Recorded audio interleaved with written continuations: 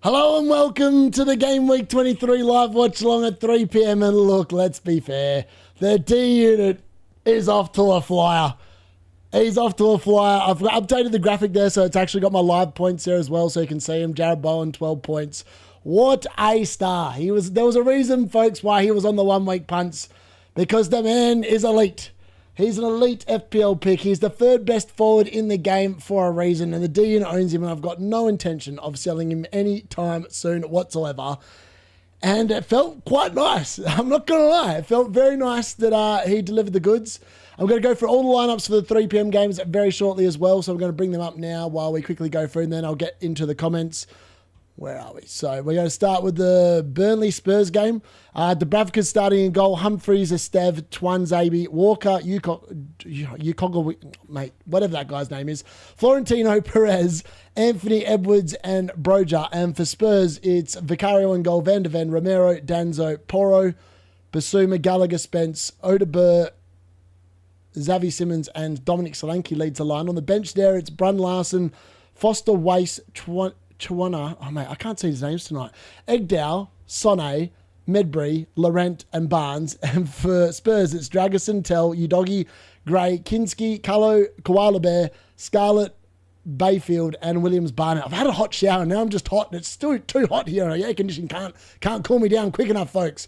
All right, Fulham versus Brighton. Leno in goal, Castagne, Anderson, Kawenka, and Robinson in the back four. Berg and Iwobi in the midfield. Kevin off the left. Smith-Rowe in the 10. Wilson off the right. And Raul Jimenez up top. For Brighton, it's Verbruggen in goal, Bart Simpson, Boskogli, Dunk, Van Heck, Cagladu, Belieber and Gross in midfield. Ayari, Matoma, Gomez supporting Danny Welbeck up top.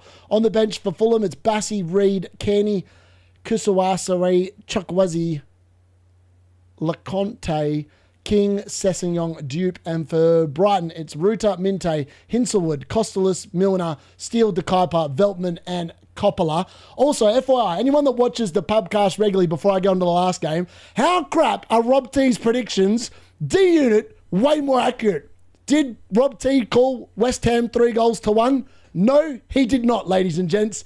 Who called 3-1? The D-Unit did. I don't know why. I just had a feeling West Ham were going to get the business done today. I was very confident on Jared Bowen, and he delivered. All right, on to Man City versus Wolves. This is the big news here. Haaland, obviously, as predicted all week, where I said he'd be benched, he's been benched. Has Foden. Not a surprise. In fact, the only surprise here is that Cherki's starting in front of Doku. That's the only thing I did not call. And O'Reilly starting instead of Ake, but Ake must not be fit.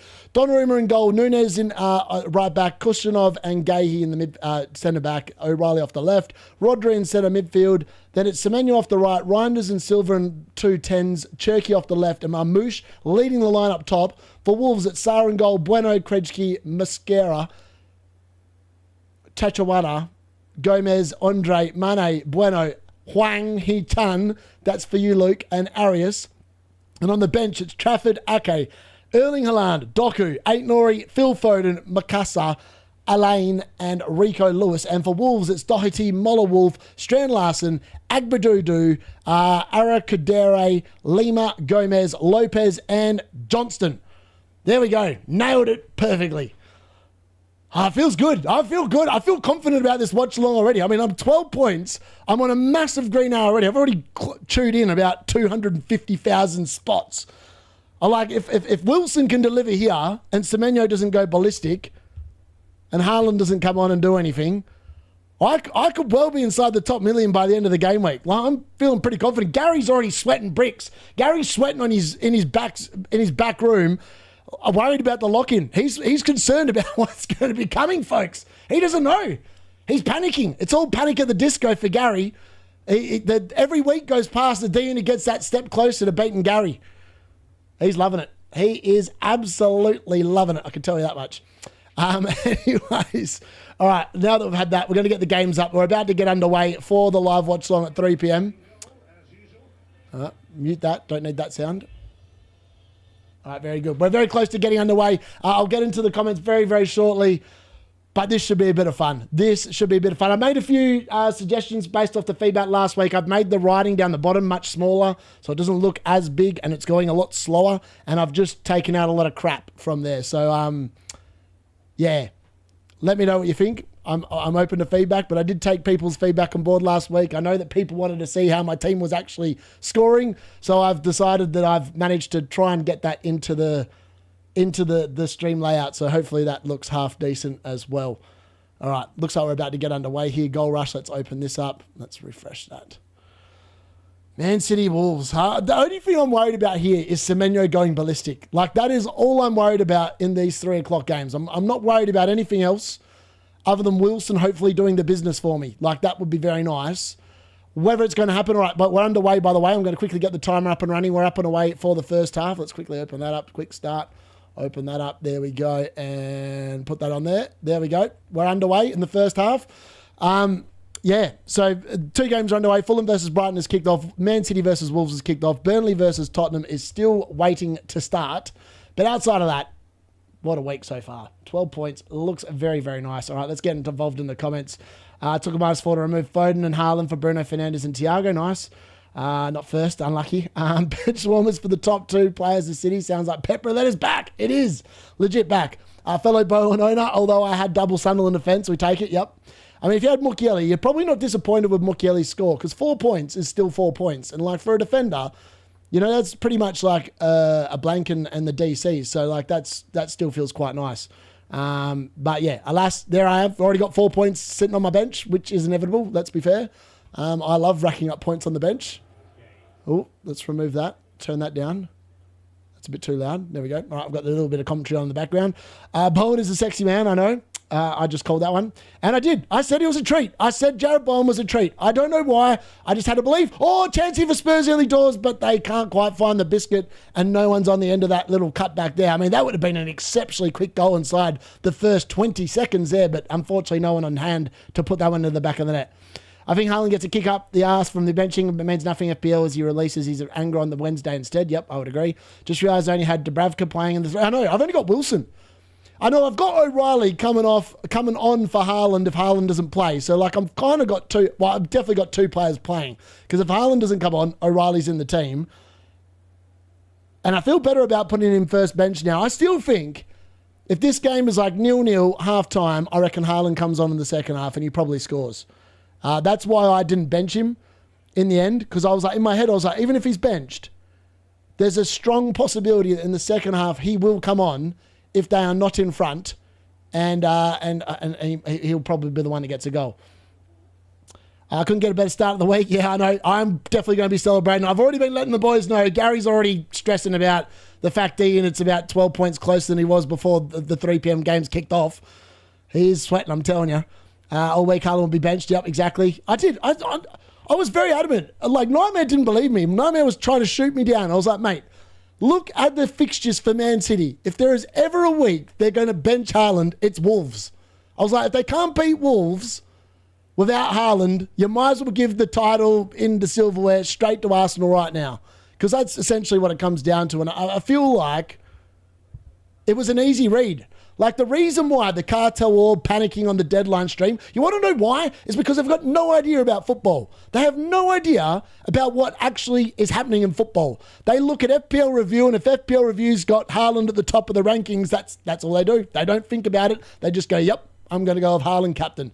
Why do you think they all moved to Saka captain? Saka captain, second best option, apparently on FPL Review, according to Trig. That's what he told me. So not a surprise that they all moved to the Saka captain because they're just idiots. Like, they all brought Bruno Fernandes in. Bruno Fernandes this week is a better captain than Saka. I'll hold my hand up and say I got that wrong, but I'm telling you now, Bruno Fernandes will outscore Saka tomorrow.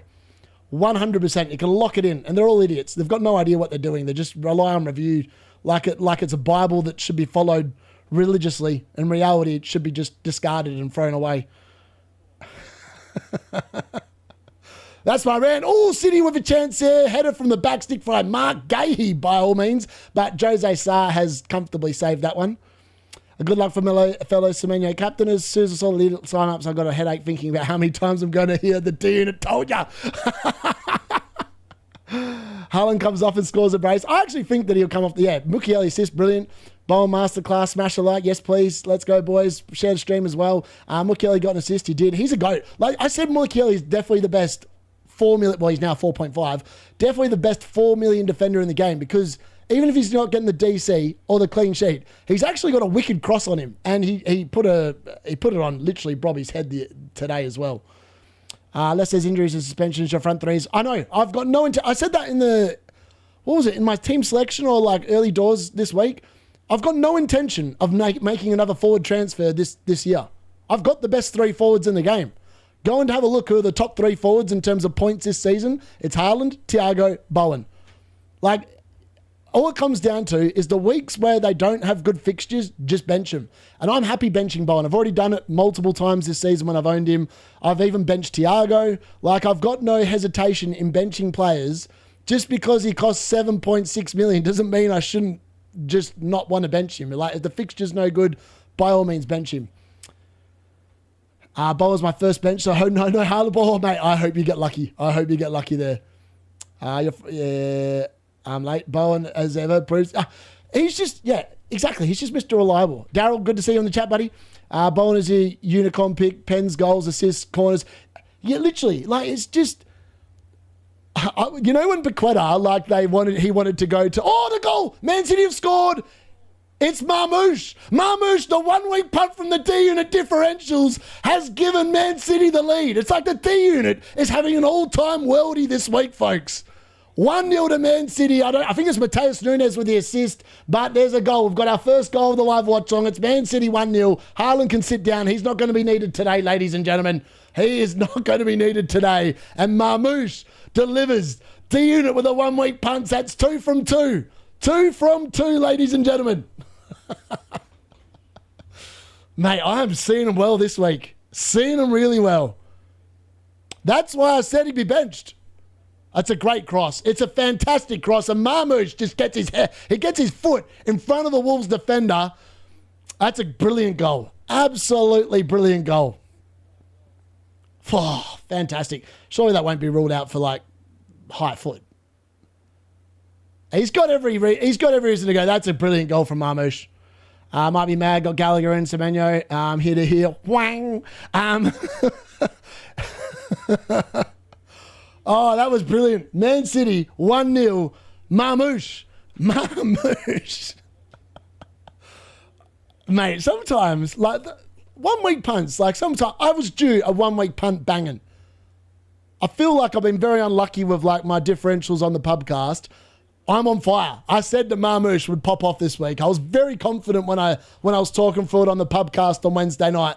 Haaland will be benched. Marmush is going to run right. And my God, is Marmush running right or what? Mate, some weeks you just see him. Like some weeks you've got to enjoy the good weeks because the crap weeks are crap. And I've had to endure a lot of crap weeks this year. So I'm going to enjoy the good ones.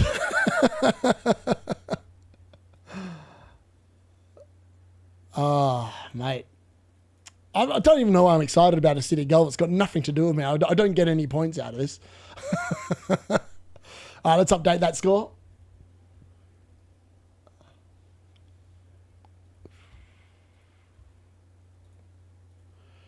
One 0 to Man City. I need to check you to cook. The D-Unit called. Mate, the D-Unit. It's my favourite line. When Gary plays that, like, at the start of the season, I was having a mare. Like, there's no word about it. Like, if I had started the season like I've been on form the last, 6 weeks, I would be in the top 10K. But unfortunately, I was just having a mare to begin the year. Like an absolute mare. I just couldn't get anything right. But I feel now I've got a very good handle on how every team's playing. Like, I've watched that much football over the Christmas period. I'm very confident in the players I've picked and the fact that I think that most of the time they're going to return. The Bush Marmush. Nunes differential. Come on, D-Unit. Get in with your Marmush pick. I know. Mad. Absolutely mad. You were right about Bowen. Did a -4 and took him in. Oh, no. That's horrible. You're allowed to be excited. Do a shot. Yeah, I am. I've got to do a shot for... Got to do a shot for Bowen's goal before. All right, Wilson, what do you got? Nothing. He took a corner. No good. Cleared away there by someone in the Brighton defence. Right. The shot for Bowen. We've got to do a shot for Bowen. Shot for 12 points. I mean, what a way to... I mean, someone said, like, someone on the deadline stream was like, oh, how about Bowen captain? I was like going... If Bowen hadn't been playing in the early kickoff, I would have considered it. But I have got a strict rule about not captaining in the early kickoff. That's why I wasn't interested in a Man City player against Man United last week, even though I thought they were pretty good options. I just feel like if it goes wrong, and every time I've gone in an early kickoff game for captain, it's not worked for me. So like for that reason, I just won't do it. I won't allow myself to be watching the rest of the weekend, hoping every other person blanks. Because it's not a fun place to be in. Whereas like that, and like historically, I quite like captaining players in the last game, which is kind of why I've gone, oh, Burnley have scored? No, offside. Burnley goal, offside. I was like, what's going on there? That would look like a very easy goal, but he was offside. Yeah, historically, I love captaining in the last game of the game week because that way you're not stressing about it the rest of the week. Like, and sometimes you can be stressing a little bit because I have had this season where Haaland's killed me and then I've just been relying later in the week that my player does something. And the couple of times I've done that, Bruno Fernandes just did not turn up those 2 weeks that I did it. But I feel like now, like I look at the Everton Leeds game. And when I was doing my score predictions, realistically, I was going to put 0-0. I feel like that game has actually got 0-0. But then I went with I think I went with Everton 1-0, 2-0. I can't remember. I'd have to go back and look. Murat would know if he's in the chat. Some part of me thinks that game is going to be tight. And look, I could be wrong. Like Leeds might actually score. But I still feel like Tarkowski's got a baseline of at least 4 points. Because like when players play Leeds, oh, here we go. Marmush into the box. O'Reilly. Nothing doing. Cleared away by Wolves.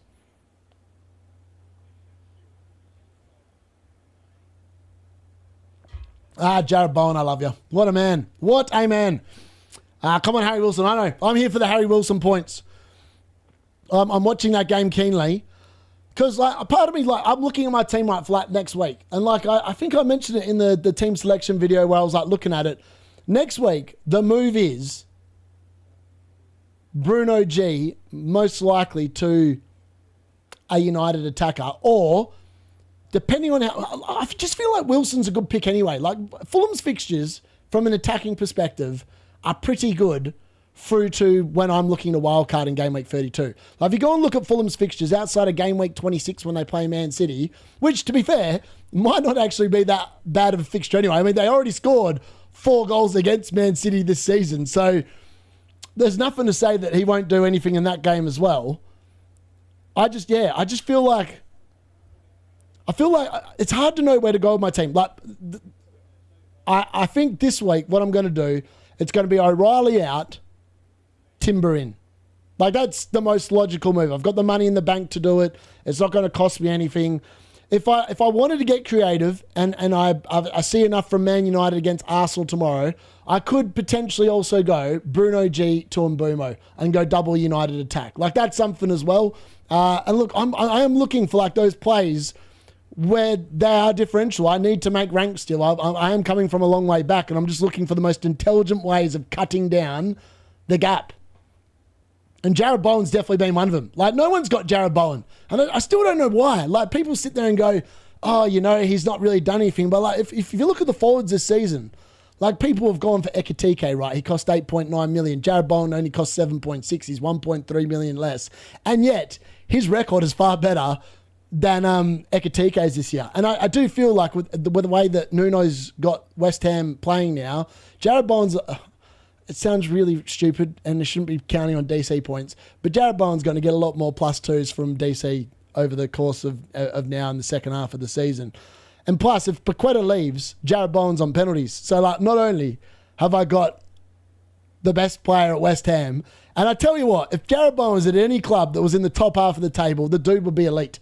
He would be on an unbelievable amount of points. Like the cartel would be promoting Bowen out the wazoo if he didn't play for West Ham. It's because he plays for West Ham, they've got no love for him. I mean, imagine if he wasn't at West Ham, how many points he'd have. Like, he's just an elite footballer. He now has 103 goal contributions for West Ham in his career, which is just insane because West Ham are crap. Let's not beat the bush. They're not very good. But Bowen's elite.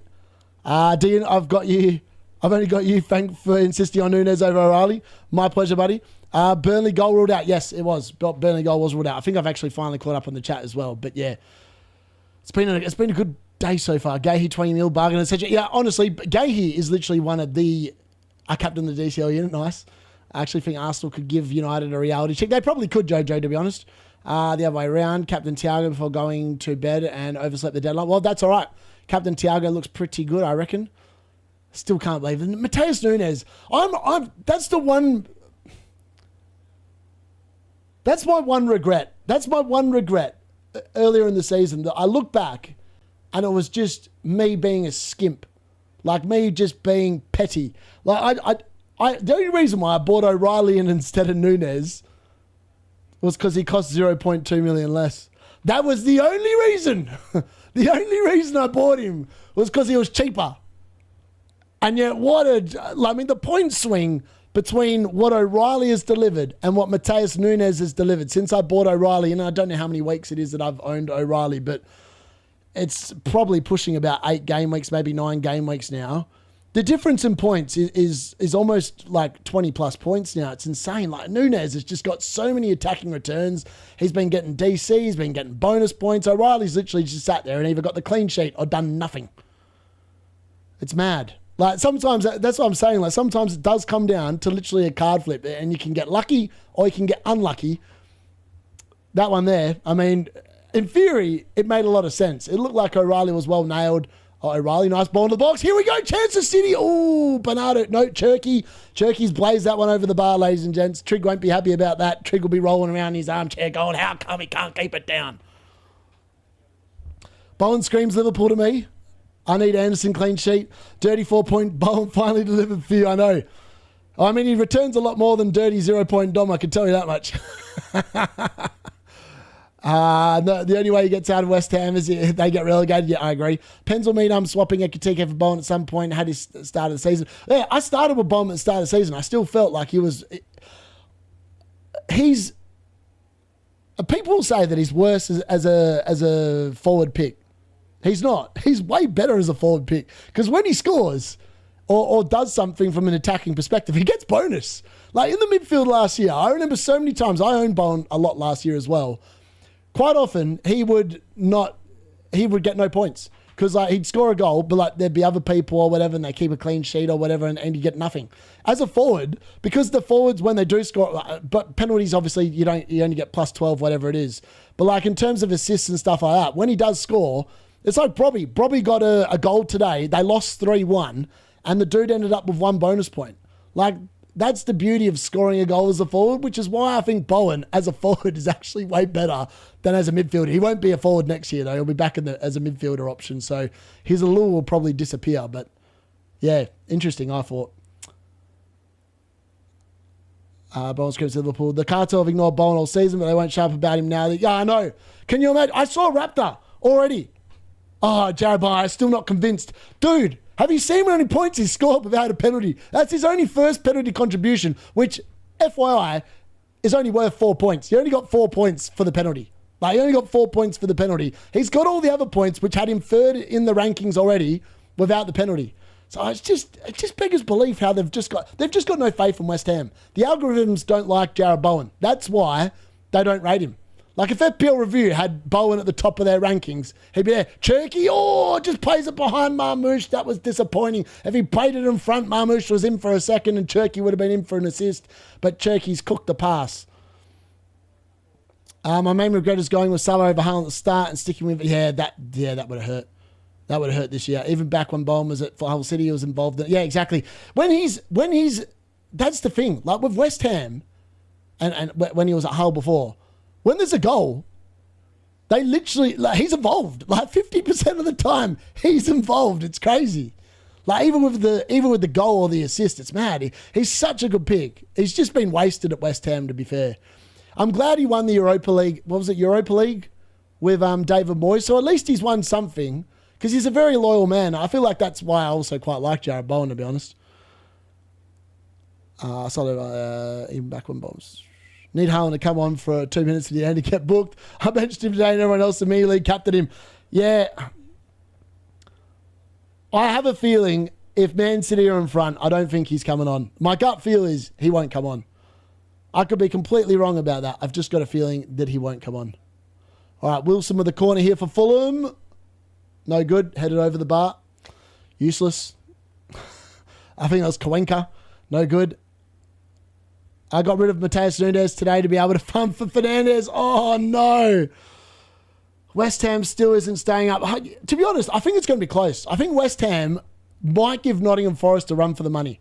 I feel like Nuno's going to turn that team around. Like West Ham the last couple of weeks, they've now won 3 games on the bounce. They beat Spurs, which is nothing. They beat Sunderland at home, which is also kind of nothing because Sunderland are nowhere near as good away from home as they are at home. Next week will be interesting because I think next week they've got Chelsea away. Like Chelsea, I feel like I'm not convinced about Rossinia. I think that's how you say his name. Ooh, hit there from Wilson, blazes it over the bar. That's unlucky. Cassandra has nothing on him. Nostradamus couldn't be. Get on your knees and pray for the one man who can see the picture. Mate, I can't believe it. Marmush, Gary. Well, sometimes you just got to admit you're having a good week, and this is definitely one of them. Marmush, Bowen, 2 for 2 from the 1 week punt so far. We've got Garner and Collins to come. So Garner, I think, on Monday Night Football and Collins tomorrow. Imagine if all 4 came in. I feel like there's been weeks where I pick 4 and I'm very confident all 4 come in, and it just hasn't quite happened. But we're off to a hot start this week, let's be fair. They have a chance now, 100%. I feel West Ham will be better without Paqueta. I agree. I think Paqueta's actually half the issue. I feel much more confident when Bowen's on penalties. I mean, Bowen slipped and still scored the penalty today, which is mad. Like, if you watch that penalty back, he 100% slipped, and he still was good enough to score it. Like, his placement was just perfect. A few people in my leagues have triple captain Haaland today. Wow, even with him in my team, could do with him coming on and just not scoring. Yeah, fair. I'm obviously going to get the vice captain. I mean, it depends on who the vice captains are. Wilson's just been hacked down there by De Kuyper, is it? I mean, there's some sloppy challenges going in there. Is it Mike Oliver in charge of that game? Oh, it is too. I think it is. Is it? Joachim Anderson. I think a few people are playing the Anderson today. Interested to see how he gets on. I mean, Wolves have offered nothing really in this game so far. It's good to see Nunes back. Puts all those stupid reports that we were hearing today in the bin.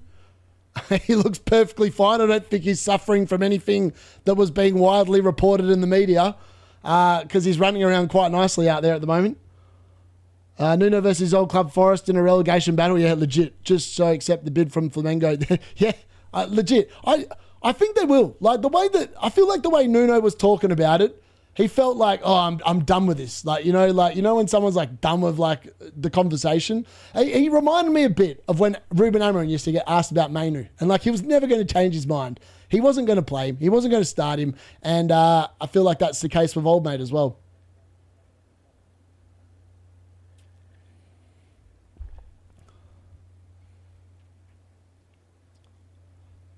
Wonder if City can keep a clean sheet today against Wolves. Like,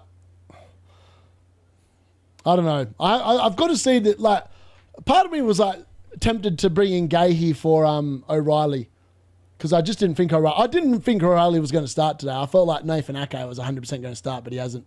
Oh, Raul Jimenez chance. Oh, he can't quite find it.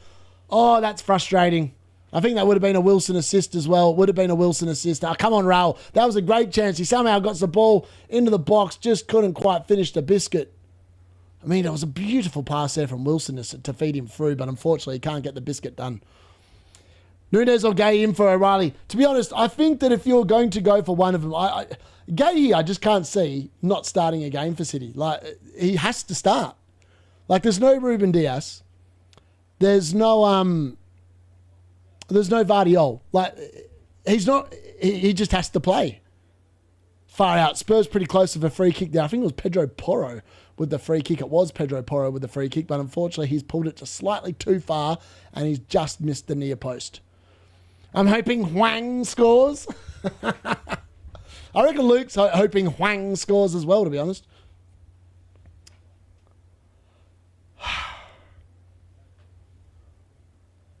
It's weird. The games are really all over the place. That Burnley Spurs game started a good minute behind everything else, which is unusual. Like for the 3 p.m. games, normally the first halves all start fairly much on time, but I don't know why they started a full minute later. Maybe they were just a bit slow out of the things. Yes, Swang goal would be perfect. Once Vardy, Owen or Ruben Diaz are back, Gahey comes in for me. Raul the donkey ruining a Wilson. I know. Wilson played him so well. Yeah. I mean, the card said to captain Wilson over Tarkowski originally, and then it changed its mind later in the deadline stream, so hopefully it's called it right. Any bets on? No, I forgot to put them on. In fact, I actually wasn't paying attention. I kind of ran out of time. I was too excited about Jared Bowen and being correct and Rob T's predictions in the bin and D-Unit's literally banging that I kind of got sidetracked and I ran out of time before we were going to start. So, yeah, that's on me. Probably should have done a better job of doing that. I mean, Fulham's everything's come through Wilson to begin with here. Oh, Raul Jimenez again. Oh, mate, how hard is it to put away? Put the finish away. How hard is it? I don't know why I'm cheering for a Fulham goal. I keep thinking that Wilson's involved. Maybe that's why. I don't think he was that time. Or was he? Was that his header back into the box? I can't tell. Who was that? No, it wasn't. Wilson was not involved. How did he not score? That Wilson assist, man, he should have scored that. I've just watched it back. They're finally showing a replay of it. Come on, Raul. Bring back Muniz. Muniz would have scored that. I'm pretty confident Muniz would have scored that. All right, O'Reilly here for Man City. Can't beat the first man. Blocked there by whoever that Wolves defender is. I think it's Mosquera. Yeah, that's the one. I started Bowen and Mukiele. So happy. Yeah, I know. People said I should have started Mukiele and bench Bowen. Imagine how annoyed I would be if I'd done that. And I said if the fixture had been reversed, I would 100% have started Mukiele and bench Bowen. That's Sunderland at home, significantly stronger, significantly better than Sunderland away. And I think we saw that perfectly on display in the first half today. West Ham tore them apart. And West Ham haven't been tearing anyone apart, but they tore Sunderland apart in the first half. Reynaldo should have been sent off in that first half. I don't know how he escaped the second booking. He must have taken Bowen down about 4 times. I reckon he won about 4 yellow cards, but he only got booked once. I've only got 3 players playing today, and one of them is Haaland, a bit underwhelming. Yep. Agree, maybe that magic touch Gay has been sprinkling on the pitch might still be there. Yep. I bought him Palmer earlier as a differential a couple of weeks ago, and I still like him in my FPL team as a Chelsea fan, but my only way of getting Bruno Fernandes is by selling him. Is there no other way? Oh, goal. Brighton have scored. Anderson's clean sheet is in the bin. Who would have predicted that, ladies and gentlemen? Anderson's clean sheet is in the bin. It's a goal to Brighton there. I don't know who's actually got the goal, but I just saw it come up as a goal has just come in. And yeah, I mean that's unlucky if an Anderson owner. But Anderson 2-point Anderson is back, ladies and gentlemen. His run of getting big hauls is officially in the bin. The cartel in the bin. It's not a good week to be a cartel member. Not a good week to be an FPL review member. It's time to just sit there and maybe stop watching the rubbish. I mean, it's a great goal. That is some goal. What a hit. I mean, Leno should have saved that, to be honest. I feel like Leno should have saved that goal. He's hit it well, don't get me wrong, but Leno's got 2 hands to it and he's palmed it into the net.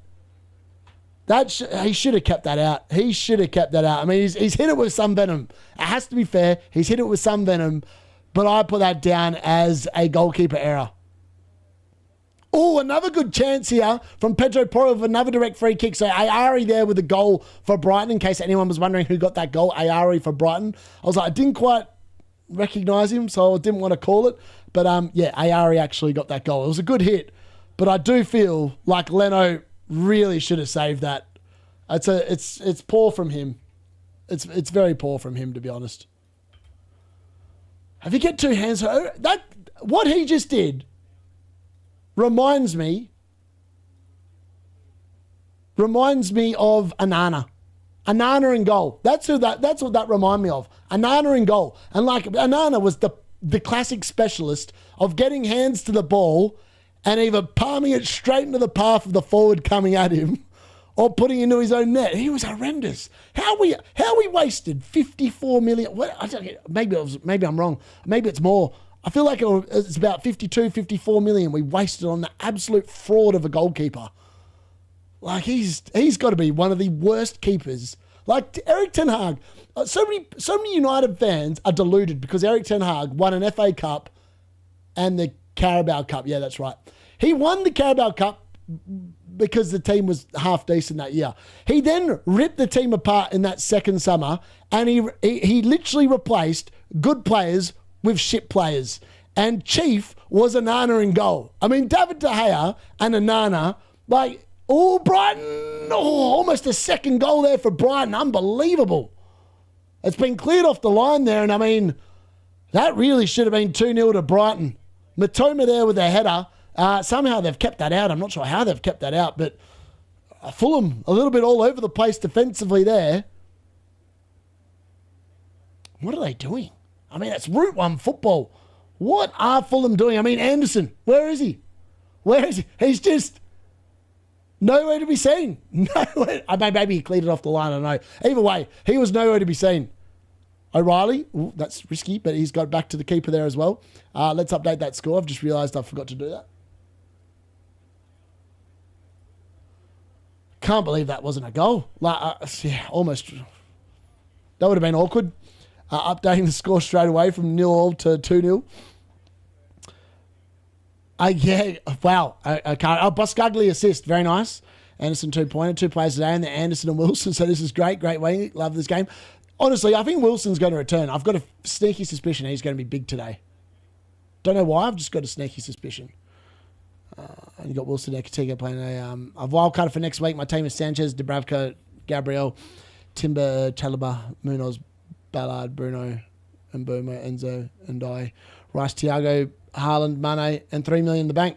Oi, bring in Bowen. Get rid of Mane, get Bowen. I've just read your team. Like, that's the obvious move. Like, Jared Bowen's going to be elite the rest of the season. Just play him on the weeks where West Ham have a nice fixture. You're guaranteed you get returns most of the time. Wolves have a half chance here. I think that was blocked by O'Reilly. It was a good hit. Unfortunately, it went straight in. Oh, that's a great, dug the cross out there as well, but unfortunately it doesn't go anywhere. Great game week. Love Anderson 2.0, but got the assist. And Nana. Oh yeah, he was horrendous, wasn't he? Every time I sit there, I look at the team. I'm like going, you know what the scary thing is? He's only out on loan. Like, Anana's only out on loan. There is a world where that idiot comes back next season. I mean, there's no way he's getting in goal again. Like, Le Mans has been brilliant. Like, that is actually one of the better signings Idios have made, is Le Mans in goal. He's been class. For a young keeper, it's not easy coming to be the goalkeeper of Man United with all the pressure of our fans and all the rest. He's been a really good breath of fresh air. He's actually been a very good player so far. Yeah, exactly. Is Haaland a sell? No, I don't think he is. He needed a rest. He needed a rest more than anything else. I dare say he's just going to be enjoying himself. He needed a rest. Like, it was obvious he needed a rest for about the last 5 weeks. I'm surprised it took this long to give him a rest, to be honest. He should have been rested against Exeter City. I don't know why Pep played him in that game. He could have put an under-18 striker up front. It would have been fine. Not keen on stretching out of fixtures. It's great when it all happens at once, but money talks. Yeah, exactly. Can't appeal change the assist to Van Heck. I need a Bart Simpson clean sheet. The phone is on charge upstairs, and as I come back in the stairs, I go down screaming 2-point bloody Anderson again. Last week it was dirty 2-point Dom, 0-point Dom. This week it's back to Anderson 2-point in the bin. It might even be less than that by the way they're going. Brighton are carving Fulham apart like this half. Like, Fulham had a couple of... Raul Jimenez should have scored. Like, that was their best chance of the game so far. If he'd scored, it might be a different game. But since Brighton have scored, it's been one-way traffic in that game. Burnley versus Spurs, as predicted. Bit of a ball fest. Not much happening in there outside of a couple of free kicks for Spurs. Burnley look pretty comfortable. Spurs aren't really doing a hell of a lot of attacking, and they're playing like two teams that are in the bottom 6 teams in the league, which is not a surprise. Marmush! Oh, Marmush has hit the post! Marmush has hit the post. Oh, that was almost a 15-pointer on the 1 week punt. Almost a 15-pointer on the 1 week punt. Oh, that was so close to being 2 goals to Marmush.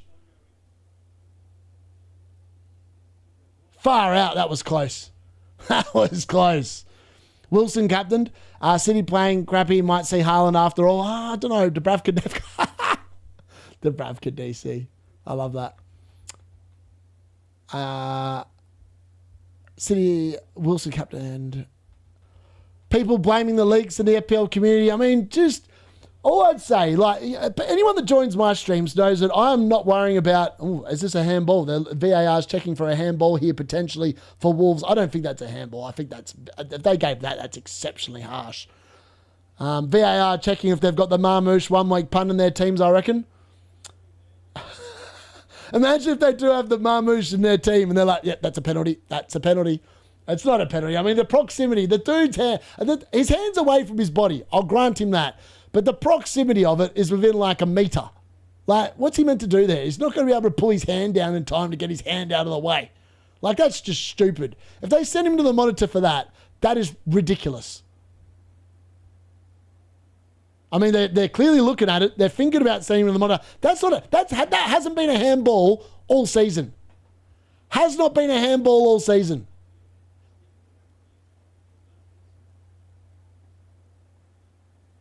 They're sticking with the on-field verdict. Thank God. Thank the Lord for that.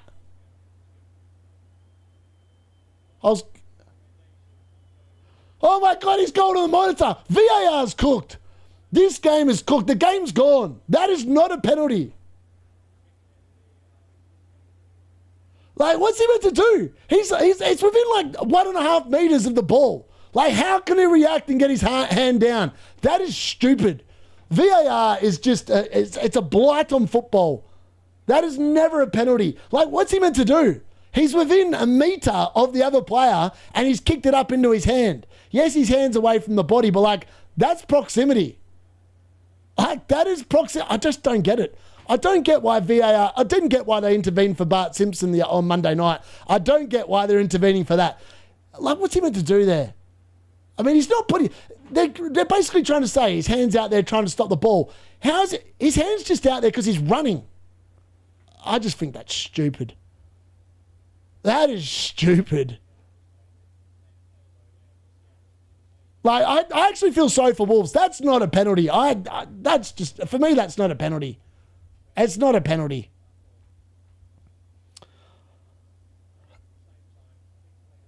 I feel like Marmush takes. We'll have to wait and see, I suppose. Does anybody else get confused when Darius says far out followed by that was close? So then Spurs with a half chance here. Someone was trying to curl it in, but Dubravka, very nice save there. I mean, this is exceptionally harsh. The referee's still looking at it going, he's within a metre. Like, why am I giving this? What's he saying? I don't think he's going to give it. He's not going to give it.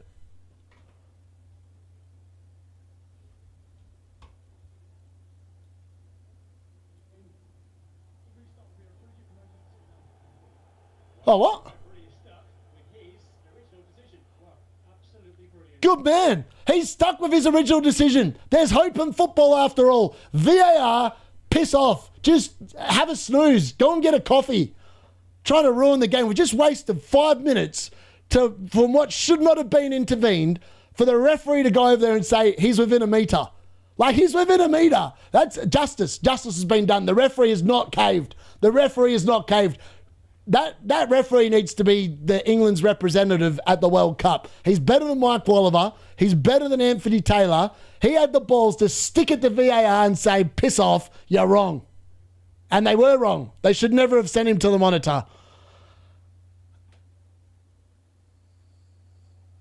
Oh, there's a goal. Mickey van der Ven. I can't believe it. Mickey van der Ven scored for Spurs.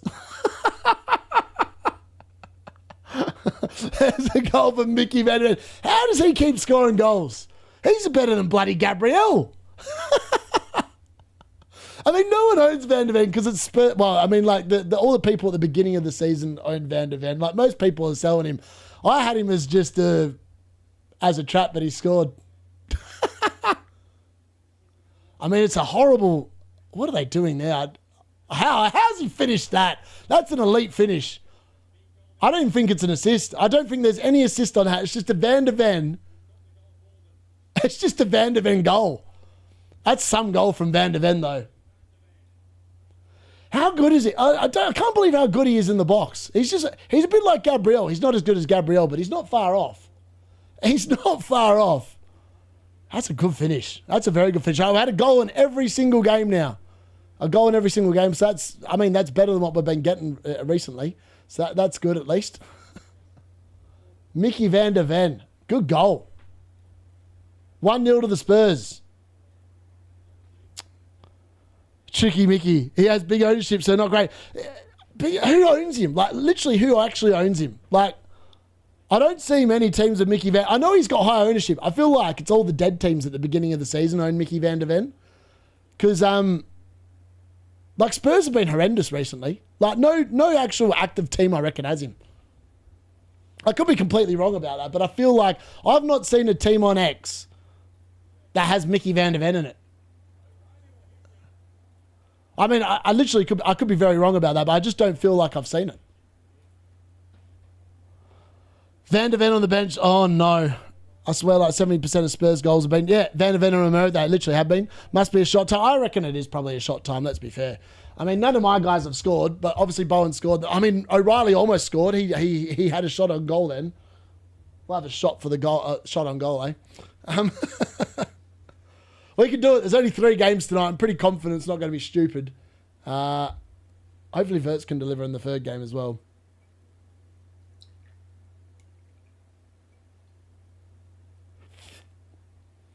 I was going to say we should do shots for the footium watch-along, but we won't do that because I feel like I'm going to be in trouble if I do that. My team's been scoring about 6 goals a game. I could be doing 6 shots in half an hour. That sounds pretty scary. 70% effective ownership, that's going to hurt. Yeah, weird. I'm surprised he's so highly owned, to be honest. I feel like Burnley will score in that game. They're pretty jammy at getting goals at home. Back to the community complaining about leaks. Personally, I think it's all rubbish and the club should find out who the person is. And then I agree. I mean, Man United did that. Amron wasn't happy about the leaks and then the leaks stopped. And then Amron left and all of a sudden the leaks are back. Oh, Spurs have a great chance there. They'll make it 2-0. But it's a good shot from Odeberg, unfortunately straight at the keeper, and Dubravka saves it. Dubravka's had about 3 or 4 saves already in that game.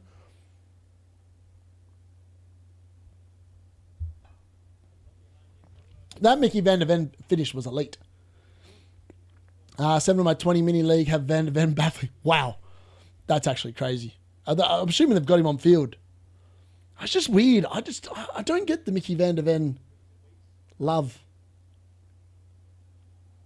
Maybe it's just me. I don't know. Not convinced. Leader on me league is Van de Ven. Wow.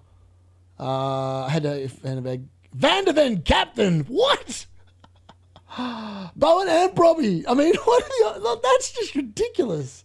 Who would have had Van de Ven captain and bloody Brobby? Like, I understand the Bowen pick. I feel like Bowen is actually a really elite pick for people who've got an idea about football. But far out. It was almost an own goal there for Brighton. I mean, Brighton almost scored an own goal for Fulham, more to the point. Which shows that sounded wrong. I have Van de Ven captain. Who does that? Unlucky Abby. Got him to Van de Ven first sub. I pray Haaland doesn't come on. Fair. Praying Bruno G don't play, then I get Van de Ven points. Man, I feel like Bruno G's not going to play. Muppet, you're in luck. He's definitely not going to play. I'll be shocked. I'll be absolutely flabbergasted if old mate plays. I would literally be shocked about that. All right, Wilson with a corner here for Fulham. Straight at the goalkeeper, nothing doing there. Semenyo has literally touched the ball twice. I know, Semenyo's done nothing in this game. Literally done nothing. I mean, I thought he was a clear captaincy shout, but I feel like this is a very what's the word I'm looking for? This performance from Manchester City in this game has not been cohesive. I think they're lucky they're playing Wolves, who, as I've said, are not a very good team attacking-wise, and I feel like that is the reason they're getting away with it. In terms of how they're actually performing early doors, they're not playing very well at all.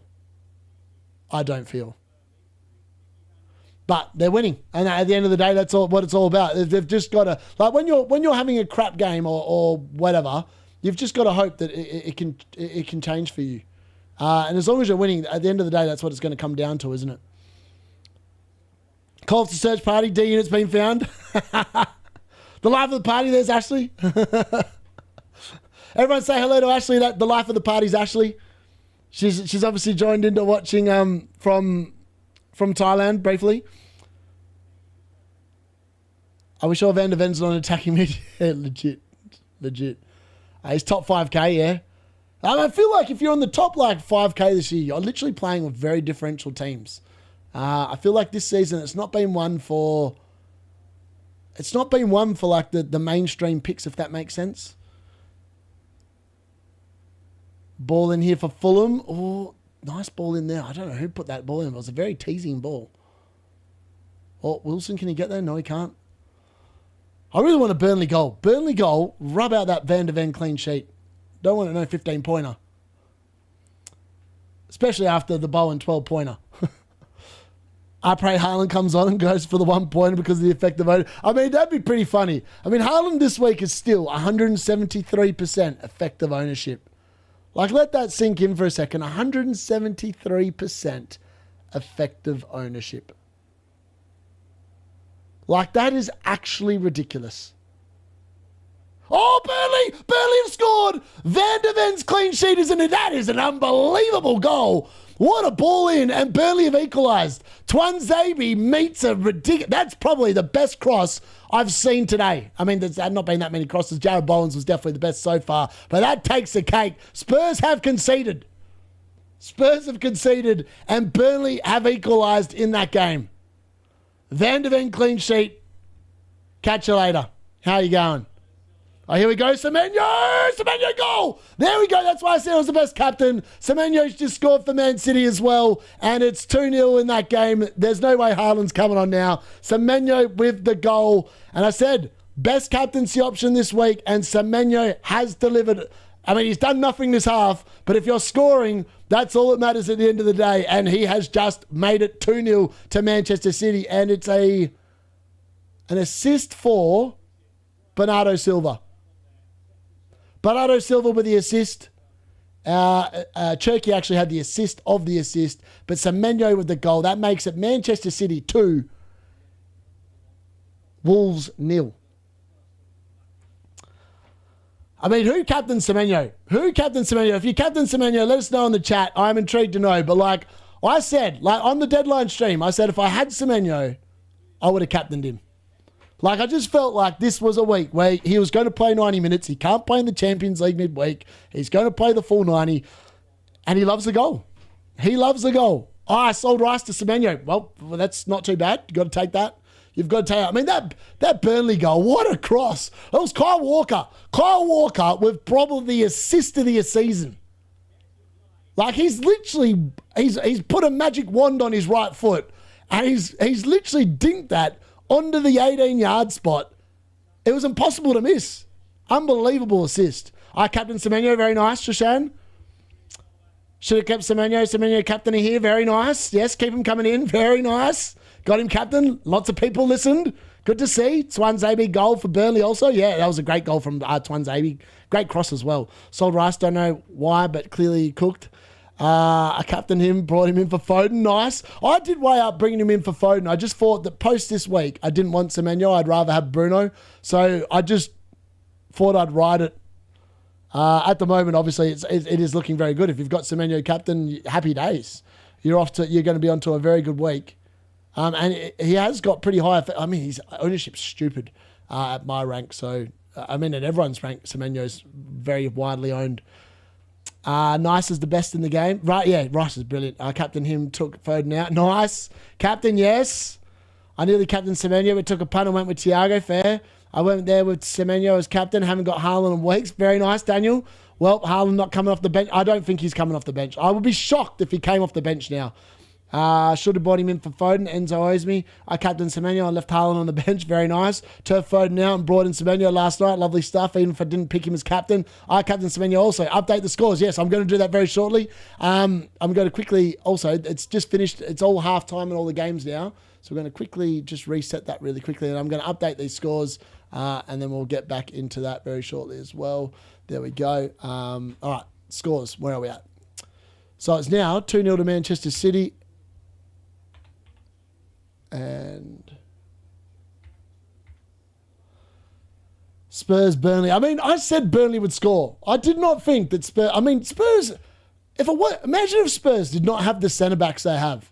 If Spurs didn't have the centre-backs they'd have, they would be really... They might be in the relegation battle. Like, they could probably be in the relegation battle because, like, their forwards have done nothing. Outside of the pigeon, their actual attacking options have been really poor this season. Like, they've offered an out. It's been the Spurs defence, like, carrying that team. Like, even with the clean sheet or with the goals. Madness. Haaland's coming on for Marmush. He already looked knackered. Mate, I don't think so. I reckon someone else will come on. Foden could have cooked in this game. I agree. Semenyo goal means big drop if you don't own him. Exactly. The best decision I made was never selling Semenyo. Second best decision was captaining him today. Very nice. Sold Rice Semenyo as a punt. Needed luck and it was a differential. I captained Semenyo. Nice. 93rd minute appearance for Haaland. I pray Haaland doesn't come on. Vice captain is on Bowen. Oof, nice. As much as I don't want it, I still really think Haaland comes on for some reason. Shall I sell Watkins and Enzo for Semenyo and Bowen? No. I don't think Semenyo's a buy. Semenyo was a buy for this week. He's not a buy after this week, I don't think. There were rumors the other day that Liverpool interested in Van Dijk. I saw that. Spurs might still be in the relegation battle. They could be. Dubravka is already on 6 saves. Spurs is actually attacking. They are. To be fair, I feel like Burnley are quite lucky they're... only... that they're level, to be fair. I think Spurs could easily have been a couple of more goals in front, but alas, they're not. And sometimes that can happen. If you're not clinical, and Spurs have not been clinical outside of Mickey van der Ven, yeah. Also, I've just realised I just need to change that to second half, don't I? Where are we at there? Second.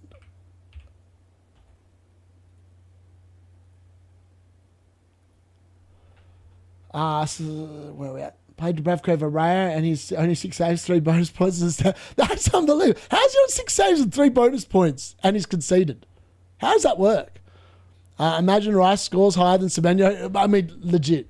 Lads, please like. 148 watching it. Yeah, smash the like button, folks. If you signed in, please just go quickly to the left and press the like button. That'd be nice.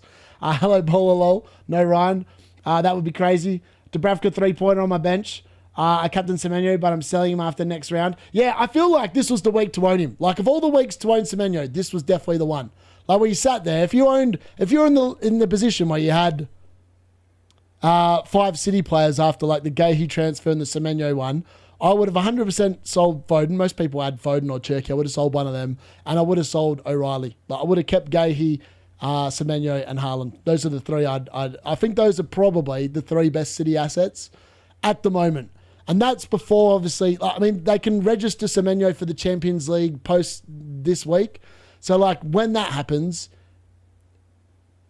he might be more prone to rotation, less minutes, etc., and then he might become an issue. But until that's an issue, he's a very good pick because he's going to play these games. He's probably going to play 90 minutes every single one. So that's definitely something to keep in mind as well, I feel. There we go, second half, that's up and ready. But I'll get rid of Foden and O'Reilly before him. Yeah, I sit there and, like, last week on Saturday, so when everyone, like, joins a lock-in on the Saturday night or whatever, and, like, during the lock-in, I actually made my transfer. Like, I didn't say it on the stream, but I had sold Foden during the lock-in last week. I was like, I'm done with him. But I looked at it and I was like going, I'm not holding him for Wolves. I've got no confidence in the man. And, like, I'm someone that's a massive Foden believer. But when I've lost confidence, it means he's 100% a sell. Like, he's at 100% a sell. If I'm selling him, he ain't doing nothing. I'm pretty confident on that. And I looked at the options, right, and I was like, part of me really wanted to go Semenyo because I was like, of all the people, I think he's the best captain this week. But then I looked at the fixtures, and the fixtures for Man City, where are they? So where are we at? So the fixtures Man City post this week. Spurs away, not a horrible fixture. Then it's Liverpool away, Fulham at home, Newcastle at home, Leeds away. Like the fixtures and the form they've been in, not amazing. Now, I might look to buy Semenyo. I might actually buy him, like this week. For, like, what's my team at the moment for next week? So at the moment, I've got O'Reilly I'm going to sell. So O'Reilly I'm going to sell this week. And I'm going to buy Timber. Going to buy Timber this week for O'Reilly and play double Arsenal defence. Because I think Arsenal beat Chelsea and they'll get the double game week in game week 26.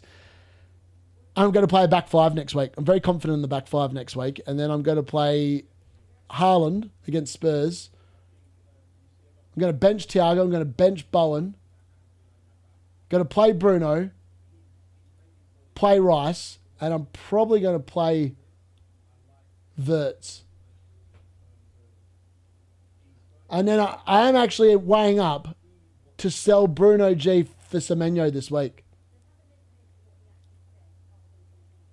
Because I just feel like Semenyo, like they spent £62 million on him. Like they're not going to just sit there and bench him, right? Like it wouldn't make any sense to do it. So I just feel like that's potentially where I'm going to go.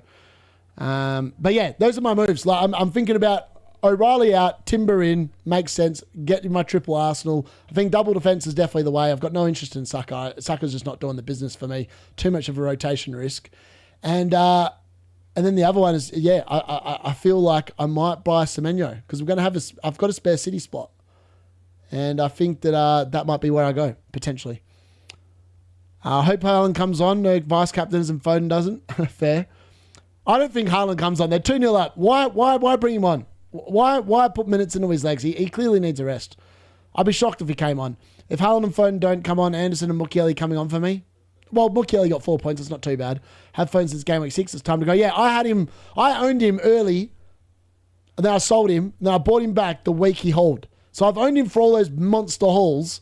Unfortunately, I've owned him for the last 5 weeks as well. And he's been poor the last 5 weeks. Rogers captain, slept in this morning, Mr. News. Foden, Haaland captain, starting Thiago vice captain. Well, you could get lucky. 4 Man City players due to the transfers. Now the system is telling me to remove one. Yeah, you have to remove one. You can't own 4 players from the one team. So it will force you into a move, unfortunately. Sometimes the right time to move on. Exactly. Good day all. Just got here. Semenyo captain. Here we go. Very nice. I'm very happy for all the Semenyo captains. That's the rule. Yep. Yeah, it's just the way it is, unfortunately. Don't know if you saw this, but the last time Aston Villa beat Newcastle Saints was when Kieran Dyer and Lou Boyle. Legit. Yeah, Aston Villa have a horrible record there.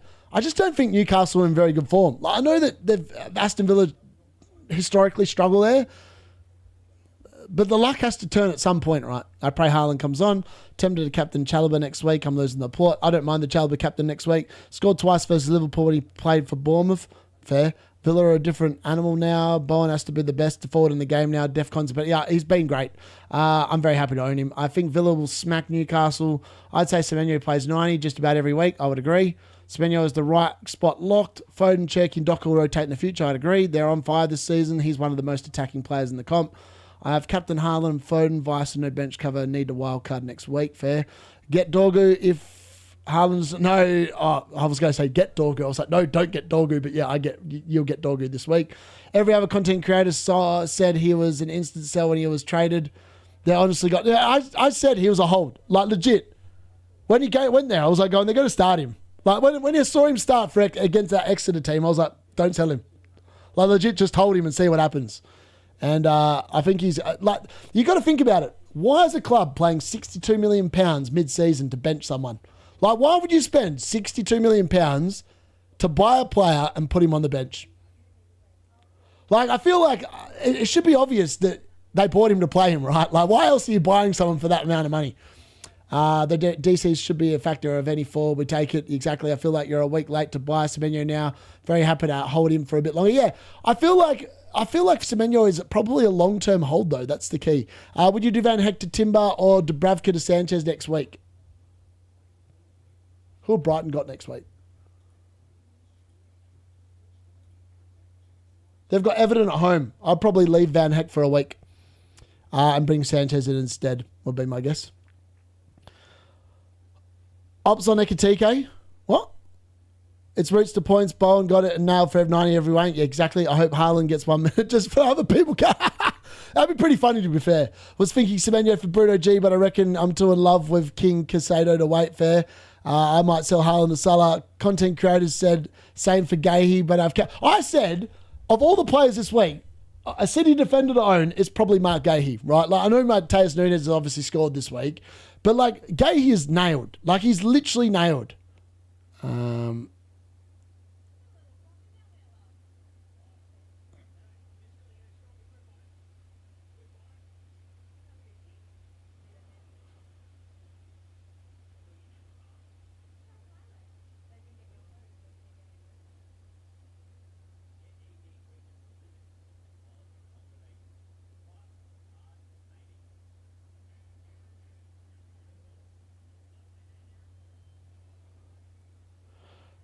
Mrs. just messaging me going, you forgot to tell me your stream. I was like, it's a Saturday night.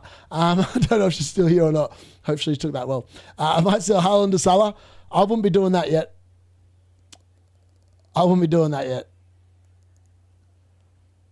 Who would have must players in a wild card next week? Honestly, my forward line is the must-have forward line in the game. Like, I'm convinced. It's not Creepy Jr. It's not Mane. It's not Mark Guiu. It's Jared Bowen. It's Thiago. It's Haaland. Set and forget. You don't need to make another forward transfer for the season. Like you literally just rock that forward line. You play them when they've got good weeks. You bench them when they don't. Semenyo goat pick. Yeah, legit. Yeah, I'd have Semenyo. I think I'd have Semenyo and Haaland on a wild card. I'd have Rice, Timber, Gabriel, Bruno Fernandes, Thiago Bowen, Chalobah, Tarkowski. I'd probably still go with Sanchez, Mukiele. The other goalkeeper, I had Henderson in my wildcard draft just because I've got the money. And I'd probably have, instead of Bruno G, I don't know, the midfielder spots are just, they're so inconsistent in there. I feel like I'd go Caicedo instead of Wilson now, like just to have the Chelsea asset. In terms of Bruno G, I feel like, you know what, I reckon, I know what I'm like. I'm a Man United fan. I like having Man United players in my team. I'm a bit like Nightmare with Newcastle players, but with Man United players. I'd probably go Brighton and Bumo, just because I can afford it. I put my team value to work. 4-5-1 or 5-4-1 if you have attacking threat defenders is definitely the play for the rest of the season. Just rotate another attacker. Yeah, I'd have Munoz in there, by the way, as well, as a defender. He's definitely an option over the next 6 or so weeks. Yeah, Keith Van Heck. Take a piss, fair. DCL is a good pick, D-Unit over Bowen for cheap. Yeah. I just think Bowen's more consistent. Like, if I'm being honest, I'm not selling Bowen. Like, I don't care what people say. I really rate him. The missus is a West Ham fan, so Jared Bowen stays. What do you reckon does Pep bring on? I don't think he does. I don't think he brings Haaland on. I'd be shocked if he does. Palmer captain Mike Cook now. He could. What if Wolves double? I've got zero interest in Wolves players. I could not care if they double. I've got no interest. None. None whatsoever. You could not sell me a Wolves player. You literally could not sell me a Wolves player if you tried. I would just say no. All right, we're back up and running for the start of the second half now. Most of our games have kicked off. We're still waiting on the Man City game to kick off, but the other ones have kicked off. So we're going to bring that back on there. There we go. Second half up and running. So it's Brighton versus Fulham. It's 1-0 there. That game's the first one to kick off.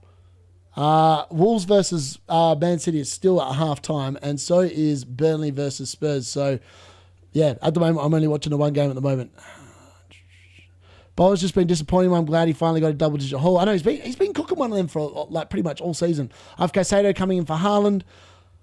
I'm not going for any Wolves players. Yeah, I don't understand. I know that Mane had a couple of good weeks, right? Like, Mane had a couple of good weeks. No word of a lie. He had a good couple of weeks. Did he do anything last week? No.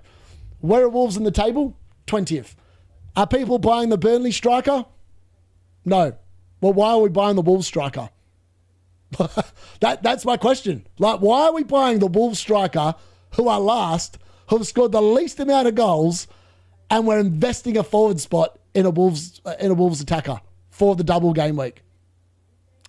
Are Wolves going to score against Arsenal? Probably not.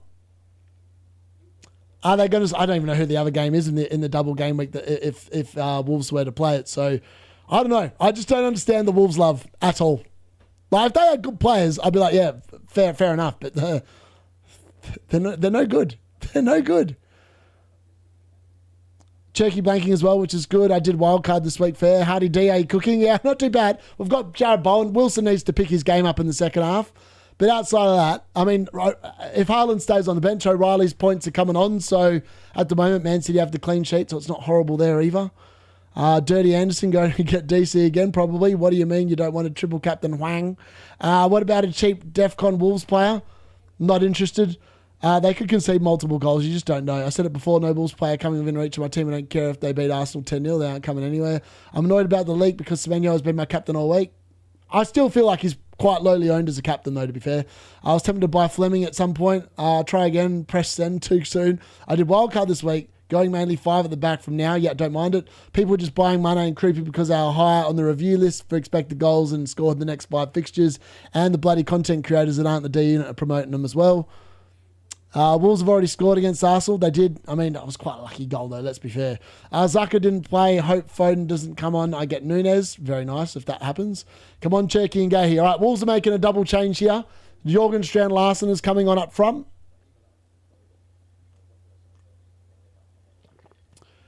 Yeah, Strand Larsen's on, and so is... I don't know who this guy else is, who else this other guy is that's come on. Someone else came on there. Also tempted to bring in Marmush, but went Semenyo as his price went up yesterday. Nice. Wolves scored 3 versus Arsenal at Emirates, but 2 own goals. Yeah, fair. Bowen will be on the review now as he has pens. Yeah, legit. I don't think they go there. I don't think they like West Ham. Is my gut feel. Anyways, Man City, Wolves, and Burnley versus Spurs are there, both underway in the second half now as well. So we're live of all 3 games again.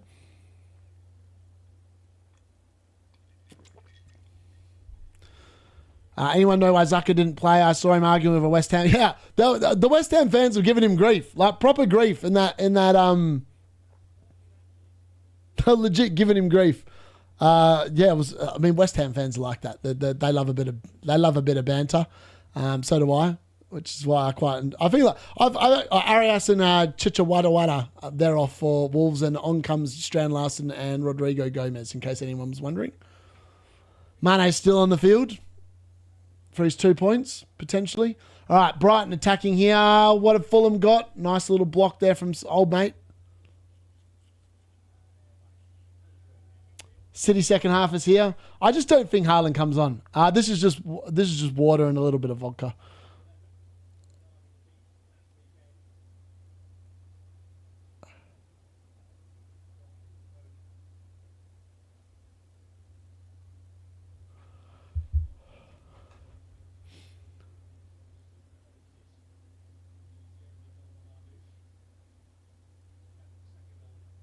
All right. Brighton have won an early corner here in the second half. Wilson with a nice little defensive contribution, getting a nice little block in there. I don't think he's ever going to get anywhere near 12, though. He's not that kind of player. Foden is dropping tonight. Who should I get? Anyone. Nah, honestly, I feel like the best midfielders to buy this week, it's Bruno Fernandes this week, 100%. Like, let's not be kidding ourselves. I mean, after Arsenal, Bruno Fernandes could literally return in every single game for the rest of the season, provided he stays fit. He's only playing 1 game a week as well. So, like, I really love the players only play. Oh, here we go. Burnley chance. Oh, good block there from Mickey van der Ven forcing a corner. Oh, Brighton with a corner here. Headed across goal. Headed across back in. They go up for it. It's gone out for a goal kick. Burnley almost, I mean, that was a great little ball there. And a great block from Mickey van der Ven to stop the shot from, I think, Broja. Yeah, Broja. No, Haaland means I get older at auto sub. That doesn't feel overly good. Injury, I think. What did Dizzy ask? All right, Burnley, what do they got? Can Burnley win this game? Like, this game could be anything. I predicted a Spurs 2-1 win. See how close I get. Goal kick for Spurs. Tomorrow looks set to be a biggest Sunday for a while. Yeah, I agree. It should be a big Sunday tomorrow. Thanks, mate. Second in my league was Haaland captain and Cherky vice. Fair. Where is a good-looking guy on these streams, Gary View. He's in the background somewhere. I'm sure he's in the background somewhere, waiting for someone.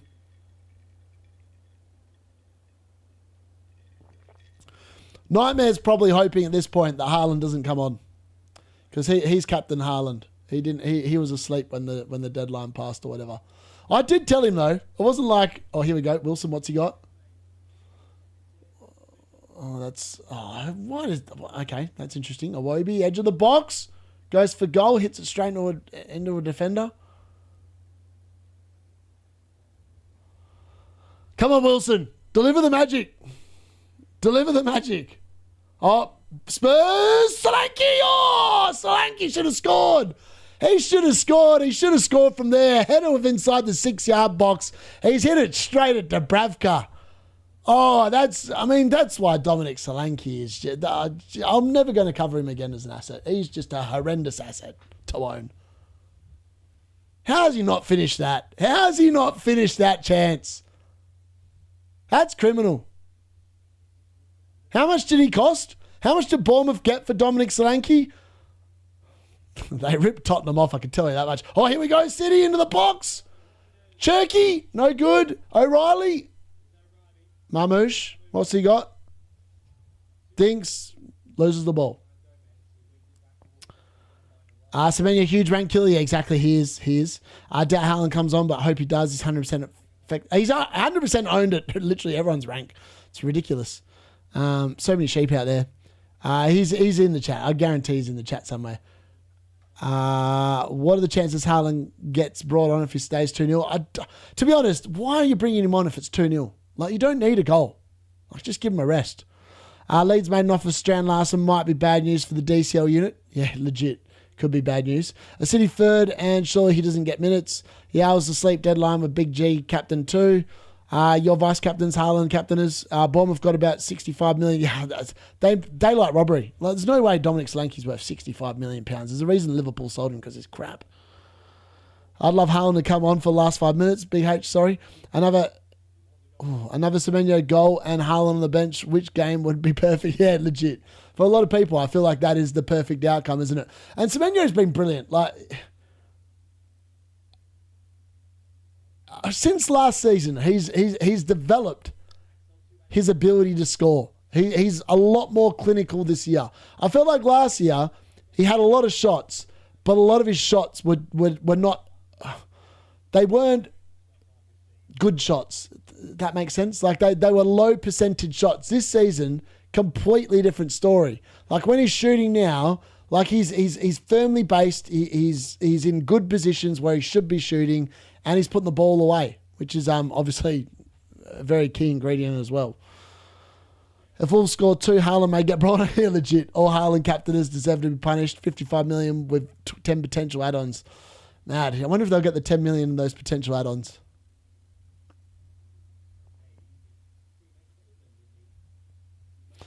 I really think that with the way that game is, at 2-0 at the moment, I just can't see a world where Foden or Haaland come on. Like, I know they're on the bench, right? Like, I get it. And like, maybe Pep will be like, oh, it's Wolves. Wolves look pretty crap today. Maybe we'll get Haaland and get him a goal. All right, Brighton pushing. Oh, it's poor cross there from Matoma. He's overcooked that pass. That's a sloppy pass in the end, to be actual. Actually, Brighton have done well to rescue the ball. I thought that was going out for a foul, and it hasn't. It's gone to the back stick. Matoma, header across. Oh, they should have scored. Danny Welbeck flings himself at it, but he can't quite get there, and the chance goes begging. I mean, that was a great ball back across from Matoma. I feel like Brighton really probably should be more than 1 goal up. I feel like Fulham have been quite lucky in that game so far, that they're only 1-0 down.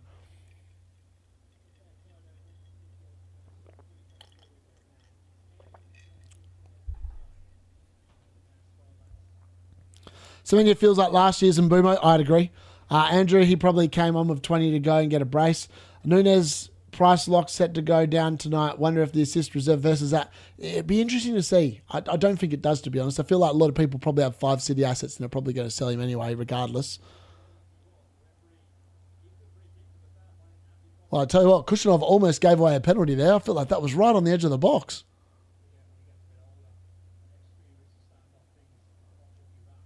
What's Kushinov doing there? He's just pushed Mane over on the... That's poor. Poor defending there from Kushinov. Need a gay goal now. Didn't captain him either. Bournemouth got the same money from Spurs for Slankies they got from City for... That's unbelievable when you think about that. Semenyo's a way better player than Solanke. Like, way better player. Stop it, Darius. It's the hope that kills you. Stay on the bench, peeps. My friend who quit FPL is gay. He, Bowen, Semenyo, Vice to Haaland. Wow. Not everyone can see the leaks in the time. Yeah, I agree. Dubravka on 6 points. Bernardo score a brace and Wolves late goal for good measure. I've got Van de Ven on the bench, so could do with Haaland not coming on. Breaking Bad or Game of Thrones? Game of Thrones for me. Pep used to give Ibra some game time for boosting confidence. Maybe he does the same for Haaland. Wow, Wolves wide of the post with that free kick. My Little Pony.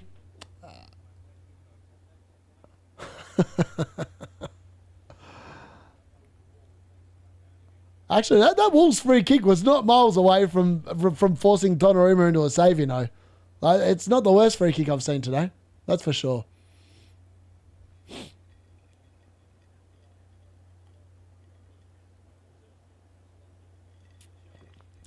I wonder if Pep will make any subs. All right, here we go. Fulham are making early subs here. In the 58th minute, off goes Kevin. Kevin's off. Chukwueze is on. And Anthony Robinson is off as well for Fulham there, very early before the 60-minute mark.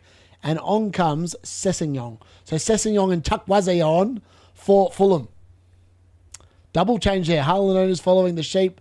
Hopefully the big bad wolf bites his ass. The Panos or Game of Thrones? Game of Thrones. Do you think Haaland will come on? I don't think he will. It's 2-0. Why bring him on? They don't need an extra goal. Like, legit don't need an extra goal. They're not really chasing goal difference. It's not like Arsenal are burying anyone when they win. So it's literally just about trying to get the result. And I feel like they're more likely to make defensive changes, I would think, like to make the team a little bit more solid rather than making attacking changes. That's my gut feel. That's what I would do. If I was the manager, if I was Pep, that's what I would be doing. Succession, surely. It's the Chukwueze. Kevin only bigged up because he's Brazilian. What happened to Robinson, man? Didn't he get like 10? I know. I think Robinson's just struggling because he didn't have a pre-season. He's just been relatively poor in general. Oh, I mean, Raul Jimenez should have scored in the first half, man. And Wilson wouldn't have had a return. I'd be pretty happy right now. But alas, he did not. Semenyo Gay's ownership is hurting me. Yeah, I know, legit. I feel like most people own only one City defender. So if you've got a City defender, they're all playing today, right? Like Nunes is playing, O'Reilly's playing, Gahey's playing. Like if you've got a City defender, you're unaffected. Like Gahey hasn't got an attacking return, so it's not like you're going to be hurt by that, if that makes sense. But if you've sold all your City defenders, yes, you are going to be hurt at this moment in time. Ekitike benched. Are you for real? Wow. Worst bench boots ever. Eldorado 1 point. Zaka no-show and Haaland no-show. Wow. Semenyo and Gay's ownership is hurting me. Ekitike benched. I mean, that's why I got rid of him. I was annoyed with myself I ever moved Thiago to Ekitike. Like, it was just a dumb move. At the time, I was like, these fixtures are too good for Liverpool. There's no other attacker. He's 100% locked. He's not been anywhere near 100% locked. I think the thing with Ekitike is you sit there and go, oh, yeah, he's definitely locked. But in reality, what it is he's young. And I feel like Slot is potentially managing him, if that makes sense.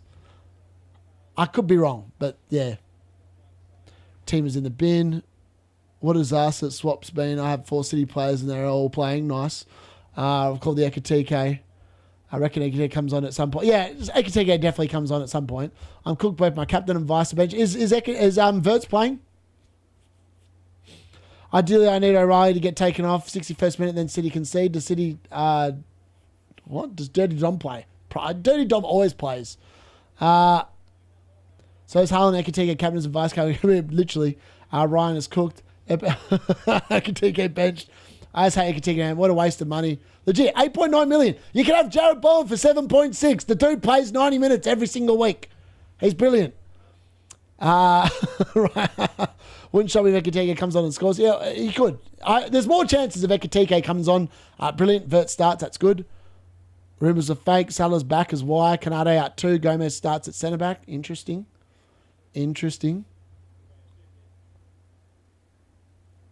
Sot will never bench his love child Gakpo. Yeah, I feel like, you know what? Amarin always loved the Portuguese players, right? Like bloody Dalot's been stealing a living for like Dalot's been stealing a living for about 6 years in the Manchester United team. I still don't know how he does it every single week, what it feels like anyway. But I feel like Gakpo's very similar, like because he's Dutch and Slot's Dutch. It's like he favours him.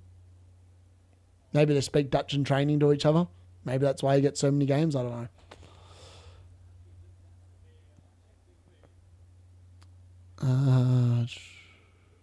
I pray for times like these. Salah playing. Foden is getting the call to come on. I mean, it's 59 minutes. I'd be quite happy. I'd be very happy if they took O'Reilly off. Like, now. We're about to tick over 60 minutes. I'd happily take the 6 points. I don't think Haaland's going to come on, so my first bench will be O'Reilly, which feels 6 points feels quite nice. Here we go. Fulham break. What do they got? Where's Wilson? Get your ass in the box, Wilson. I can't even see him. Where is he? Oh, he's running. Here we go. Burnley to win. Burnley! Oh, Vicario, great stop. He puts his body on the line and somehow Brozier can't put it away. Oh, that was a great chance there for Burnley to take the lead. But a great save there from Vicario. I mean, that's... Foden's coming on here for Man City, by the way. He's about to be introduced here for someone. I can't believe it. I thought Burnley were about to go in front. Vicario of a great stop. Reinders is off. Foden is on. If you've got Foden, he's on the field. No, Haaland, don't you dare get some rest. Think Mazraoui start. I would like to see Mazraoui start. If Haaland was starting on no leaks, I would have bought Semenyo. Glad I made the call to buy Gahey and Semenyo today. Very nice. I don't think Haaland... I'll be shocked if Haaland comes on, to be honest. I'll be really shocked. Got Thiago on Haaland, but went for DCL instead of Bowen. It feels like I need a good first sub in the next weeks. Yep. I reckon Cherky and Marmush off, Foden and Haaland on. Damn it, Foden on. Canade isn't even on the bench. Is he injured? No, Canade's got personal reasons. I think his dad died. So before anyone's like having a go at him, pretty confident his dad died from what I read. So yeah, he's just obviously taken some time away to deal with it. So thoughts with him and his family. Harry and Folkwad, Ekitike in their 11. Foden for the reindeer. Oh, Foden. Pep some more if he brings off Marmush for Haaland. Just give me the man a break. I wouldn't mind a Foden goal, Semenyo or Gay assist. I don't even have Foden.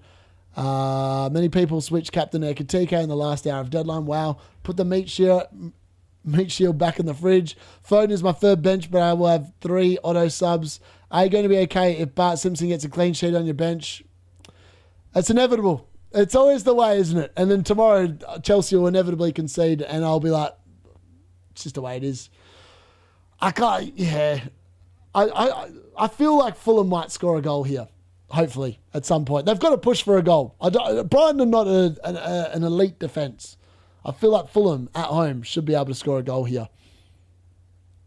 Foden's my third bench, but we'll have 3 auto subs. That's ridiculous. 3 auto subs is insane.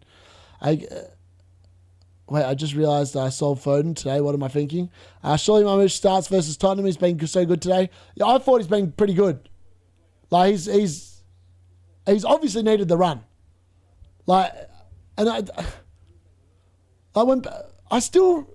Nightmare was trying to tell me I was deluded, thinking that Haaland was not going to be benched. I was like, Marmush is an international. He's not some pleb down the supermarket that you meet that can't kick a football. He's actually a pretty good player. And like Pep's criminally underused him this year. It was inevitable he was going to start getting some minutes at some point. It had to be. Marmush loves scoring 2 goals as well. He does. Semenyo, Marmush and Cherky should be playing together. Foden should fight for their spots. Yep. How could you predict Ekatier's not starting? The only fit for... I don't understand. I literally don't understand like why... I don't understand how Slot keeps on benching him or rotating him or whatever you want to call it. It doesn't make any sense to me. I'm just glad I don't own him anymore. Like, I was so... Like, when I owned him and he got that injury or whatever, I was like... If I wasn't for getting the bloody head... If I wasn't getting my hair done, I would never have made that transfer, I don't think. I think I would just kept the faith and just and rolled my team. But because I was, like, so panicky and I was like... I've got to make the move. The prices are going to change. If I don't make the move now, I'm cooked. So that's why I did it. If it wasn't for that, I don't think I ever would have done it. I knew Helm would be benched. Yeah, I said it all week that he would be benched. I was pretty confident on that one. Started Bravko Varane. He's on 6 points. I know it's insane. He's had so many saves in this game. Like, Spurs are just the most unclinical team you've ever met in your life. Solanke's just a joke of a forward. I hope Haaland comes on so everyone who captain gets nothing. It's obvious. Obagonia Kitike should have started Bravko over Roofs. Yeah, I feel like the Bravko against Spurs, I always felt like it wasn't going to be... they're making another change here for Fulham.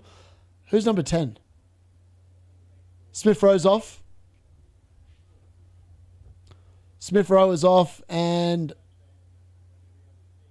Kearney, I think that must be Kearney. That looks like Kearney. Is it Kearney? I know my players pretty well. It is Kearney. I was like, I had to double check there. It was Kearney.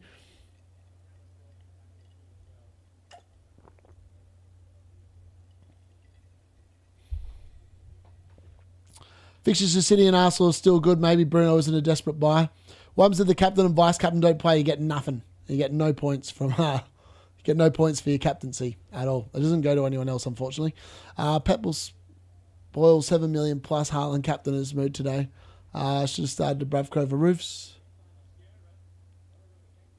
What do you think the game week average will be?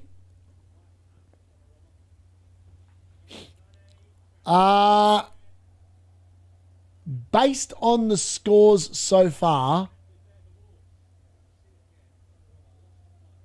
pretty high. A lot of people own Semenyo. Like, a lot of the game owns Semenyo. What's his ownership? Let me have a look. Semenyo ownership.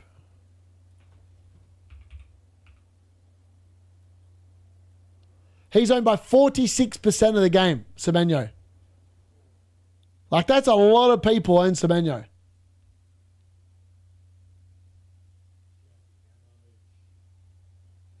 What's he on? Let's have a look at this game for bonus points.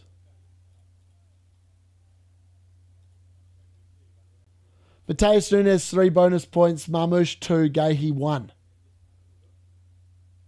So Semenyo's not in the bonus, so he's only getting 8 points at the moment. So it's not a huge haul. Yeah, it's not a huge haul, but it's not insignificant either. A lot of people captain him at 16 points as your captain at the moment. That's not too bad. Mateus Nunes is a huge haul, isn't it? Like, Mateus Nunes, assist, clean sheet, and 3 bonus. That's 12 points. 12 points from Nunes. That's ridiculous. That's a really good score from Nunes. No defensive contributions, by the way, in that game. So Bernardo's the highest on 8. It's the Wolves players that are close to getting them. The rest are nowhere near. The highest City defenders are actually Kushinov and O'Reilly on 6 each. 13 points, 15 lower. You reckon enough people captain Semenyo to hurt ranks? I think a lot of people did probably captain Semenyo. I feel like he looked like the most obvious captaincy choice to me. Yeah, I reckon Leeds, they could get dragged into it for sure. I'm not interested in João Pedro. There's no way he's playing all those 4 easy games. No way at all he's playing all 4 games. I'd be absolutely shocked if he played all 4 games.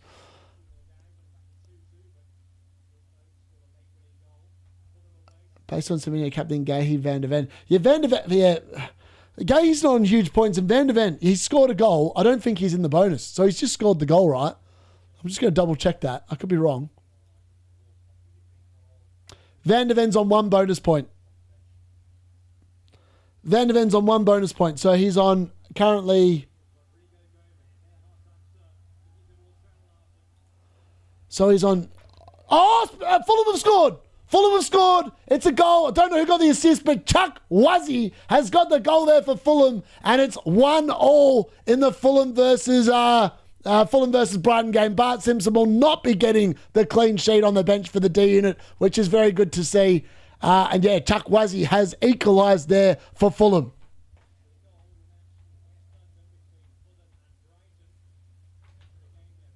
Who got the assist?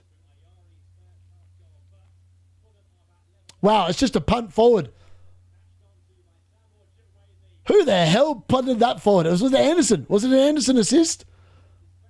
I have no idea who got the assist. It was a defender. Oh, that's a great goal. What a pass. What a pass. Was it an Anderson assist? I don't know. Was it? I feel like it might have been. It was a centre-back. One of the centre-backs passed the ball. I don't know. I actually don't know. It was a centre-back that passed it. Was it actually? I don't know. Someone check.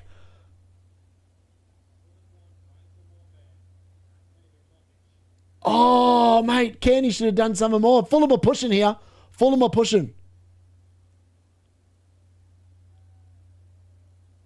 Oh, Brighton. Brighton. Oh, Welbeck. Oh, they've taken the lead. Danny Welbeck's just scored for Brighton. I mean, they equalised for a minute. And Danny Welbeck has just given Fulham. They've just put him back in. Anderson, hold my beer. No, you're not going to get that extra point. We're going to take 1 point off you. And Danny Welbeck has just raced through to make it 2-1 Brighton. Wow. Nunes has just been booked, by the way. I mean, 2 goals. I didn't even get a chance to update the scores. I was watching the kickoff, and then Brighton have just gone and scored. I can't believe it. I was literally watching that. I was like, oh, I'll just go onto the graphic. I was literally about to download the score, and then all of a sudden, Brighton go in and score. That was a great assist from Matoma. Matoma with an unbelievable ball for Danny Welbeck there. That is a fantastic assist. So that's got to be the game of the watch along here is the Brighton Fulham game. It could be anything. I mean, like Fulham pushing and it just going to be disallowed. What? He doesn't look offside. He can't be offside. Surely.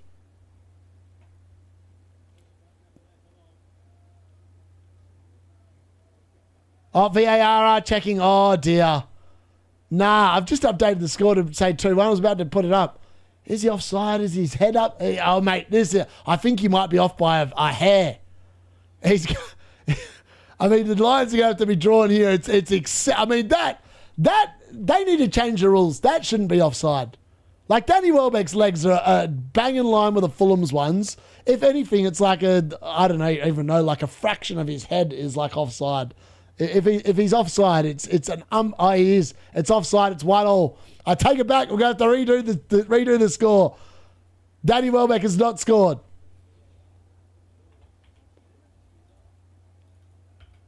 I tell you what, that is unbelievable. That's so unlucky. I mean, that did not look. I mean, it looked bang in line, to be honest.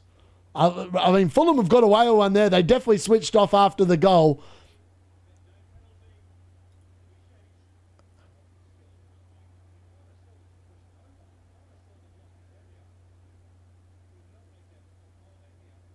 Here we go, edge of the box, Fulham. Wow, what is Raul Jimenez doing there? Raul Jimenez is having a mare in that game. He's having a mare, an absolute mare.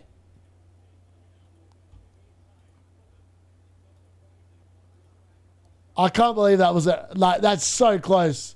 And when they change the rules, that won't be offside anymore. Like, it's that. Like, he's literally got a freaking. It's literally his sleeve. It's just like it's like a little bit of my arm. Oh, Haaland's on. Haaland's on. Haaland's come on. I can't believe Haaland's come on. Haaland is on. All right, Noah Riley points off the bench. Well, that hurts. Haaland has come on. Marmush is off. Cherky, Marmush off. Cherky's off of a blank. Haaland and Doku are on. Something like this is just going to happen. Haaland on too early. Day 1 point ahead. Well, dirty 1 point Haaland. No way Haaland's on. Yep. Semenyo goal. I can't believe he brought him on. I legit can't believe he brought him on, but that's why I started him, because I was like, if by any chance he actually gets to return off the bench, I'd be pretty filthy about it. Like if he got something. I'm happy to wear a 1 point, to be honest. I'm happy to wear a 1 point. Even though O'Reilly's obviously sitting on the bench. Interesting. Wonder if they'll make any more subs. All right, let's have a look at these. Let's update these things here. Let's have a look here.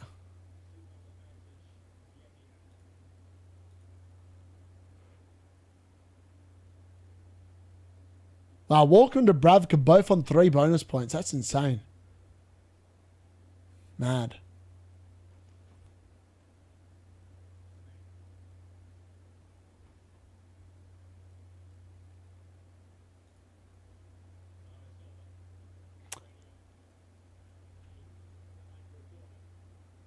O'Reilly's getting close to the DCs, up to 7.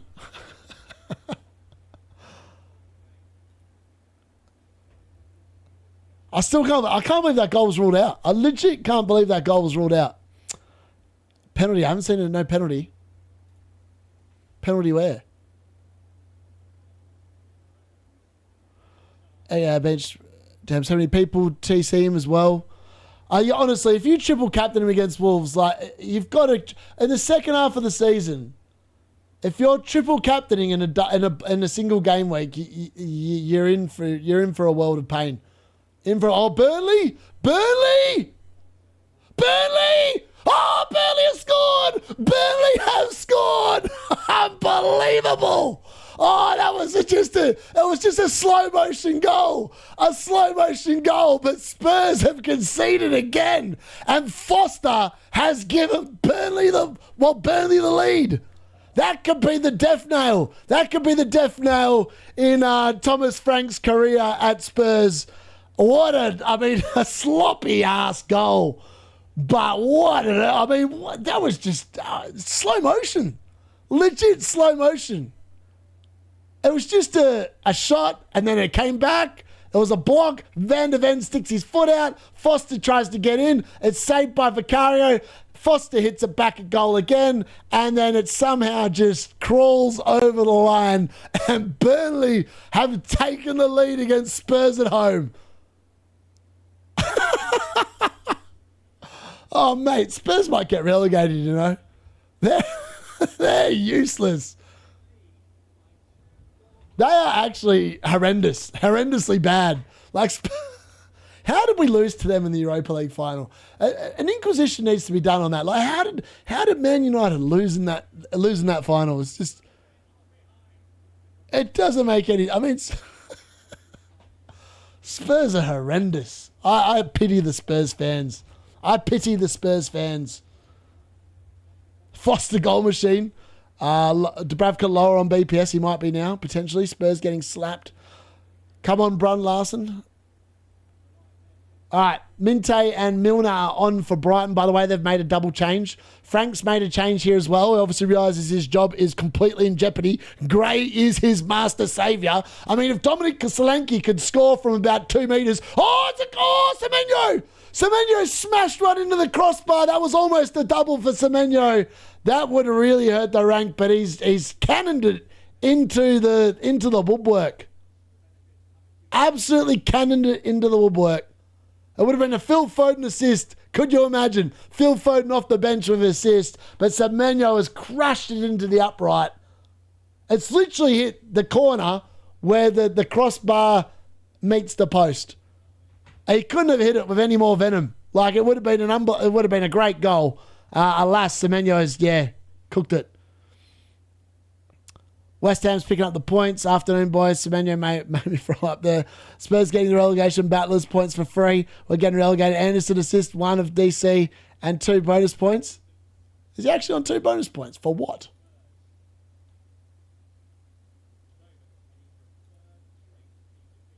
Wow, he is. He's actually on track for 2 bonus. That's hilarious. A lot of things can change, Gary. They concede another goal. That might not be the case.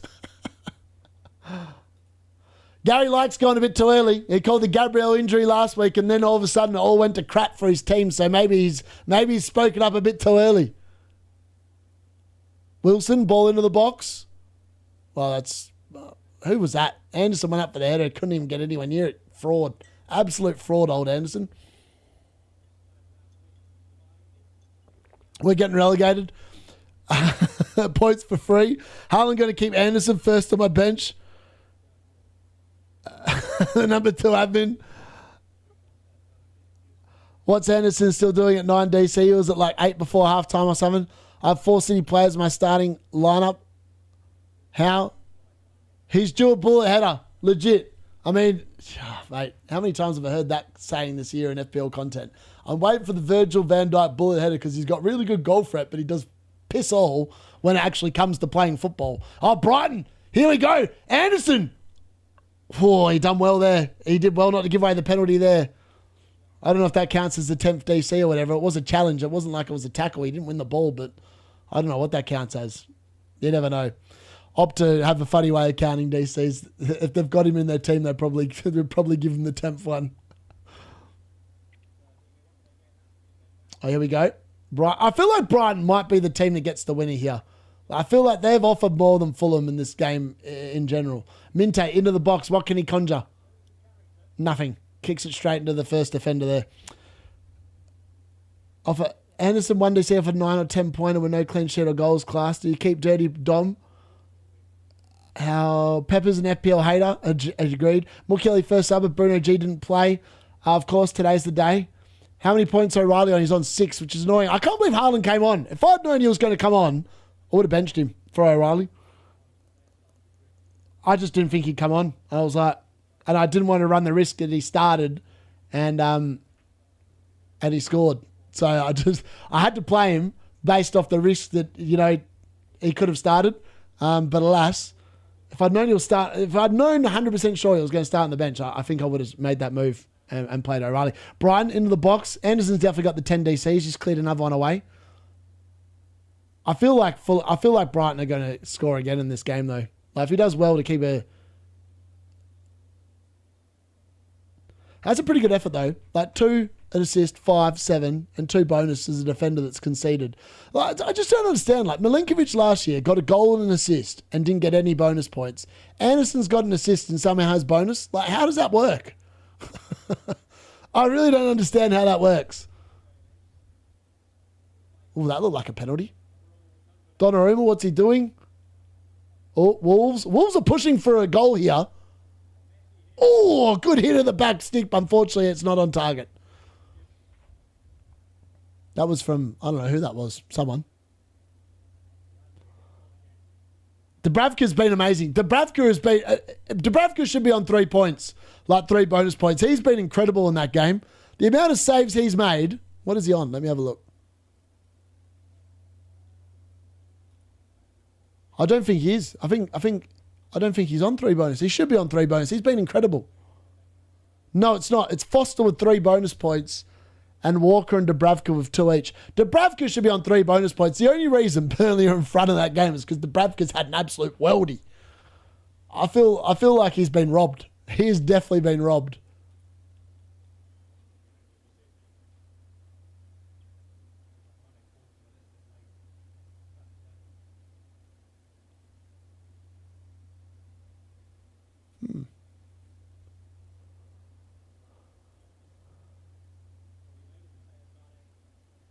Mateus is still with the 3 bonus. Marmush is going to be with the 2, and Gahey with the 1 as things stand, by the way, in case anyone's wondering about that. All right, Brighton are making a triple change now. Well, they're really going for... I don't know what Herzl's trying to do. I don't know if he's playing for the draw, or if he's going for the win, or what he's doing. The Raf Grace says, if I knew I was going to get run over if I crossed the street, I wouldn't have crossed it. But if Review told you to jump off a cliff, you'd jump off a cliff. Do something, Wilson. Dubravka's still getting the bonus points. He's on track for 2. Don't see what his count was, but yeah, they do. Double and 2 bonus. Poke Wilson, do something. Defo been robbed, only 6 points. Update scores, mate. I've updated, haven't I? Yeah, they're all correct. 1-1. Oh, sorry. Burnley in front. My bad. My bad. By the way, Darius, how amazing is it getting the Bowen? The Bowen haul was amazing, mate. I feel very justified in how that's gone. Actually, I've downloaded that. Why didn't I update the score? I got sidetracked. I got massively sidetracked updating that.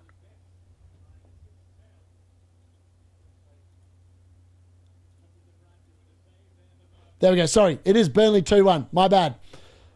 It is, yeah, definitely 2-1 to the Burnley. That's probably been the result of the afternoon.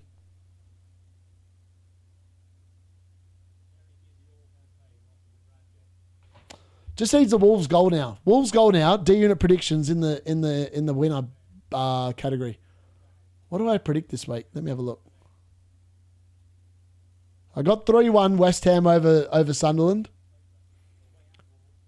I went 2-1 Spurs. I got that wrong. I went Fulham 2-1 over Brighton. So Fulham need a winner here and Wolves need a goal. I'm not far off. All right, Wobie's off here for Fulham. They're making another change. Hannibal Medbury as well is off. Don't know what's going on here for... What are they showing there? I don't know. 10 saves. I know, mad. Take a break. So many people on Twitter, triple captain Haaland versus Wolves, 3 points. You love to see it. Legit, you love to see it. I feel like I triple captain Haaland against Leeds and I got unlucky. 2 points. Like, that was when Leeds were crap and they scored 3 goals and yet Haaland was not even close to getting anything. I remember going into that stream going, I should just triple captain Foden. I don't know why. I just had a feeling Foden was going to bang and he banged. He got 2 goals. It was incredible.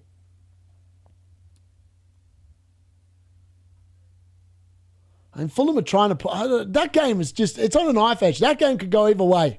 Like, Fulham versus Brighton is definitely the game of the day. Like, oh, wow, that's a really bad tackle there from Wilson. Is it Wilson? No, it's not Wilson. Someone. No, it's not Wilson. I take that back. It wasn't Wilson. Someone else. I think it was Kearney, actually. What do you do? Roast yourself. That has been horrendous. Yes, I'm going to do the Liverpool game. We're going to hang on for that. We're going to do live footy and watch along during the Liverpool Bournemouth game as well. South Park FC are going to be playing at 3 o'clock, which is literally at the start of the second half, I believe, of that. So we're going to do that as well. So that'll be exciting. Hopefully South Park. Oh, it's 1 versus 2 today. So I need a big performance from the boys. Have flopped horribly. They have, literally. Come on, Spurs, let's get a goal back. I have Roofs starting into Bradford on the bench. Whoa. No, I wouldn't sell Roofs. Wow, Wolves almost scored then. Mosquera with a good chance there to get his header on target. Unfortunately, he's just put it over the bar. He's got in front of Haaland, of all people. Got in front of Haaland and Kushnov, flicked it on. Unfortunately, it's hit the crossbar and gone over. Right, Wilson with the ball in here. Nothing. Fulham have been poor off these corners today. Like, Wilson's actually put him in a pretty good delivery, but just done nothing.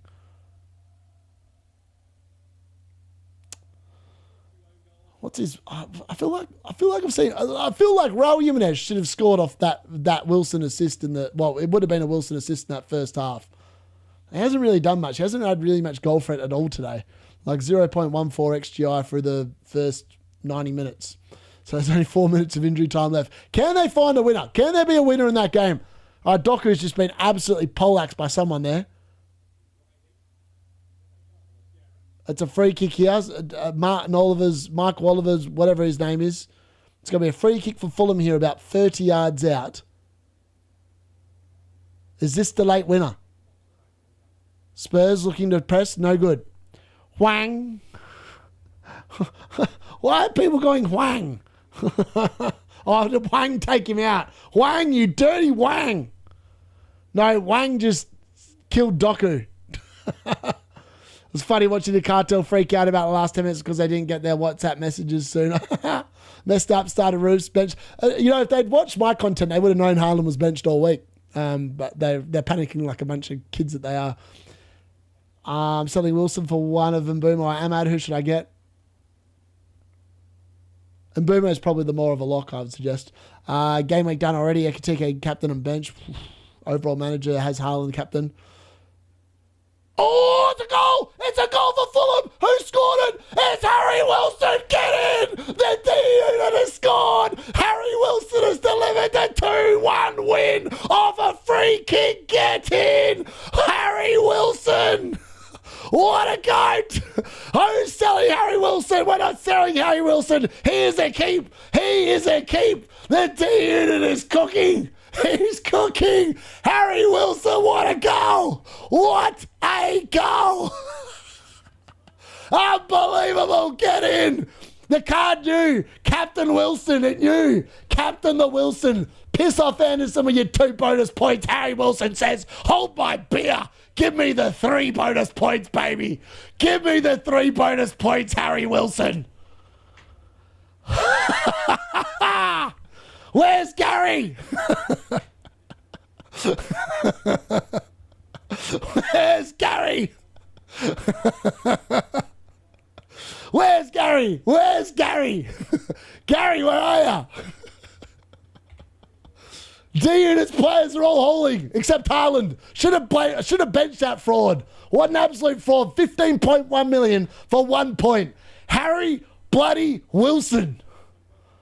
What a man. Every time I do a live watch along and Wilson's playing, Wilson delivers. Oh, Spurs have scored. Spurs have equalized. It's Romero.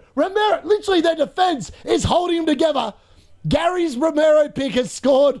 I think I'm still beating him. Marmush is still beating him, I believe, in terms of points because they have conceded twice. But Spurs have just scored there as well. And it's 2-2 in that game. Frank on life support. Romero putting him on life support. Ah, mate, what a crazy last few minutes I've had here.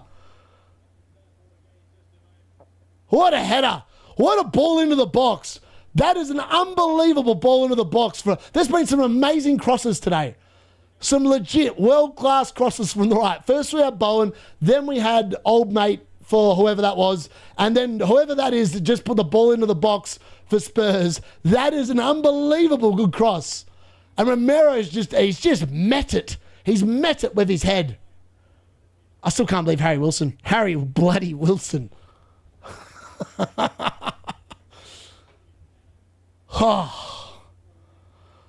Spurs, they're on life support. They're centre-backs, so they're forwards. You know what they need to do? They need to put Romero and Van de Ven up front. Like, put Solanke and Old Mate in the defence. Like, they can't really defend anyway because Burnley have scored twice. I've already seen that. But, like, at least those two know how to actually score a goal. I think I've updated the scores. Hold on. I was getting all sidetracked there. And no, I haven't updated the scores. Sorry, my apologies. Let's fix that.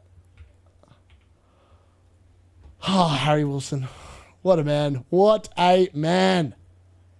I have to check what points he's on in a minute. I wonder if he's in the bonus. Surely he's in the bonus. Surely he said, piss off, Anderson. Wilson's on fire. Wilson's on 3 bonus. 3 bonus. Where's Gary? Put your Anderson pick in the bin, baby. It's all the Wilson show. It's Harry Wilson show here. We don't pick stupid review picks on this channel. We pick the picks that are the GOAT picks. We watch the football and we make assessments. And Harry Wilson is in the form of his life. There we go. Scores are updated. 2-2 Burnley versus Spurs. Harry Wilson has given Fulham the win. D-Unit, 2 predictions correct. I called 2-1 Fulham win. I called 3-1 West Ham win. I didn't call the 2-2 Burnley Tottenham. I called that 2-1 to Spurs. But yeah. And then I expected Wolves to score against Man City. They could yet score. So I could be on. Rob T predictions. Who needs them? All you need to do, tune into the D-Unit predictions, and he's on. All right, there's a bit of a brawl here in the Spurs-Burnley game. I don't know what's going on there. That looks a bit interesting. Wolves, ball into the box. Can they find a header? No, they put it over the bar. I saw Wilson a few weeks ago. Don't think it could last. I think he's just a season keep. He's just a season keep. Yes, a shot for the D-Unit. A shot for Harry Wilson. What a man. What a man. I was fairly close to bringing in Semenyo, Wilson and Shea. We did Bruno G, Jashade, Cherky to Rogers. Oh. I'm just gutted. I should have captained him. I should have listened to the card. The card said Wilson captain. So Tarkowski now needs to deliver the goods. Because at the start of the week, I had Wilson captain. At the very beginning of the week, Very first video, Wilson captain. Cheers to you, Harry Wilson. We'll take the points. And then today, the card did it. Then the card changed its mind, and I stayed with Tarkowski. I mean, in fairness, I feel like the keeper should have kept it out, but I don't give a crap because Harry Wilson scored, and that's all that matters. Cheers for the Willie. Ah, that was nice. That was very, very nice. All right, let's update my actual score now. Where are we at? All right, we're still playing out. Actually, I'll wait till the end of this game so I can actually update the bonus points correctly. Harry Wilson, what a star. What a star. Playing his heart for a new contract of Wales squad call. Yep. Pepper's so stupid. What is the point of Haaland even playing? Just wasting space on the pitch. Yep. All the big FPL creators were laughing at Wilson. Carter will lose. I don't understand why they don't like Wilson. You know why they don't like Wilson? I can tell you why they don't like Wilson. Harry Wilson's not on penalties. And he plays for Fulham.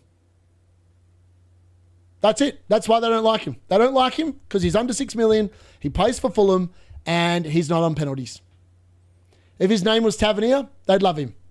If his name was Lafay, they'd love him. If his name was Paqueta, they'd love him.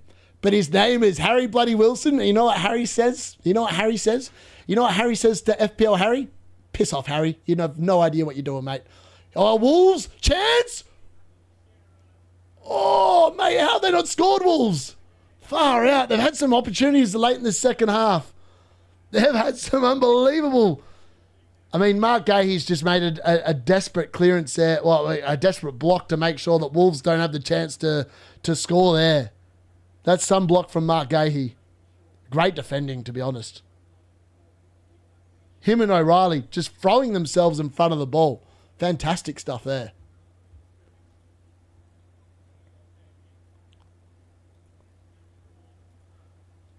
Harry Wilson. Star. All right, the bonus points down that Spurs game. It's Odegaard with 3, Romero with 2, and 1 each now for Dubravka and Foster. I feel like Dubravka's been harsh done by, man. He's made 9 saves, and he's only getting 1. But I know he's conceded twice, but he's made 9 saves. All right, Spurs versus Burnley has finished 2-2. That game is officially done. So Fulham, Harry Wilson steals the 3 bonus points. Ayari's on 2, and Anderson's going to steal 1 away. So Wilson's going to end up on a 10-pointer there. That feels quite nice.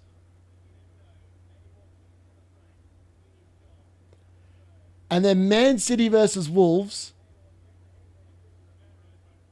It's Mateus Nunes with 3 bonus points, Marmush with 2, and Donnarumma with 2. Mark Gahey unlucky to miss out. He's literally 1 behind Marmush and old mate.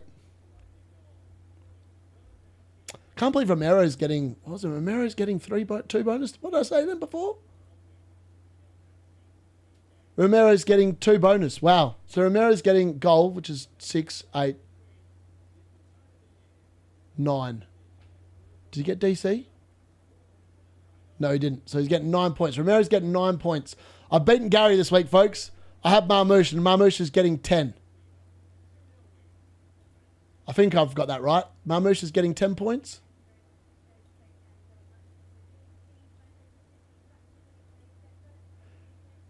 Marmush. Yeah, Marmush, 2 points, clean sheet, goal. So 5, 8, 10. Marmush has beaten Gary. D-Unit's beaten Gary this week on the differential front. Great start of the round. Just wish I benched Haaland. Yeah, that's fair. Let's get rid of that. Don't need that one anymore. All right, I'm going to quickly update my actual team score now. With a little bit of luck, we'll be able to do this. I can't... Like, Haaland coming up. Why did Pep pay him? Like, why did he play him? Just stupid. Absolutely stupid why he played him, to be honest. I don't get why he played him. Just silly, really. So on 23 points from 3 players played, O'Reilly was 6 points on the bench. There's not much you can do about that, unfortunately. It's just one of those things.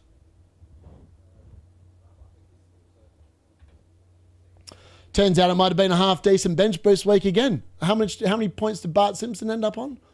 He had 1 point. 1 point on the bench for Bart Simpson. Okay, maybe it wasn't that good of a week. We're only on 11 points on the bench. Bruno G's probably not going to play. 22 points. That feels pretty nice. 23 points, sorry. 23 points from 3. No captain played. So, dude. 8, bro. He got the DC. Who got the DC? What? 8. Huh? Anderson. I'm not talking about Anderson. I'm talking about Romero. Sorry. O'Reilly somehow got the DC. Wow. When? Has that only just updated? How's he? What? What am I looking at? He's got 3 DC in the last minute. Wow. He got 4 DC in the last minute. Okay. 8 points. Wow. Okay. That's disappointing. Haaland, you absolute fraud. Should have played him. That's cost me 7 points. I was going to do it as well, and then I just didn't. I was like, if I'm wrong about this and Haaland plays and he scores, I'll be not happy about it. That's my own fault. Should have just backed in O'Reilly to get the job done. 8 points from O'Reilly. Unlucky. Should have just played. Should have backed in my own beliefs that Haaland would be crap, even if he came off the bench. But FYI, I'm going to overtake Nightmare this week. He captained Haaland, unfortunately. That's gutting. Imagine if Haaland hadn't played. I would be on 30 points from 3 players. Piss off, Haaland. Absolute fraud. 15.1 million for what? For what? To just block my 8 points coming off the bench. Absolute fraud. Ah, that's annoying. You can't have it all, though. You can't be greedy. You can't be greedy. You can't be greedy. On 25 points so far. Could get more if Van de Ven comes off my bench. 1 point from one player. Thiago, he must. I'm on 30 points from players today. All rest tomorrow. O'Reilly somehow got the DC. 28 from with 8 to go. Nice. Ekatike captain. Oh, that's unlucky. 9 points from 3 players. O'Reilly DC. Didn't Gahi block that shot? Yeah, I thought it was a combination. I thought they both got it. 15 from 2. That's nice. KSI with no harm is doing the right thing. He legit is. I guess it's 3 Willie bonus. I know. Harry Wilson, man. Like, what a gun. Like, I have no intention of ever selling that man. He's just been so good. He's been so good. Like, I can't tell you how good he's been. I did not expect Wilson to be that good. And, like, I was going to sell him. I'm not even going to lie. I was actually going to sell him, and then I didn't. And I'm pretty glad I didn't, to be honest. Like, it could have been... Actually, yeah. All right, I'll do that in a minute. I just realised I'm going to need to update this again, aren't I? Because of the fact that... All right, bear with me a second. I'm going to stop that timer because the half is no longer going. And I'm going to quickly update the rest of this to show that these games have actually stopped. And then I'm going to get into a few more comments. So just bear with me a second while I do this live. All right. Now I need to quickly go here. Layers.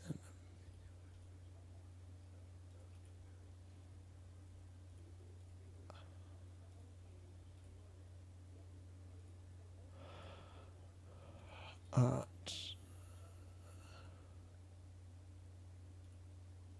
What's that doing? There we go. All right. That looks much better. All right. And... I'm going to quickly... by the way, in case you're wondering, Wirtz is starting, so I'm going to give him 1 point, so I don't have to bloody well do this again in about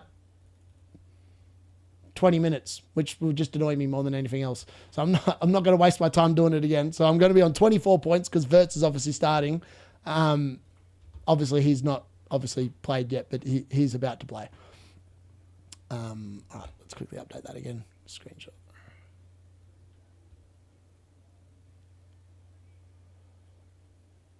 That should do it. Right, let's see if that works.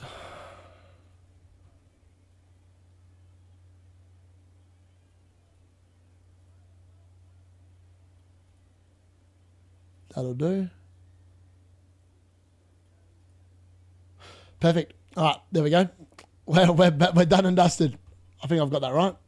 Let's have a look. All right. 30 points scored. Bigger picture, Darius, your rank rise will be... honestly, it should be pretty good this week, you'd hope. If Tarkowski can keep a clean sheet on the...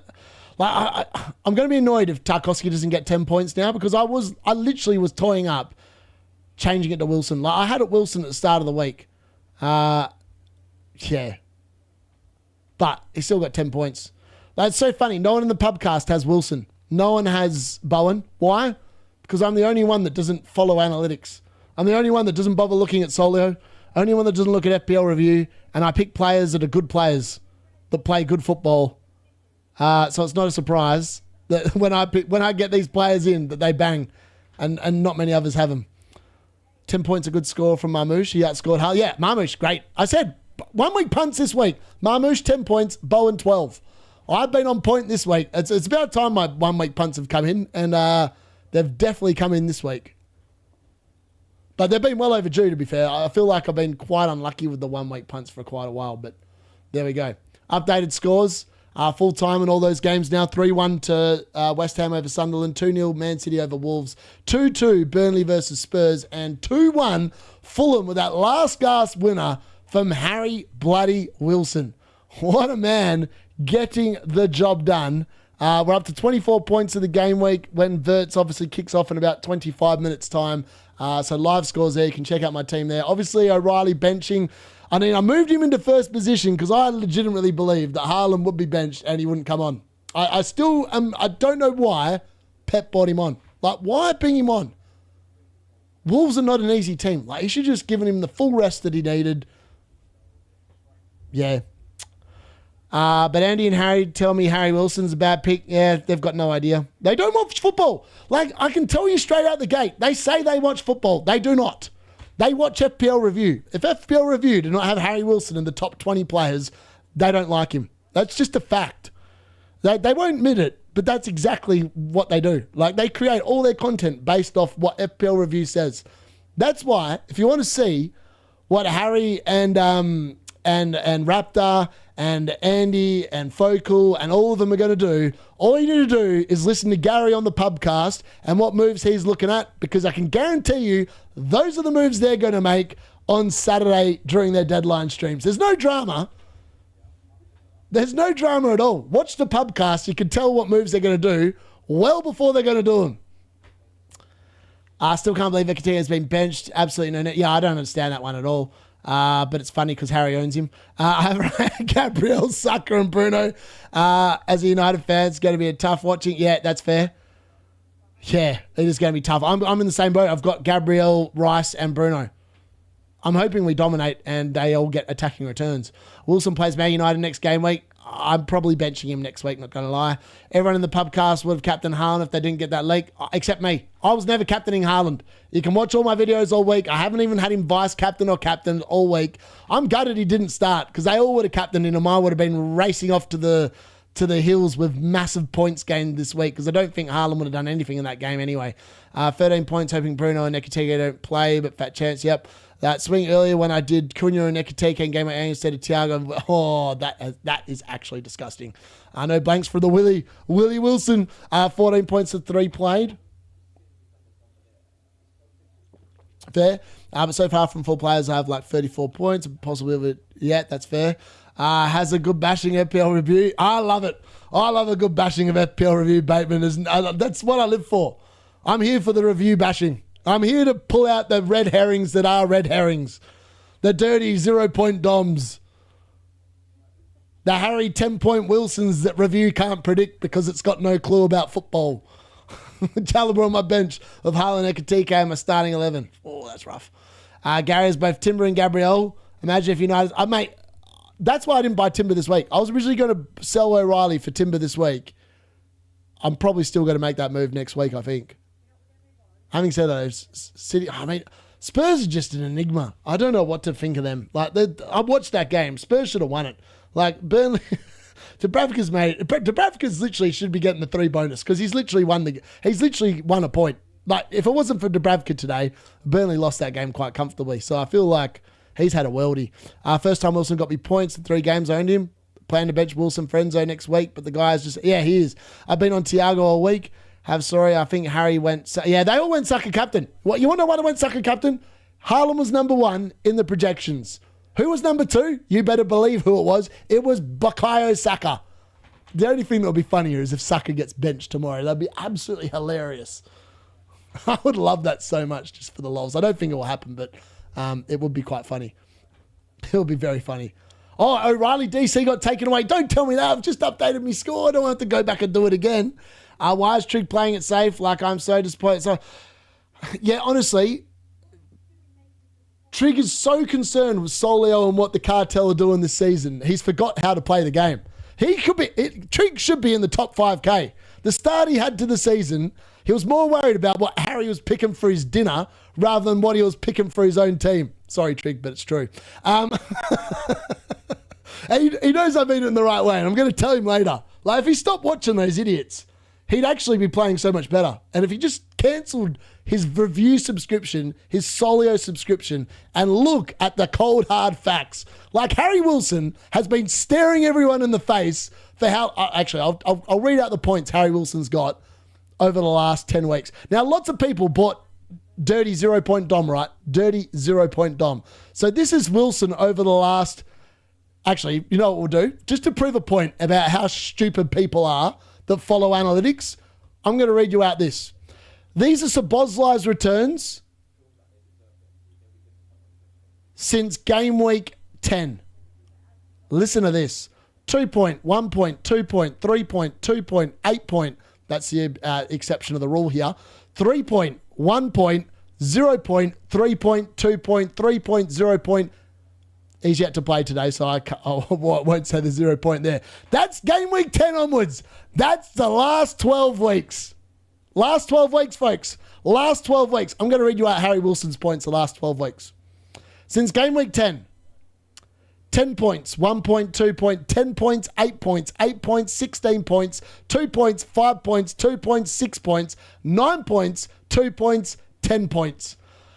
If you looked at that move, if you were an intelligent human being and you weren't wedded to review like it was your Bible, like Gary View of his Bible, and believed in what a stupid algorithm cannot watch because it's not actually watching the football, you would know that Harry Wilson was the pick.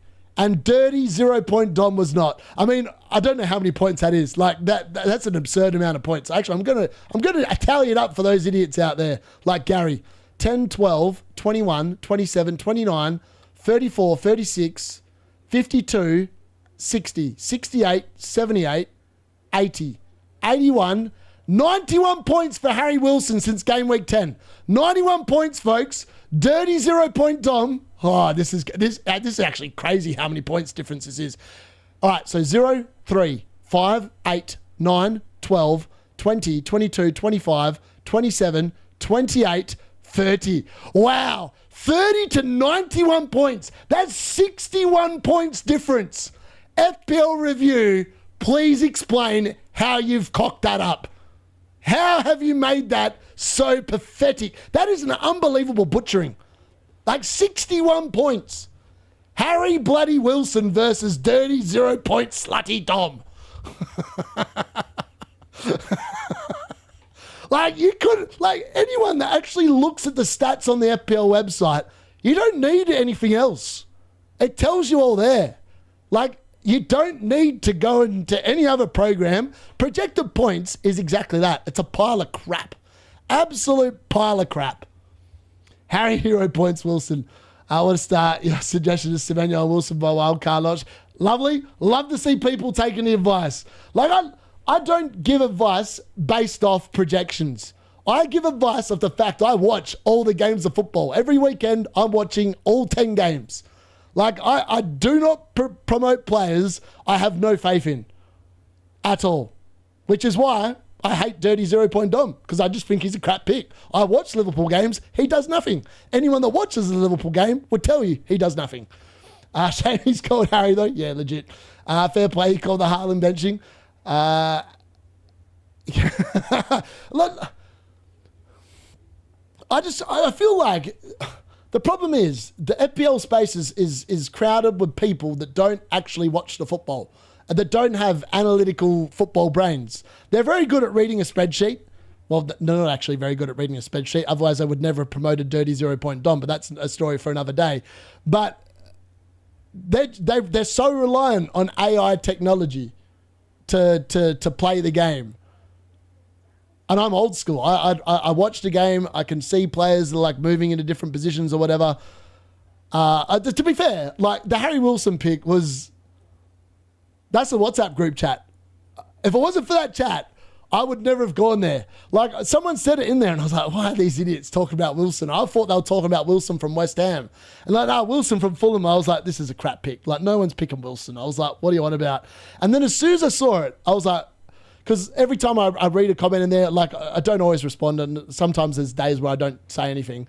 But I do read it all. And I looked at that and I was like going, whenever someone like goes on about someone and like a few people are talking about it, I was like, all right, I'll have a look. Because like when I get those names, I look at them for differential videos in case I think that there's something more to it and that maybe they are a good differential pick. And then when I looked at him, I was like, this dude's actually elite. I was like, and I think that maybe the reason why I initially missed him myself was because of the fact that dirty 2-point review slave Anderson was in Fulham's team, and I feel like that was clouding my judgment about Fulham in general. But then when I looked at the data, I was like, this dude's actually elite. Like he's killing it. Like Wilson has been so good. So yeah, all I can say is thank you very much to the WhatsApp chat, because I probably would have missed him. But there, I went to him because of the fact that someone put it up there. I looked at it. I was like, this dude's actually a really good pick. Why not go? Yeah, exactly. I mean, exactly. Yeah. Obviously, Wilson's a better pick than Sabozlai, hence why he's priced at 8 mil. Fair play called the. They can't account for it. They can't account for real life. That's the problem. They're too slow to react. Yeah, exactly. Outside the box goals. Yeah, well, Wilson's one of those picks. You know when you got a pick and you just know it's a good pick. That's Wilson. I hope Wirtz is next. To be honest, 32-point Dom scored against Arsenal last time. Yeah, he did. Didn't score against the last time. It was 0-0. But honestly, Dirty Dom probably scores tonight. I said he'd score more points than Haaland, so all he needs to get is his average of 2 points or 1.75 points, and he beats Haaland this week. It's a boring way of playing. They'll be the ones ranked in the top 50. Yeah. In fairness, they'll never win FPL, but they'll always have a half-decent rank because lots of idiots follow them, so that's why. Dirty 10-point Wilson, get in. Another really disappointing player in Kanji. Can you just convince him to sell some boss? Yeah. Will Creepy cook up Pool? I don't know. Probably not. Solid review of wedded to penalty takers. That's bad. They are Bateman. Bateman's bang on the money there. Narrative complete. Come on, Rice. 30 from Bowen. Emmanuel Wilson. That is sexy. 30 points from those three. Get in. Stats, I mean. So true. Watching the football should be an advantage in this game. When I see an accountant that doesn't know anything about football following a review, it hurts my soul. At least they'll never win it. Darius, check your phone.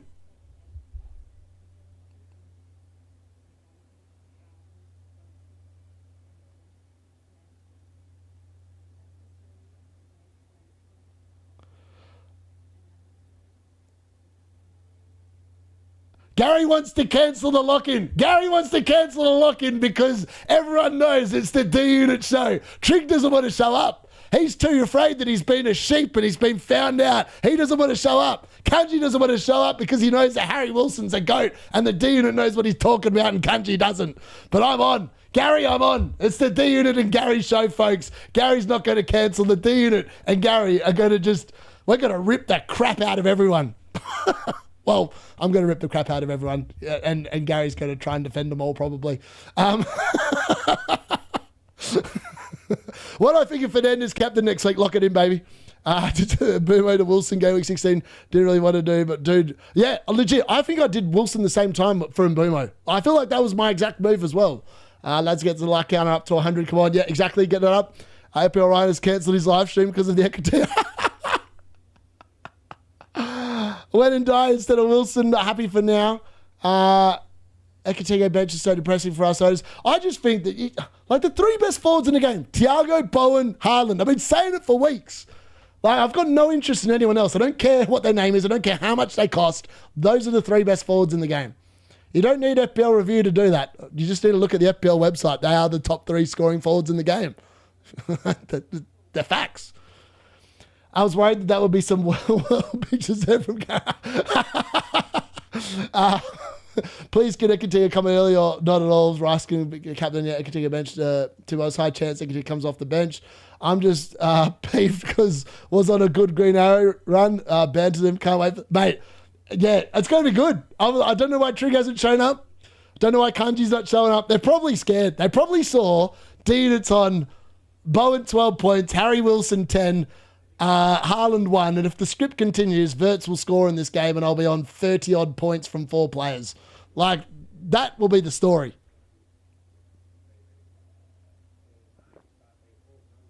The march to the top 1 million continues. I'm here for it. I'm looking forward to it.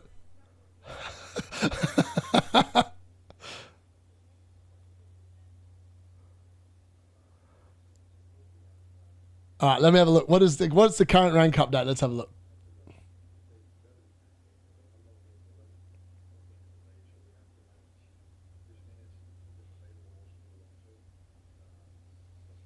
Wonder what the safety score is this week. Always takes so long to load.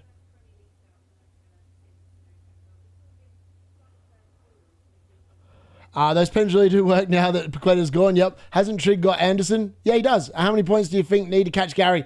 I am catching him, I believe. Probably. We are hunting him down. Week by week, we are getting closer. What's Gary on at the moment? Let me have a look. Let me have a look what Gary's on at the moment. Oh, whoops. I've done the wrong thing there. My bad. Gary's got Anderson 7 points, Harlem 1. For 8 points. So he's on 9 points from 2. I'm on 23 points from 3. So I've already cut down the 10 points I need. My rank actually went down that game. But the fact that Haaland's stupidly owned means that at some point this weekend I'm going to make huge game when Tarkowski plays, provided he doesn't obviously concede 5 goals and get sent off or score an own goal, which is, they're all variables that could potentially happen. Well, at the moment, like a lot of people must have had a lot of players play, probably, which would be my guess. What am I doing here? Because we're only on a green point arrow of 3 points at the moment, but that's probably because a lot of the fact that a lot of people probably had triple city play. I've had 1. So yeah, we'll have to wait and see. Game week for the live ORs, really quick all the time. Thank you, Bateman. I'll have to check that out. Gary's on 1,305 points at the start of this week, and I'm on 1,216. So I've made 10 points. I need about another 75 points to catch him.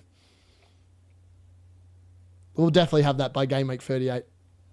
I'm pretty confident we have that by game week 38. Pretty confident. Do you know how much percent does a player's condition go down by? Oh, about 20%, Avi, provided depending on where they play in the game. And you still have Big Tarkowski to play. Exactly how close were you to captaining Wilson or Bowen? I was between Wilson and Tarkowski. And like originally at the start of the week I had Wilson. And then I thought about it. I was like, Tarkowski plays in the last game. I love captaining on the last game of the game week, right? Like, that's just something I like doing. I don't know why. I do it in AFL as well. There's just something about the last game going in there. You know, your rank's going to go up. And I feel like I got swung by that. And plus, the points have all been in defence this season. So, that's also, yeah. Yeah, Andrew, that would be great. If Andrew could come on, imagine that. That'd be brilliant. Yeah, definitely. Otherwise, yeah, me and you, let's go, baby. Yeah, so I was close to captaining Wilson. I was never going to captain Bowen. Bowen was in the early kickoff. I never captain in the early kickoff. It's a superstition of mine. It's just something I don't do. Yeah, just what it is. Top 10K had 4.5 players overall, average 4.7 players played. So I've only had 3, so that's pretty good. Yeah, no, I'm not doing too bad, all things considered. I feel like because my captain hasn't played, and I've literally got through all my big rank threats, right? Like I've got Gabriel, I've got Rice, I've got Bruno. Like all my big rank threats have probably already played. Semenyo, Van der Ven. I'm trying to think of anyone else. Ekatike probably is one as well. Virgil van Dijk. Who's playing tomorrow? Like, there's a few Rogers owners, a few Newcastle players, but I don't feel like that's a fixture you want to be targeting tomorrow. And then Palace Chelsea, but I've got 2 players in that game myself. So yeah, I feel like heading into this game, if Wirtz can deliver in this game, we're going to be happy days. Going to be very, very happy days. Anyways, I'm going to be back in a second. I've been pretty good. I've had no piss the entire time I've been on stream, probably because I've barely drunk anything, but I'll be back in about 2 minutes. I've got to literally go and take a piss, and I'll be back for the Liverpool game, which starts in 5 minutes' time.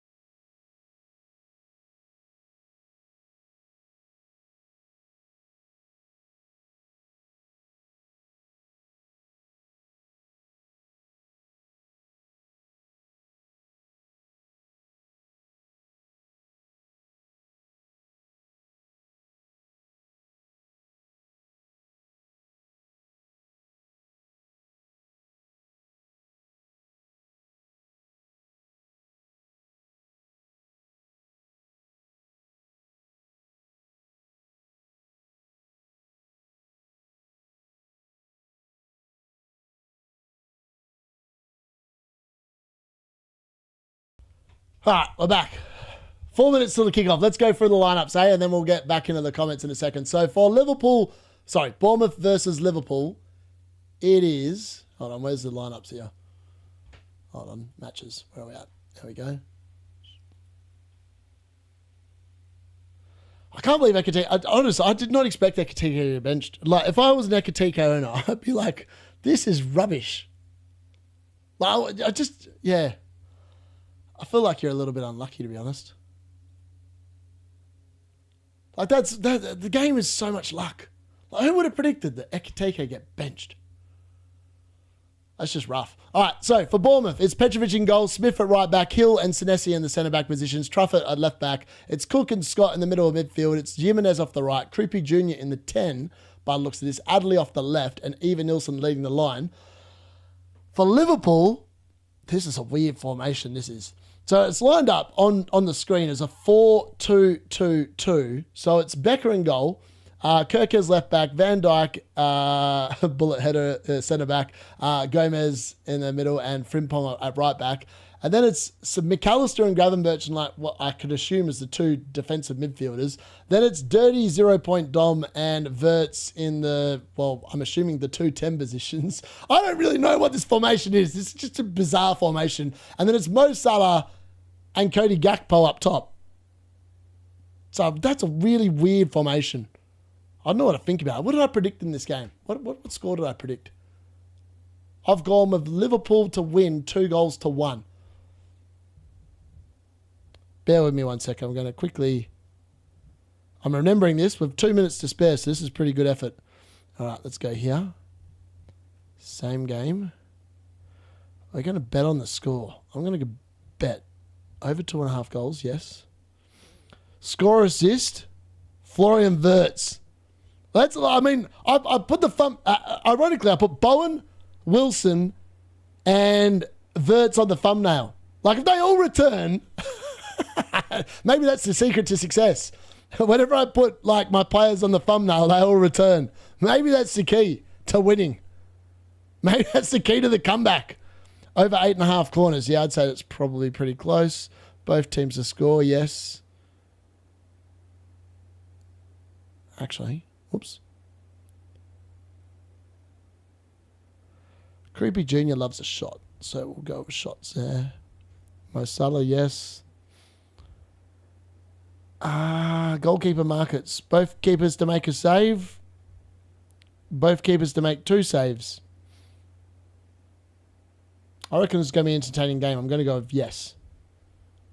And I got 1 minute. 1 minute. We'll just do that. That'll do.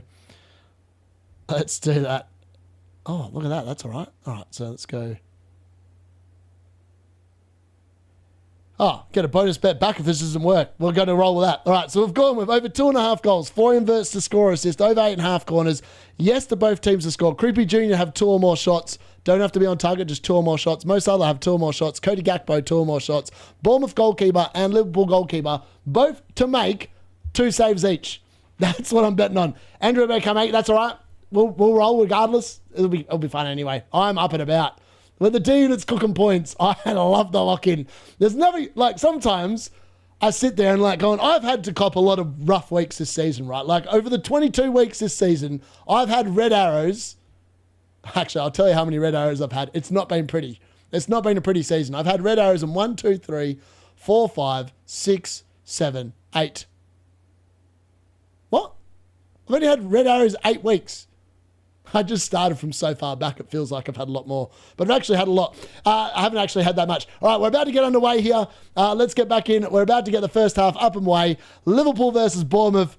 Let's cook some points. Florian Wirtz, it's your turn to step up for the D-Unit. Get excited. Hopefully you can deliver, because let's be fair, I am ready for a couple more shots from Florian Wirtz doing something for the D-Unit. And we are up and running for the first half. There we go.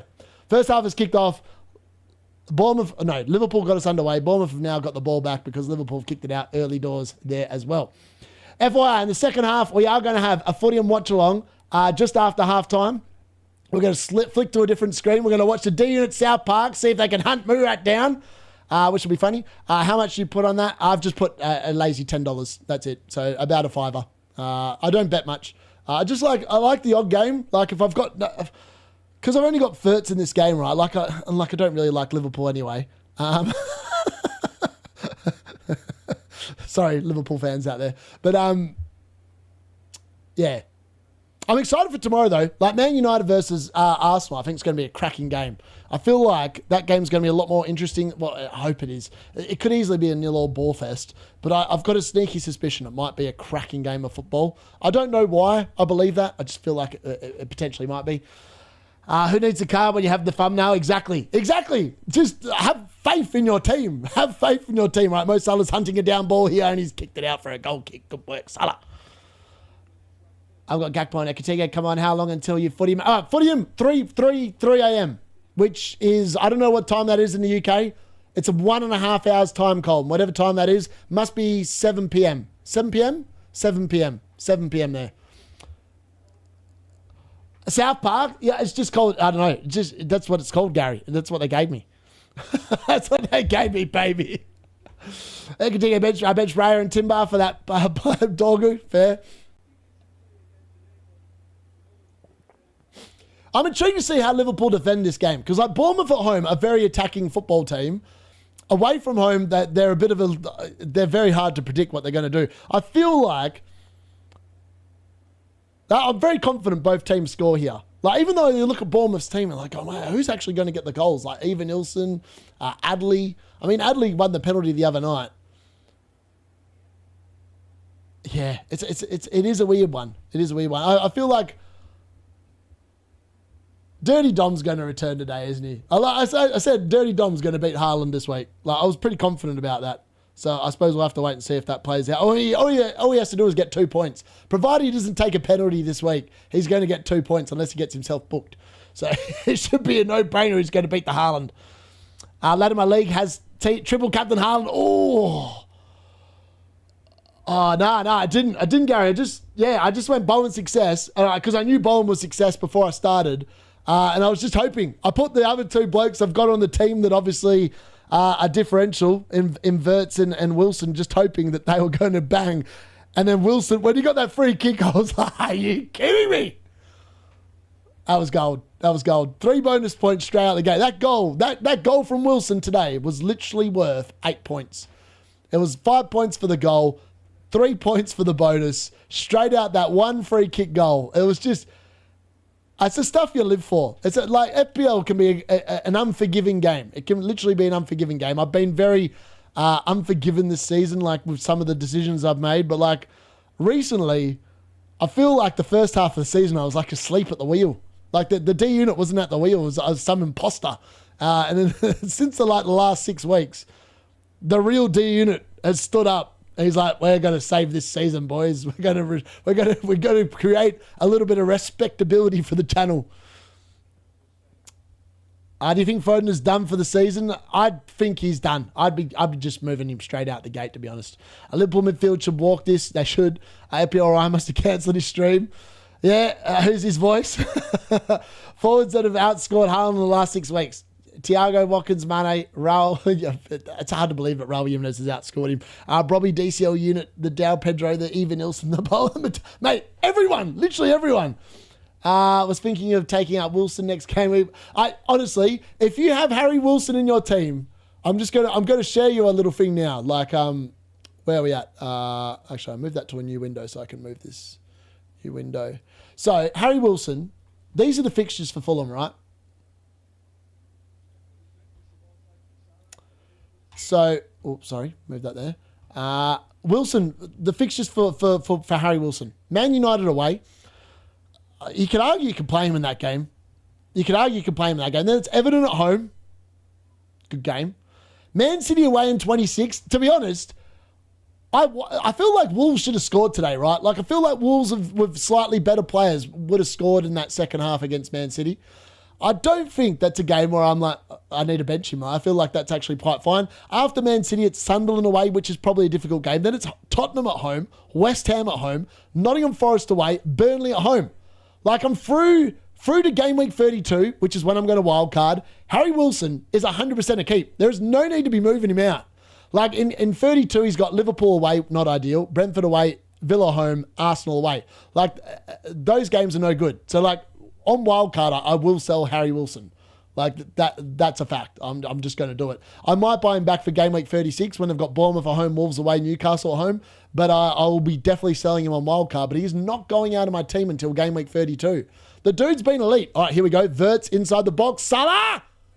Oh, he's made a meal of it. Salah cooked it. Overcooked it. the South Park. Porties go out. Explain to my wife how that Wilson goal was an 8-pointer. And she stayed awake. I love it. Love it. Such a bad week so far. I'm on the port now. Yeah, that's fair. That's fair. Very fair. I tell you what, that competition's actually pretty close. I know Murat's leading it, but I was looking at the scores, and like so many people are like on the same amount of points. Like, it might come down to goal difference, because I think some teams might actually go 22 games, 22 wins. Because that's what happened to me last season. I lost out on goal difference to bloody in the Berbatov League, and I missed out on a Berbatov signed shirt. I was fuming about that. My team just I had the most shots in the entire Footium League last season. It just was so wasteful. The team was so wasteful. Bench Haaland and captain Semenyo. Happy days. Very nice. Very nice, Rob. Redo dead. Also equals calm tummy. Nice. Haaland in a 15-player league I'm in. 13 people captain Haaland. 3 of them triple wow, me and some other guy who has completely forgotten about FPL. The only 2 who didn't captain him. That's absolutely mad. Wonderful Willie will be wonderful for weeks. Yeah. If you've got Wilson, he is not a sell. He's there's reason why people are buying him still. Like, he's up to 6 million now. He's a very good pick. Like, he's not an analytics child. He's a gut feel. Go with the heart. Go with what you see on a football screen. That's the kind of pick Harry Wilson is. His underlying stats are not brilliant, right? Like, they're not that good. But he's a bit like Morgan Rogers. Like, Morgan Rogers, not very good underlying stats, but sometimes players are just good players. And Harry Wilson's having one of those seasons where you just got to back him in. Got to back him in until he either gets injured or he gets sold or whatever. But I think he's fine. All right, Bournemouth in the attack here. Oh, decent ball into the box, but it gets cut out there by someone.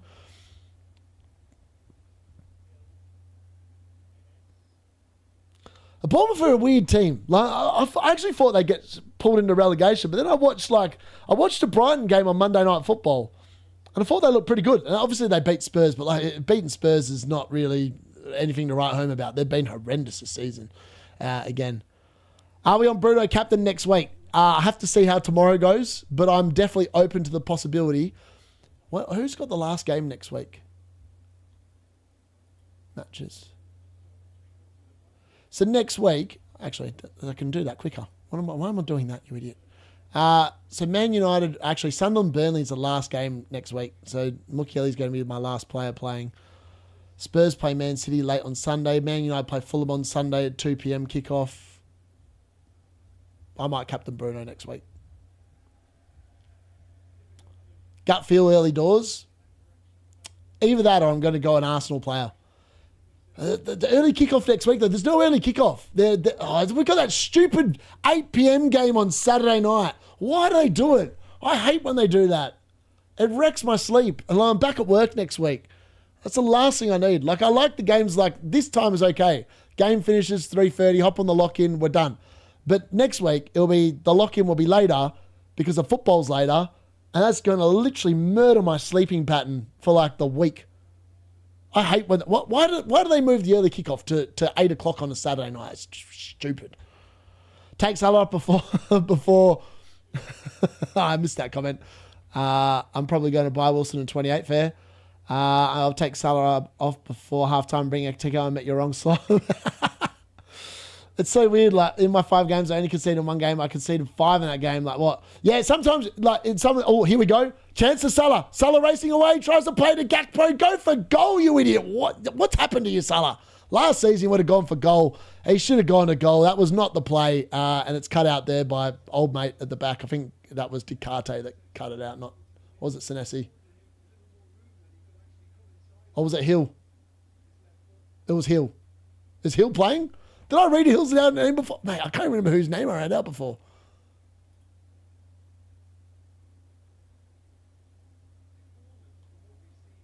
I should know this. I can't wait. Tomorrow's watch along for the Man United Arsenal game is going to be good. Like I really enjoyed the game last week, just doing the Man City game. Oh, here's Hill. Hill's playing at centre back. I thought it looked like Hill. I was right. Never doubt myself. Exactly. Already 9 DC. O'Reilly. Oh, wow. So O'Reilly's ended up on 6. Is that correct? Oh, that's mad. Oh, I'll need to change that. I'll change it later on. When I have to update Vertz's points, I'll update that. But I'm probably not going to do it now. But yeah, that's good. I feel less bad about benching O'Reilly now. I mean, it's still 5 extra points I could have got if I'd just benched Haaland. And I did consider it on the deadline stream. I just thought, if it's all wrong, like originally my thought was, if Bruno G had been fit, I would have started Bruno G over Haaland because I don't believe he's fit.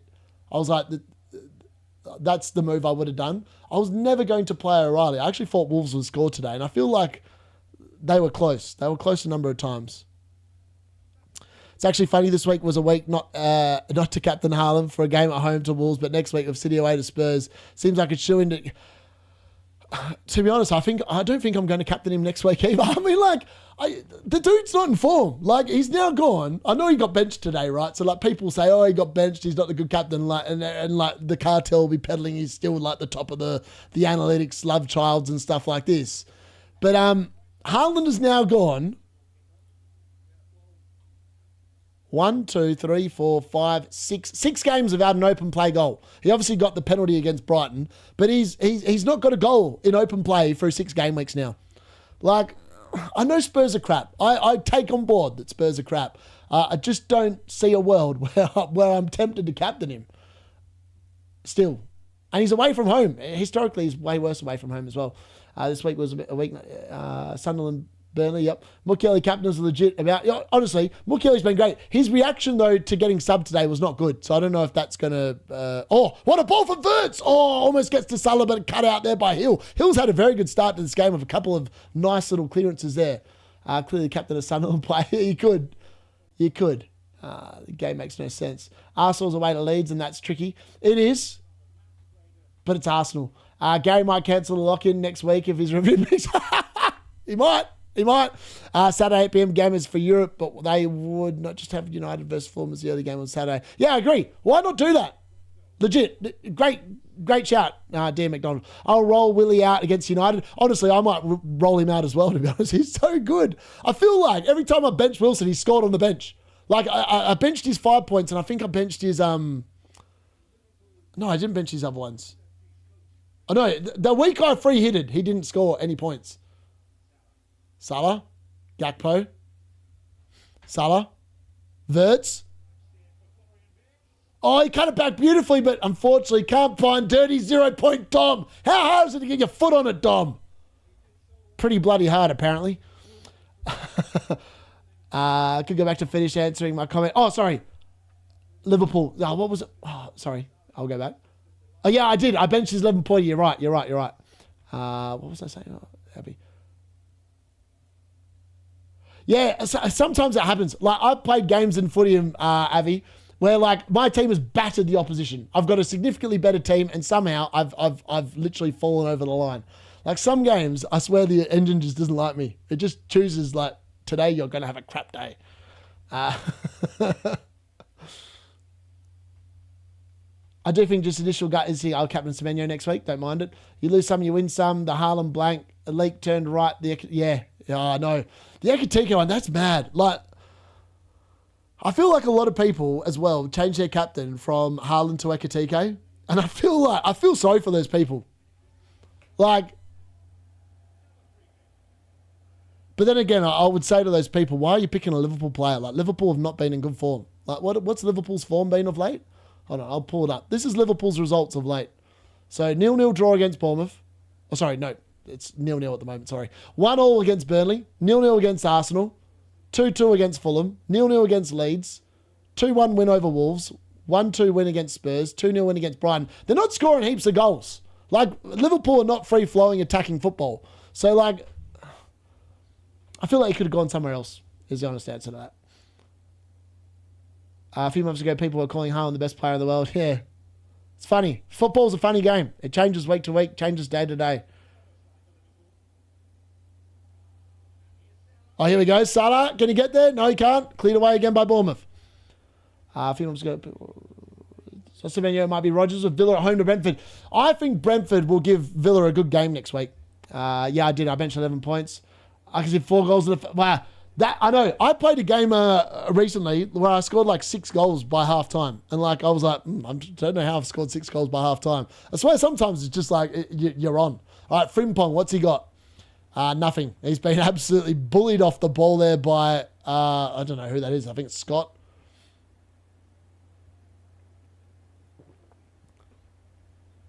Adley's an interesting player, you know. Like, I watched Adley against Brighton and I thought he looked like a decent player. Obviously, he's literally playing in the Semenyo position at the moment. I'm just not... Bournemouth are a bit weird. Like, you look at their team, you go, they've got an amazing run of fixtures coming up, like, in general, like, in terms of, in terms of an attacking perspective. But do I have any confidence in them? To be honest, no. Like, since they sold Semenyo, I don't have that much confidence in them anymore. I've had 2 Liverpool for a while because I watch UCL games and they do... Yeah, they're very good in the UCL. I've got Canade in my UCL fantasy. Obviously, you missed out midweek. But like, I owned Canade, and I've actually rated the Liverpool defence in Europe.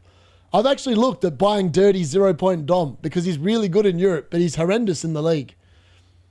It's weird. It's weird how some players are just so much better suited to Europe compared to the Premier League, and I feel like he's definitely one of them. Would you take N'Golo Kante on loan for United? No, he's like 33, 34. I mean, like, we need long-term players. We don't need a Band-Aid. I mean, we've had so many Band-Aids at Man United. We've had bloody... Oh, we've just had so many. We've had Igalo. We've had Joshua Xerxes. We've had bloody Flappy Bird, Anana. We need good players. We don't need has-beens, people at the end of their retirement looking for a last payday. That's the last thing we need. Ekiti was scored by now. Cheers, Slot. You've ruined my morning coffee and porridge. That's fair.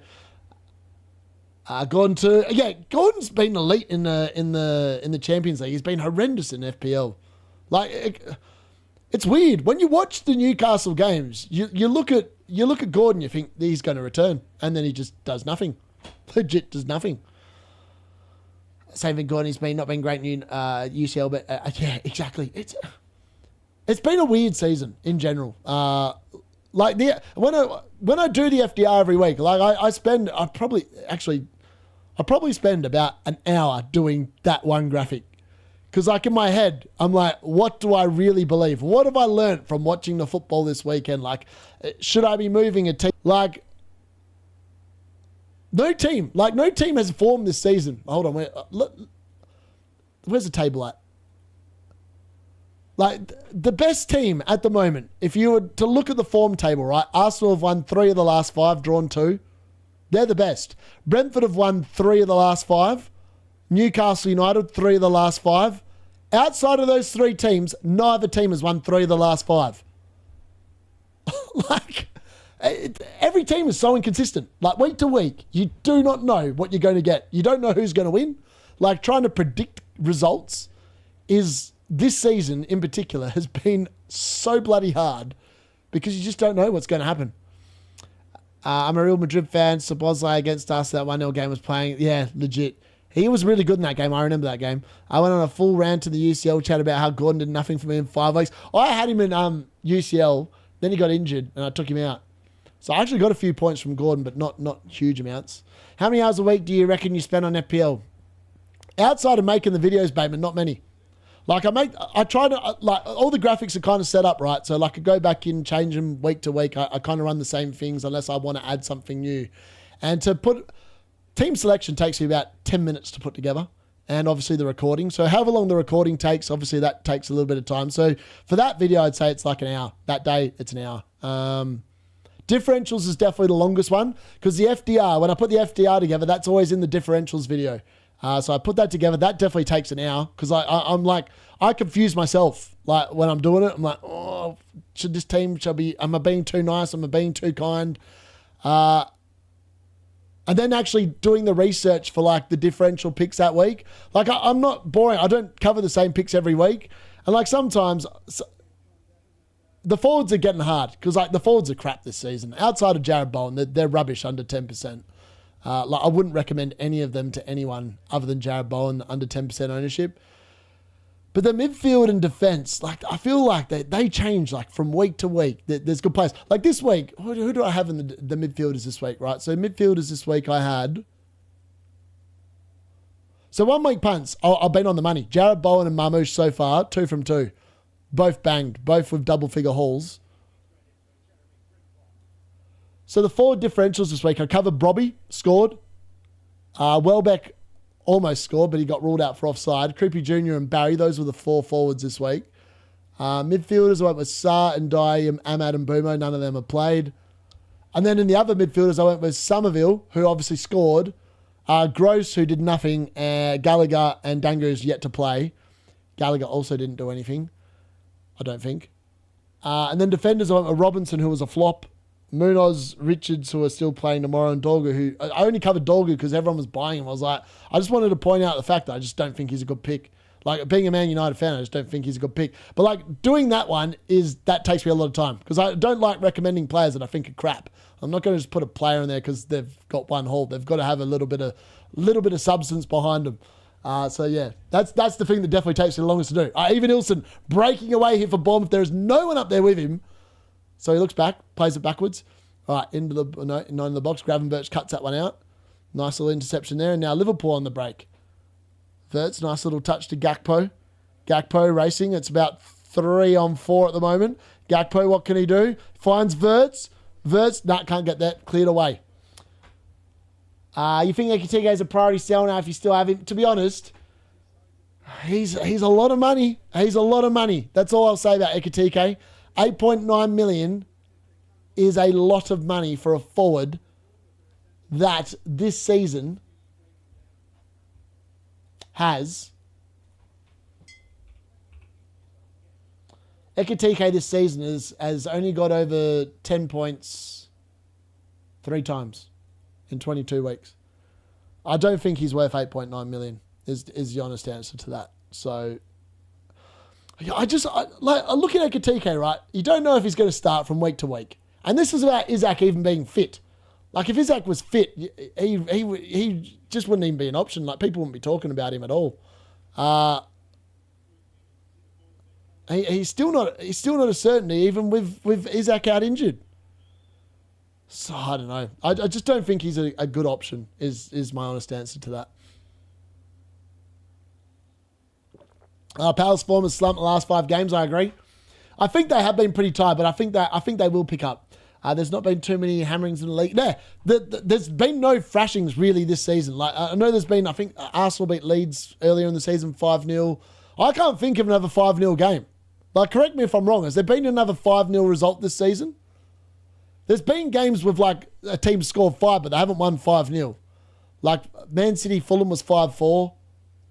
I'm trying to think of any other games that have had 5 goals in them. Bournemouth versus Man United, that was 4-all. I actually can't think of any other games that had that many. Yeah, no, my pleasure, Bateman. He's given me like 5 points since I bought him fair. Absolute disaster. I don't mind Ekatike's price.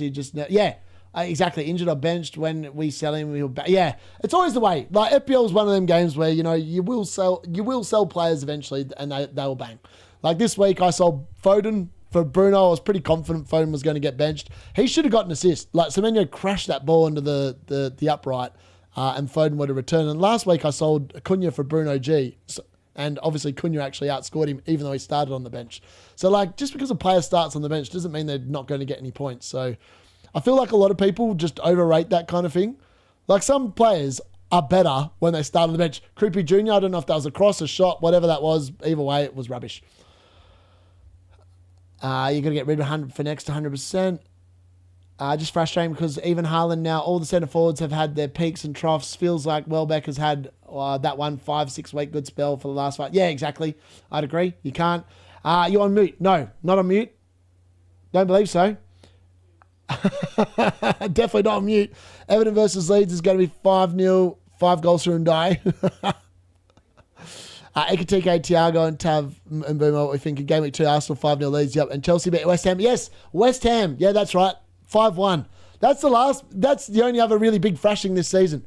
That's 2 thrashings in 22 game weeks. That's crazy. Really crazy that. There's just not been many goals this season. 1-0 Bournemouth. Have I just missed a goal? Oh, even Ilson, it's 1-0 Bournemouth.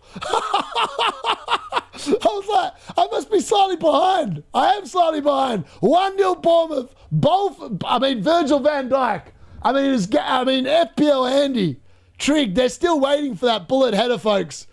They're still waiting for that bullet header. There looks like there's a goal. There is some sort of claims by the Liverpool players that, there's been a foul or whatever. But even Ilson at the moment has scored. Mad.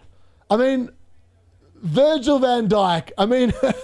I said, when people are buying him, don't buy him. Like, Liverpool just don't, they just concede goals. Like, 5.9 million for what? But Virgil van Dijk just stopped. He looked at it. He put his foot up. That is unbelievably bad. Where's his aura? Where's Virgil van Dijk's aura? Where's that bullet 15-point header aura? He's putting his hands up, and I'm looking at you, Virgil, going, mate, you are a waste of £5.9 million. Unlucky. FPL Andy punching air. Van Dijk just gave up. As a Man United fan, I'm rooting for Bournemouth. I'm loving it. I love when Liverpool lose. It's been last season. It was a painful season, right? Like watching Liverpool win. But my God, is it good watching them suck this season? It's like they're back on our level, and we're no good. Like Man United are no good, but like it's fun watching Liverpool end up in the same boat. Let's be fair. Liverpool welcomes you. City beat Burnley 5-1. Oh yes, they did. Yep, in game week 6, and that was the only other. Mad. 5-4. 4 games in 22 game weeks. That's unbelievable. I feel like last season we had a huge amounts of games where we had over 5 goals, or 5 goals a minimum. Nice choice.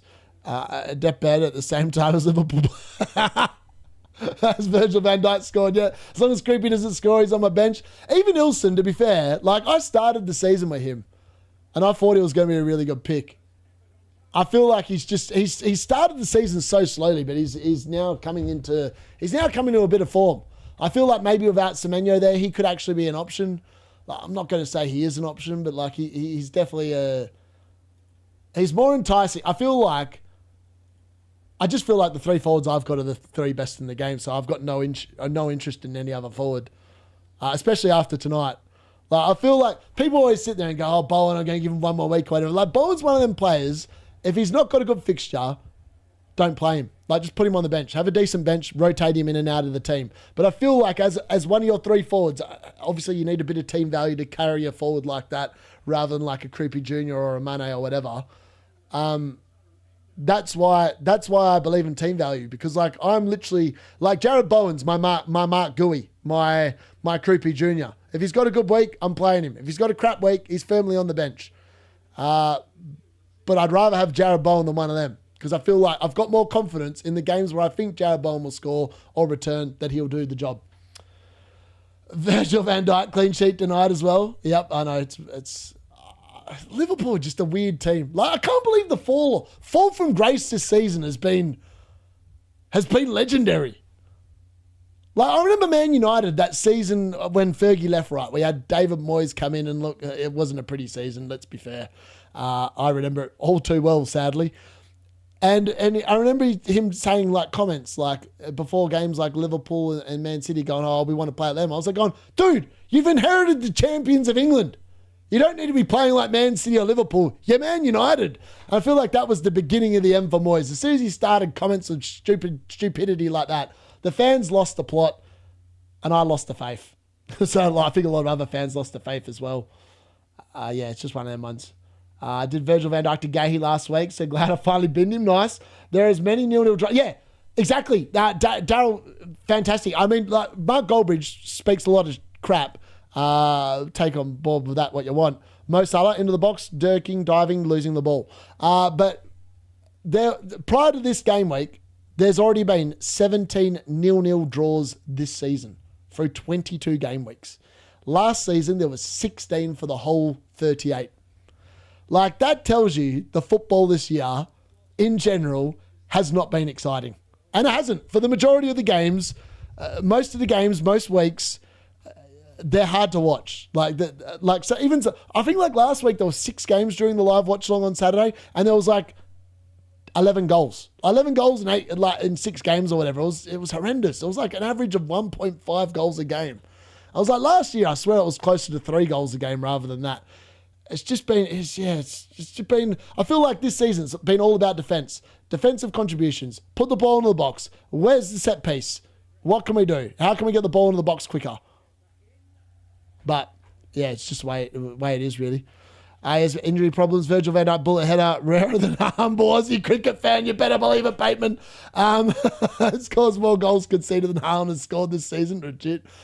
Creepy on my bench. And Premier League, rest of the leagues, and UCL. Yeah, I know. It's like, I feel like Liverpool this season, elite in the Champions League, right? They've been pretty good in the Champions League. In the league, though, it's like, I don't know if like the standard is that much worse in the group stage of the Champions League or not. Because like, it just doesn't make any sense. Are Liverpool about to make an early sub here? I see like someone on the touchline. I swear there's someone warming up for Liverpool on the touchline. It looks like they're going to make an early change. I could be wrong. My wee league rival, triple captain Haaland. Oh, man, there's a few people that did it. Number one rule, I learned this last season, never triple captain in a single game week, like second half of the season. Like I fought a double game week 36. It never came because I thought that Aston Villa would win in the FA Cup and they lost to Crystal Palace and the rest is history. I think Ekitike's about to come on here for Liverpool. There's a bloke in pink shoes about to come on. Or is it? Who's off? Is Gakpo injured?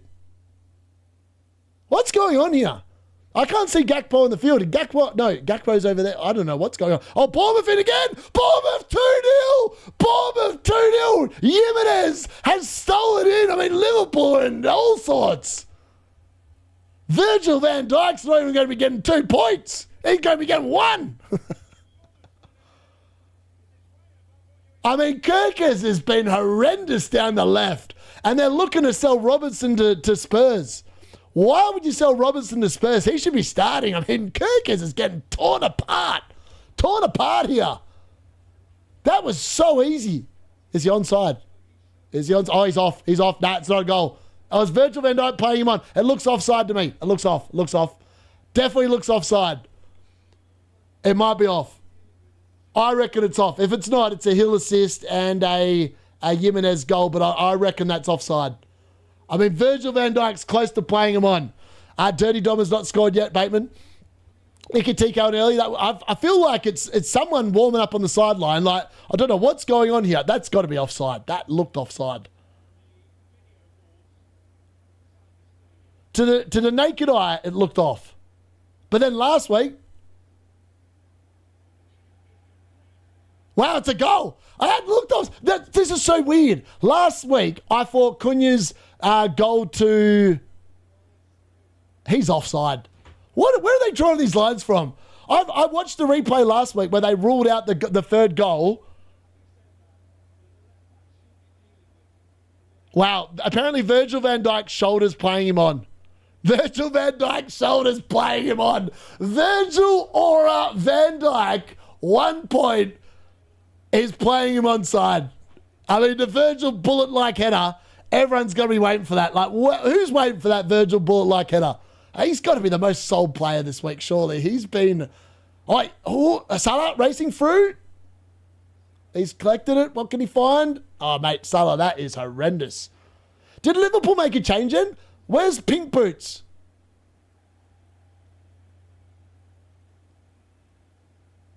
Did they make a change? I kind of lost it. I was watching the goal, watching the replay. That's so weird. Last week, I thought Cunha's assist to Mount's goal, that was onside. Apparently it wasn't. I still never saw a replay that showed me it wasn't. I didn't see any lines drawn. Apparently it wasn't off. It was offside. And then Liverpool today, that looked offside, and yet it's been given as onside. I really, sometimes I question decisions, but either way, I'm here for it. As long as Liverpool are losing, I don't care. Sorry, Liverpool fans, but it is. Endo's on. Who went off? I missed who went off. Did Gomez go off? Gomez go off? I missed a sub. Endo's definitely on. Nobody told me who went off. I feel like it must be Gomez went off. Slot needs to stick his thumb in the dike. Bomb performance level goal to wipe out Sinesio. Just clean sheet with lovely. It was Jimenez. Jimenez scored, and it was a Hill assist. Anyone that owns Hill assist. Halftime, they want to compare Virgil van Dijk to a video. I tell you what, Bournemouth could spank Liverpool here. This has been a demolition so far. The 4-2-2-2 is getting torn apart. I mean, Liverpool. I mean, yeah. I part of my moves next week, I've got to work out whether it's worth holding Wirtz or holding Bruno G. Like, that's the key question for me next week. Like, one of them is going to leave the team. Like, that's the plan. Because I just think that they're the weak links. I have no faith in Liverpool. Like, I've watched enough Liverpool to believe that... I know Wirtz has got 3 10-pointers in the last 5 weeks. I don't think that's going to continue. I really don't think that's going to continue. All right, there we go. Updated score. Bournemouth 2-0. I mean, I did not predict that. I did not predict Bournemouth to be winning 2-0 at this moment in time, but... Wirtz, what can he find? Dirty 0-point Dom. Got the ball. He's on track for 2 points, the old dirty Dom. What a pick. FPL review pick, man. But the more I think about that pick, I just don't get it. I really don't get the pick. Man for thinking Allison's lost it. 70 shots are just going through him that used to save. I just think that Bournemouth played really well. I don't think Allison's really been at fault for either of those goals. It's been more the rest of the team. All right, Wirtz, what can he do? Inside the box. Tease it up for Gravenberch. Can't get there. Wirtz chasing after it. Nothing doing. Gomez off. Oh, Gomez is so injury prone, isn't he? He's useless. You can't rely on him. He's like he reminds me of Phil Jones. Gomez reminds me of Phil Jones. You never know how long they're going to last. Wonder if there's a chance Slot gets sacked before Frank. Possible. Am I mad for thinking there goes any chance of a Salah revival? Liverpool going to be having... I agree. I reckon Xabi Alonso might be at Liverpool next season. I really think that could happen in the summer. I don't think it's going to happen mid-season. I think it could happen in the summer. Slot's done. Salah 60% goal coverage last year. Gave Liverpool the title. Liverpool and Slot just didn't... Yeah, I know. Salah literally was... He had the season of all seasons last year to win it. He's finished. Salah finished. Age has caught up with him, I would agree. I did say that. I was like going, of all the players that they probably should have signed on a new contract last year, it was probably Trent. And I don't rate Trent as a defender at all. Everyone knows my thoughts and opinions on Trent Alexander-Arnold as a defender. But of all the players that they probably should have signed on a new deal, and they didn't, it was him. Dirty Dom looking to improve his average by getting a 2-pointer. Even Nilsson, Far out, man. Bournemouth are all over Liverpool. All over him. I mean, they were lucky that they kind of cocked it up there. McAllister's now down on the ground holding his ankle or something. Frimpong's now darting into the Bournemouth half. What can they muster? Surely Ekitike comes in at half time because this has been rubbish. Salah, what's he got? Looks up, finds the dirty 0-point dom. That's not the player you want, mate. Salah hits it to no one. It's not that it's his fault or he's terrible now. He's just doing the stuff he used to do that made the best well. Virgil! Almost! I don't know if that was a shot across, whatever it was, but it only went just wide of the far post. And I tell you what, all we need now is a Vert's return on my happy days. Slot needs to go now. The biggest loss to Liverpool was letting Luis Diaz go. Yes, he was very good. Luis Diaz is definitely a big reason, I reckon, why Liverpool are not doing that well this season. It would be my guess. 100%. Virgil van Dijk butted. Hopefully Ekitike comes in soon to get a goal. At least no chance. I just don't think. I look at it and I'm going, why did anyone buy Virgil? Like Liverpool defensively this season, from the very get-go, very first game of the season, they were horrendous. Gakpo, play it to Virtue, idiot. Get up. Look, get your head up, idiot. Useless. No chance of staying on the bench. FPL review followers truly legit. I mean, like Virgil van Dijk, he's just been, I don't know, like I just don't get the pick. Like everyone talks about his goal threat, right? Hold on. What is his goal threat? This is his goal threat. Where's his goal threat this season? Like he's had chances, right? He has had a few chances. Like he's going at 0.04 expected goals per night. That's just horrendous. Like he's got no goal threat. It's like his goals actually he's been pretty consistent to be fair. So the last 4 seasons he's got 3 goals, 2 goals, 3 goals, 3 goals.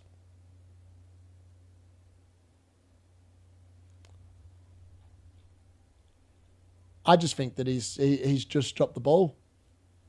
His aura is completely gone. Whatever aura he had has been expelliarmused. It's been broken through by the wizards of footballing teams out there. Gakpo and Salah are so tragic. The word that is the word I'm looking for. Virgil might as well be an expensive torpedo. I need Salah to perform. He was just about to go on my team. Sack slot. What is this shite playing Salah as centre forward? I don't understand what this formation is. To be fair, I feel like Verts has been fairly close to playing one of them in or playing himself in a couple of times in this half. But outside of that, Bournemouth have been very good value for the first 41 minutes for a 2-0 lead. Like they've been good value. Like Liverpool have been not very good. And now they've got Endo playing alongside Virgilus Auralus Virgil, sorry, more to the point. Yeah. I feel like Verts has actually looked pretty good again today.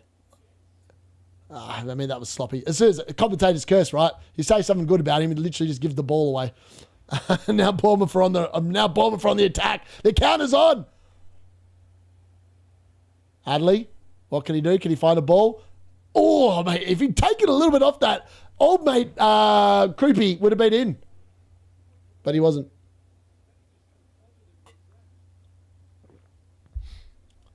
Who's on Ben's at Bournemouth? Now, that's a very good question. I have no idea. Taverniers got injured and Clavert's cooked. Reckon it's back to Even Ilson as Creepy has only taken him. You'd think it'd be Even Ilson, but I don't feel like Even Ilson actually likes taking penalties. It's a weird one, that one. Van Dijk is expensive. Kilman, Gomez, and the English torpedo.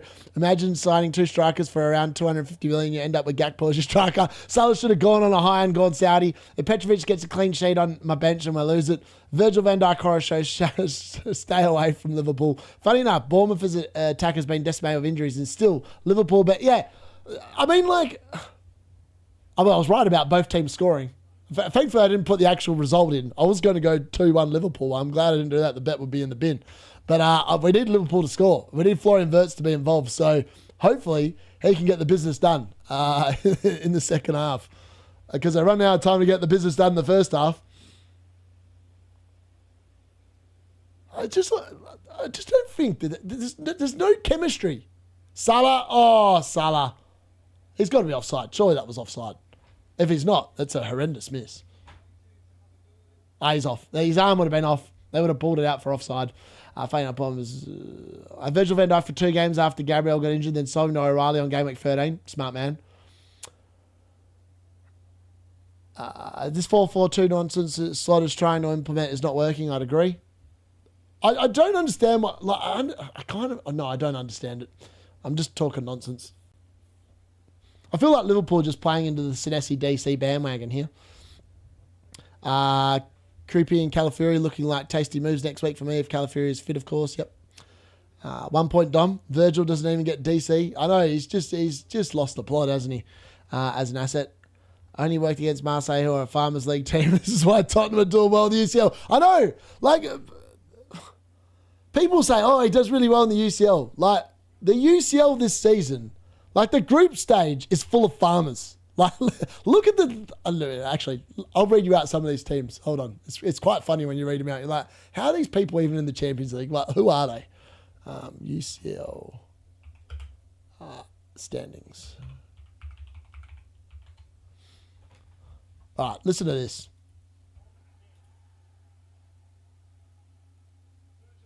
Virgil's got his goal. And he's got his goal. Unbelievable. and Dirty 2-point Dom's actually got an assist. Was that a Dom assist? It was. Dirty 0-point Dom. I said he'd return this week. There you go. Luke, where are you? I said Dirty 2-point Dom would return this week because it was inevitable. He had to return this week. After the penalty miss, he was always going to return. Oh, that's hilarious that Virgil van Dijk on cue has just scored. I mean, he's been rubbish. Petrovic, what's he doing there, man? That's pretty bad. Anyway, it is a goal. Liverpool, signs of life. Signs of life for the Liverpool fans out there. A goal for Liverpool. I tell you what, it was a sloppy, I mean, Bournemouth really should have done better there. That was no goal for it. No goal for it. Dirty Dom. Virgil van Dijk goal finally. Yeah. I feel like a lot of people would have just sold him anyway. Prior to the show. Like Virgil van Dijk was in the top 7 players sold this week, and no one really owns Dirty Dom anymore. Dirty Dom assist. I mean, if you take corners, eventually one of them's going to go in, right?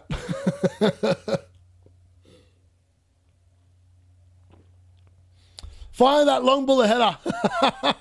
I said that Dirty Dom would return this week. After the penalty, I was like, I wasn't joking. I said to Luke goes, let's hold a competition for who's going to outscore Haaland this week. And like I said, Dirty 2-point Dom. And he goes, you're taking the piss. If you don't want to do it, just say. I was like, no, I'm being serious. Dirty Dom's going to outscore Haaland this week. And he has. That's quite funny, really. I just thought it was funny that you know the reason why everyone got him was because of the fact that he takes penalties and he murdered the penalty last week. That was the funny bit about Dirty 0-point Dom. He's actually a decent player. It's just Virgil's been crap off set pieces until that moment there. But Bournemouth are pretty bad at defence, so they do concede a lot of goals. So I said this game is going to be the game of the weekend, and it's living up to the billing. 2-1 already. We could get, Liverpool pushing here late in the first half, trying to get an equaliser. I think the second half is poised very nicely. I mean, that's got to be a free kick, surely. Yep, Frimpong's been taken out. Free kick here. And it's going to be a yellow card for Creepy Jr. Yellow card for Creepy Jr. The bullet shoulder. It was not a bullet header, bullet shoulder. Dirty Dom never even used any AI. Let us enjoy the 3 points. Yeah, exactly. Enjoy the 3 points. I did say... Dirty Dom would actually return this week. I did call that, so there we go. I hope he gets a red card. Virgil to Gabriel going well. Yeah, Gabriel's been elite, isn't he? He's great. He's great. I don't care because I want a green anyways. Yep. That long time bullet header. I mean, you can sell him now. You've waited for the Virgil van Dijk bullet header. It's time to get rid. You've got your header. Piss him off. Off other body parts, exactly. It's the Virgil bullet-like shoulder, folks. Not the header. It's the Virgil bullet-like shoulder. It was an elite shoulder. It was a good shoulder, that's for sure. All right, what's Salah got here? He's taking the free kick here. This is going to be the last action of the first half. He's kicked it straight into the man that's first there in the wall. Wirtz, I don't know what you're doing there. That's not a very good pass, but I think that's probably going to be half-time with a little bit of luck. And it is. Referee's blown for half-time. It's been an entertaining half, that. I've enjoyed watching that game. For a game that, like, you know, the other 3 games, you know, they had their moments, etc., etc. But for a game, when you're doing just a one-off game that's not your own team playing, you hope for a good game. And so far, it actually has been a pretty decent game to watch, to be honest. All right, it's 2-1. I'm going to update the score now at halftime. 2-1, there we go. That's going to be second half. This game could go anyway. Like, in the second half, this game could go... Liverpool could easily come back in this game. Like, Bournemouth's defence is not overly good, but then again, I look at Liverpool's defence in that first half, and Liverpool's defence was horrendous for both of those Bournemouth goals. It was really sloppy from Liverpool in general, and yeah, it's one of them weird ones where you just sort of sit there and go, you hope it comes in. Right, there we go. Open. There we go. Score updated. 2-1. Won't the Arsenal United game be the game of the week? I hope it is, but it's Arsenal, and Arsenal set piece FC. You can never sit there and think that it's going to be as easy as it looks, if that makes sense. Rice and Bosley next week. TCM. Love it, Andrew. Be honest, who will win the United Arsenal game? I pegged the 1-1 draw. I think it will be a draw tomorrow. I'm going a 1-1. I think Man United will score. I think Arsenal will score. I don't think... it's either going to be 1-1 or it's going to be 0-0, I reckon. I mean, I hope it's a cracker. I hope it's like 3-3. I just don't see it myself. I can't see that happening. But yeah, I think 1-1. That's why I bought Bruno in. I feel like Bruno might return tomorrow. Those cunts go no near my team. I know you're a United fan, but yeah, I legit feel it would be 1-1. Like, I've watched a lot of Arsenal games, right? Like, Arsenal's games, where are they? So they're not even, like, Arsenal's form has actually not been that good. So Arsenal's results the last, like, a while. 0-0 Nottingham Forest, 0-0 Liverpool, 2-3 Bournemouth. Like, they won that game 3-2. 4-1 against Aston Villa, that was the aberration. 2-1 against Brighton, 1-0 against Everton, 2-1 against Wolves, 2-1 against Villa, 2-0. Like, they're not scoring a lot of goals. Like, I don't think there's going to be a lot of goals tomorrow. So I'm going 1-0. I feel like 1-0 tomorrow feels like a fairly safe scoreline. I can tell you better not come on. If United wins City, then I'm back in the title race. Legit.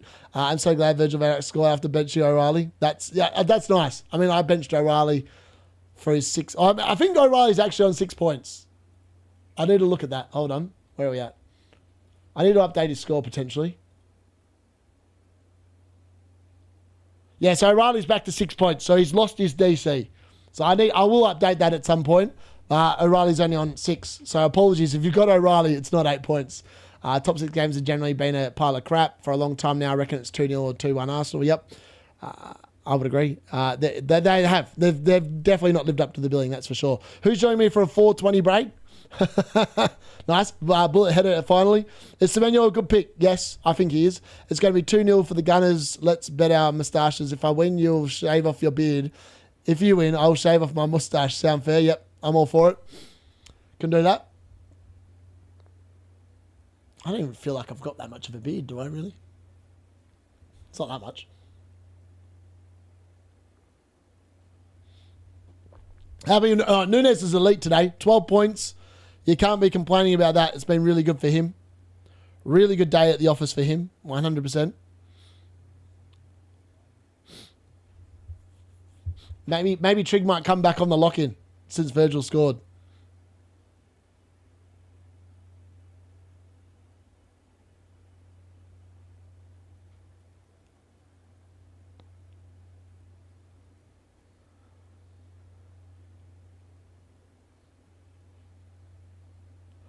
Oh, where's? Oh, I've got to message my admin group chat.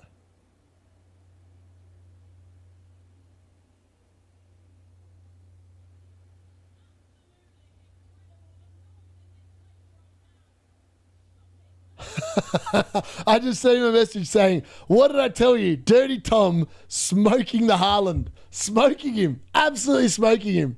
As Foden and Semenyo, a good move for a bit reactionary. To be honest. If I had to pick 5 midfielders for my team from next week, Let me have a look. Transfers, where we at? I feel like Rice is 100% a lock. Wilson, 100% lock. Fernandez, 100% lock. The two positions in my own team are Wirtz and Bruno G. Now, Wirtz, I was going to give Bournemouth and then get rid. But then Bruno G obviously did his ankle. And originally, I was thinking about bringing in Semenyo. Because I just feel like I feel like they paid £60 million. They're not going to just bench him. And I think he's going to be fairly... I mean, he should have had 2 goals today. Like, he cannoned that ball into the crossbar. And the fixtures for City are actually pretty decent. Like they're not bad fixtures. And I feel like that's where I might go.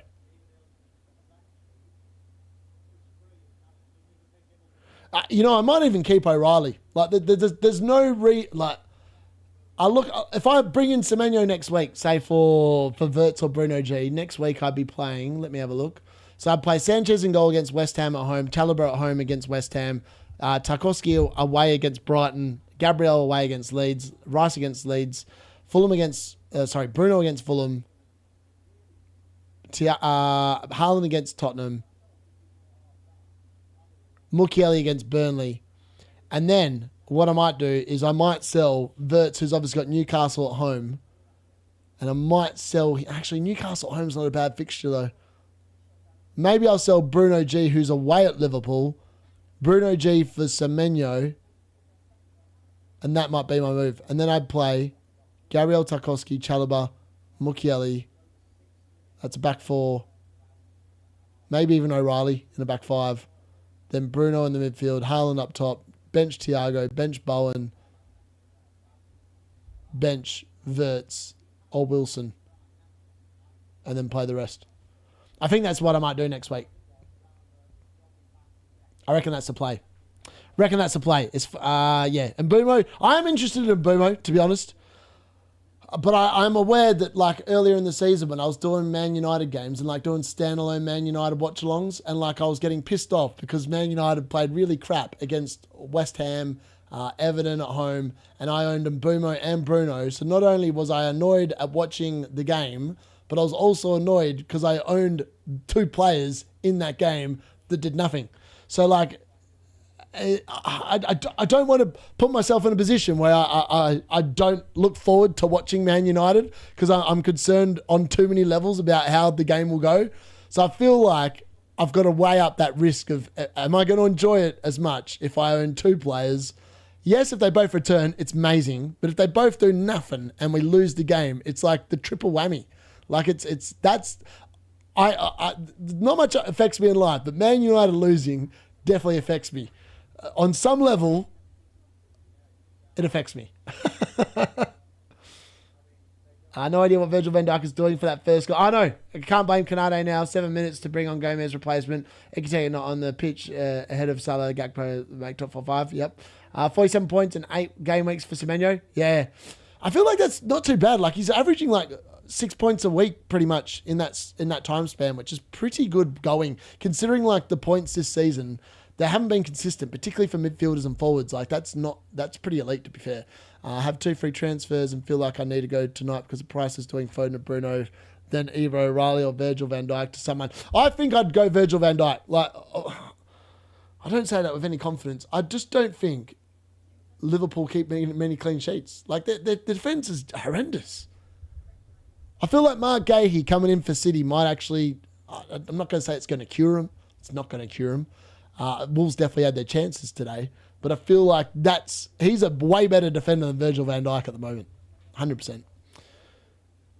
I know the pitch header, so yeah, Chuck Wazzy is top class. Yeah, Chuck Wazzy, that was a good goal, wasn't it? He put that away. As soon as he got it, you knew he was going to score, Vindaloo. You knew he was going to score. I already have Bruno, Rice, Wilson, and Enzo. Hence, I think Foden and Semenyo. Yeah, in your case, 100%. I think it's a great move. Virgil van Dijk's poor man's slabhead. Stick him up front for Liverpool. He's crap at the back. Oh, don't be slagging off Sir Harry Maguire. What a goat. He's brilliant. He was elite last week. He set up that first goal against Man City. His headed clearance led to the breakaway, and it was brilliant. His name is top class. Yeah, it is Chuck Wazzy. I don't even know if I'm saying that right. It just looks like Chuck Wazzy to me, and I'm going to roll with that till I can't. All right, I'll be back in a second. I'm going to take a quick piss. I'll be back in a minute to cover the second half. Should be just back in time for the start of the second half. I'll be back in a sec.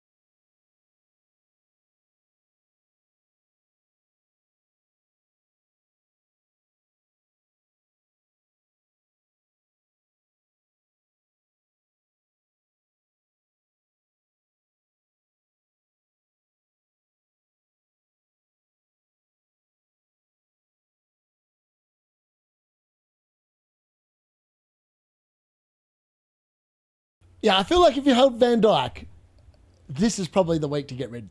Like, it's probably the week to get rid of him, right? Like, you've got your header. What are Liverpool's fixtures coming up like? So Newcastle at home, Man City at home, Sunderland away. I don't think they're keeping any clean sheets in those three, right? Then Nottingham Forest away is probably their next best chance for a clean sheet. So that's 3 game weeks time. That's game week 27. I mean, if you hold to game week 27, you probably hold until game week 31. Because, like, then it's West Ham at home, Wolves away, Tottenham at home, Brighton away. The thing I would say about Virgil, right, he cost 5.9 million. Is he worth 5.9 million? The answer is no. He's just not worth the money. He's not worth the asking price. I think that's the issue I've got with it more than anything else. Yeah. And he is. I feel like that's what people don't forget. Like, yeah, Gabriel's elite because he literally almost gets a clean sheet 66% of the time he plays. He's got 10 clean sheets from 15 starts this season. Like, he's just next level. Then he's got the attacking threat on top, plus the DC. Like, Gabriel, the reason why he's such a good pick is because he's literally getting points every single week for something.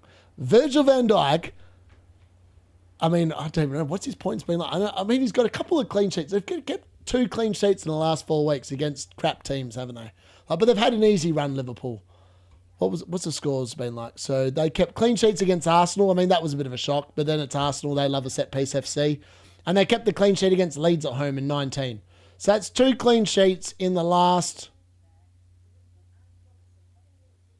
since game week 17. So game week 17, 1, 2, 3, 4, 5, 6, 7. So in their easy fixture run, they've kept 2 clean sheets in 7 game weeks. I just think I'd get rid of him. All right, Andy Robinson's on here for Kirkez. Not a surprise here. I mean, that was so inevitable. He's been horrendous, Kirkez. Bournemouth made off of money there. The Dom unit, Doom unit, Virgil goal and Dom assist. It's a G. You love to see it. You love to see it. Anyone that held and played a fair play. I like the animated D-Unit logo. Is that new? What? New animated logo? Where? Where's that? Dom unit, I love it. I love it. Actually, I don't mind that, you know. D-Unit, Dom unit. I'm sorry. Yeah, he's not. He's not late. All right, we're up and away for the start of the second half. Second half is up and running. Let's see what this game produces in the second half. We're going to have the live footy and watch along as well. I'm going to share the screen with that a little bit later when we get onto that. Hold on. Yeah, black that actually on the screen. There we go. Second half is underway. And Liverpool have already conceded an early corner here at the start of the second half as well. So yeah, we are going to do a live footy and watch along during this half. You'll be able to watch that instead of me, more of me anyway, and then we'll flip back to it at the end. But yeah, that's going to start in exactly 26 minutes time. So literally during the middle of this second half, which I'm very excited about. It's a top of the table clash as well. But I'll be watching the football at the same time, so don't stress. What's Alisson Becker doing there? He's just given away a corner there. That's sloppy goalkeeping, that. If you want a defender who actually scores goals, get Munoz. Exactly. Munoz would be really good. I just need to see him play before I want to go there. But yeah, Crystal Palace's fixture run for the foreseeable looks elite, doesn't it? Like, it looks actually really good. Where is it? Where are the transfers? Munoz. So Munoz has got Nottingham Forest away next week. It's a good fixture. Brighton away, good fixture. Burnley at home, good fixture. Wolves at home, great fixture. United away, not bad. Tottenham away, not bad. Leeds at home. Like, that's through from game week 24 through to game week 30. I mean, like, Munoz is probably actually the defender I want to buy. I might buy him before I buy Timber. He's going to be so imperative. Like, if Crystal Palace are going to turn their season around, well, get their league form back on track, provided Glasgow obviously doesn't leave, I think Munoz is definitely a pick I want to bring in. Cartoon D. Oh, yeah, I hope you like that. Like, Luke put that together. So I took the photo, sent it to Luke. Luke turned it into a cartoon. So shout out to Luke, who's, I don't know if he's in the chat. Here we go. Ball into the box. Liverpool probing. No good. Nothing doing. All right, here we go. Dirty Dom recovers. XT on. Come on, XT on. Is he on? I didn't see him come on. Did he come on? Doesn't keep CS, no DC, and goal threat. Yet people like Andy have managed to... I know.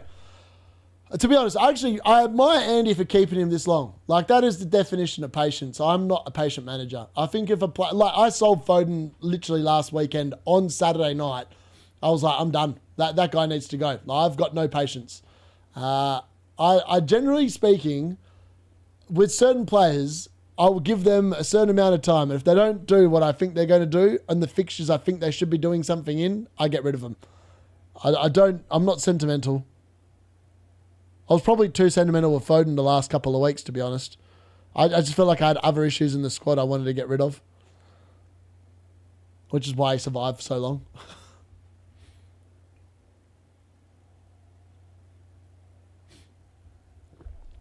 You're against yourself in Triggs mini league this game. Ooh. Is the card winning? No, the card can't be winning. Card captain Haaland, didn't it? Not captain Thiago.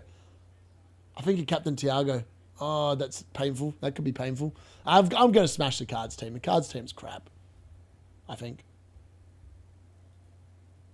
it's crap. I have to look now.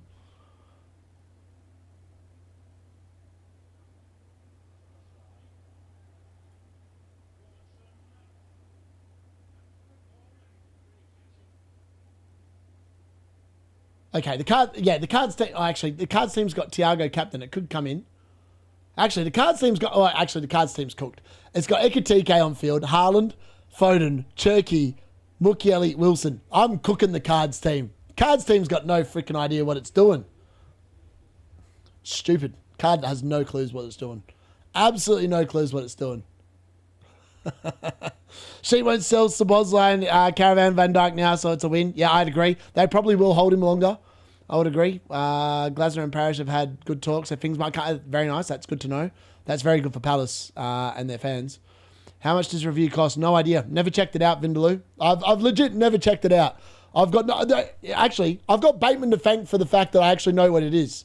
So at the beginning of the year, like Bateman put on X, I was like, wait till the content creators change like all their first drafts and all this bollocks when like a review comes out. I was like, what the hell is this? I've never heard of it.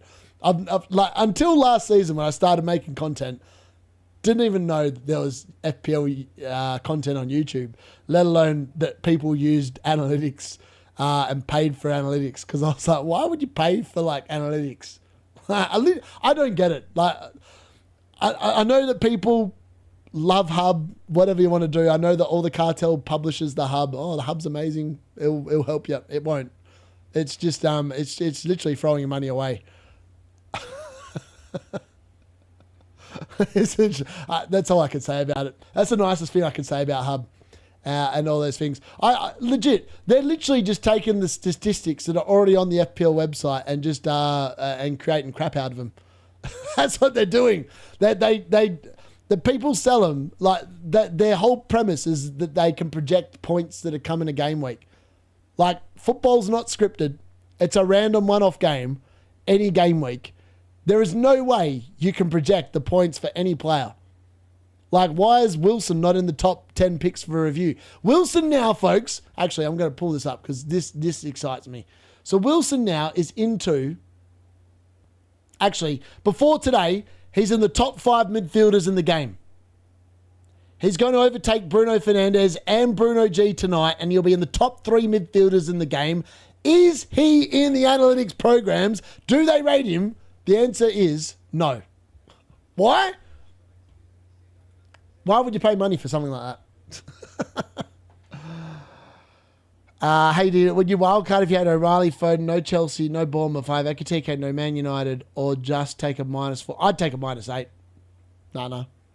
I don't like the early...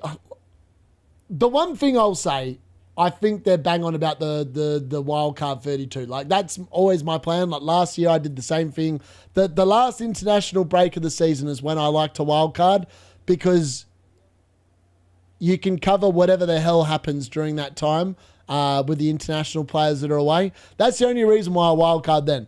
Like, and this year I didn't follow my own plan. Like, I wild carded early, and in reality, I should have just done what I did last season when I had a really good year and wildcarded in game week 12, which is exactly what I did last year. And this year I just didn't follow my own plan. So I've got myself to blame for that. And I feel like it was more the fact that I just got burnt so hard with the double Forest defense and Ollie Watkins the first like 6 game weeks. And I just felt like this is just, I've got to change this. And in reality, I would have just been better off taking a -8. But yeah, it's one of those things. If I had my time back, that's what I would have done. At the time, I just felt like I had to wild card more than anything else. The sheep won't sell.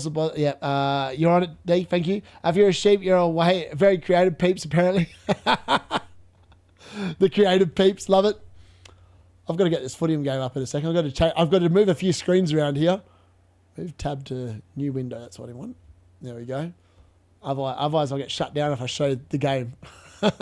Imagine that. Getting shut down because I'm showing the actual game. I mean, Goldbridge on Total Football gets to actually show the football from Germany and do watch-alongs. I swear, his watch-alongs are pretty boring. Like, they're not that entertaining. Like, and I'm a Man United fan. I've watched him, right? I've seen, like, he does have some really good lines, and like some of his shows I really enjoyed, but his watch-alongs are actually not that exciting. And I feel like a lot of it's like over dramatized. I feel like I'm just like raw reaction. That's like me if I'm watching the game on YouTube or if I'm just watching the game by myself at home.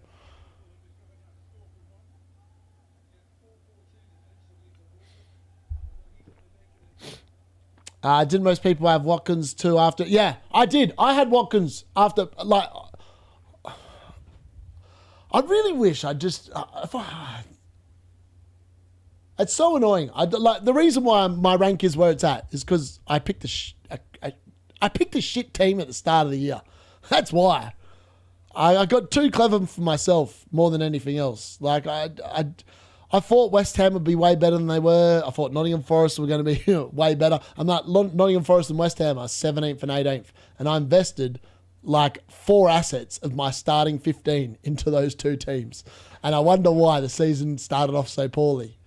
That's the reason why. It's not because of anything else. It was just that they were crap picks. It wasn't a good decision, bad outcome. They were just bad bloody picks.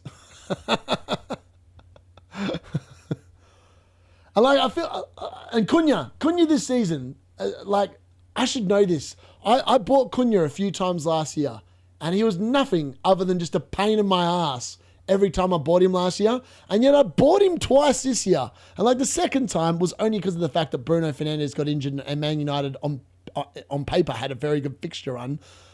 I feel like that influenced me way too much than it should have, if that makes sense, which is annoying. But I feel like a couple of those decisions, I look back, I'm like going, I shouldn't have done that. Like, I literally shouldn't have done that. But at the time, I was like, this is going to be great. And it wasn't. Oh, Wirtz, what's he doing? Dancing? Frimpong tries to put the ball in, crossed out, cleared away by Bournemouth. Defender, just, mate, yeah.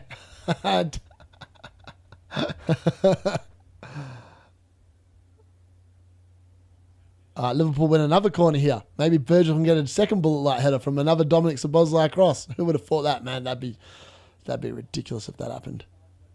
Actually, I don't think it's a corner. No, it is a corner. Who's taking this one? It's not Dirty Dom. It's Wirtz. Is it Wirtz? No, it's Salah. Salah's taken the left-hand corners. I didn't realise he took the left-hand corners. Apparently he does. Salah, corner in. Virgil looks for it, but Petrovic picks it up.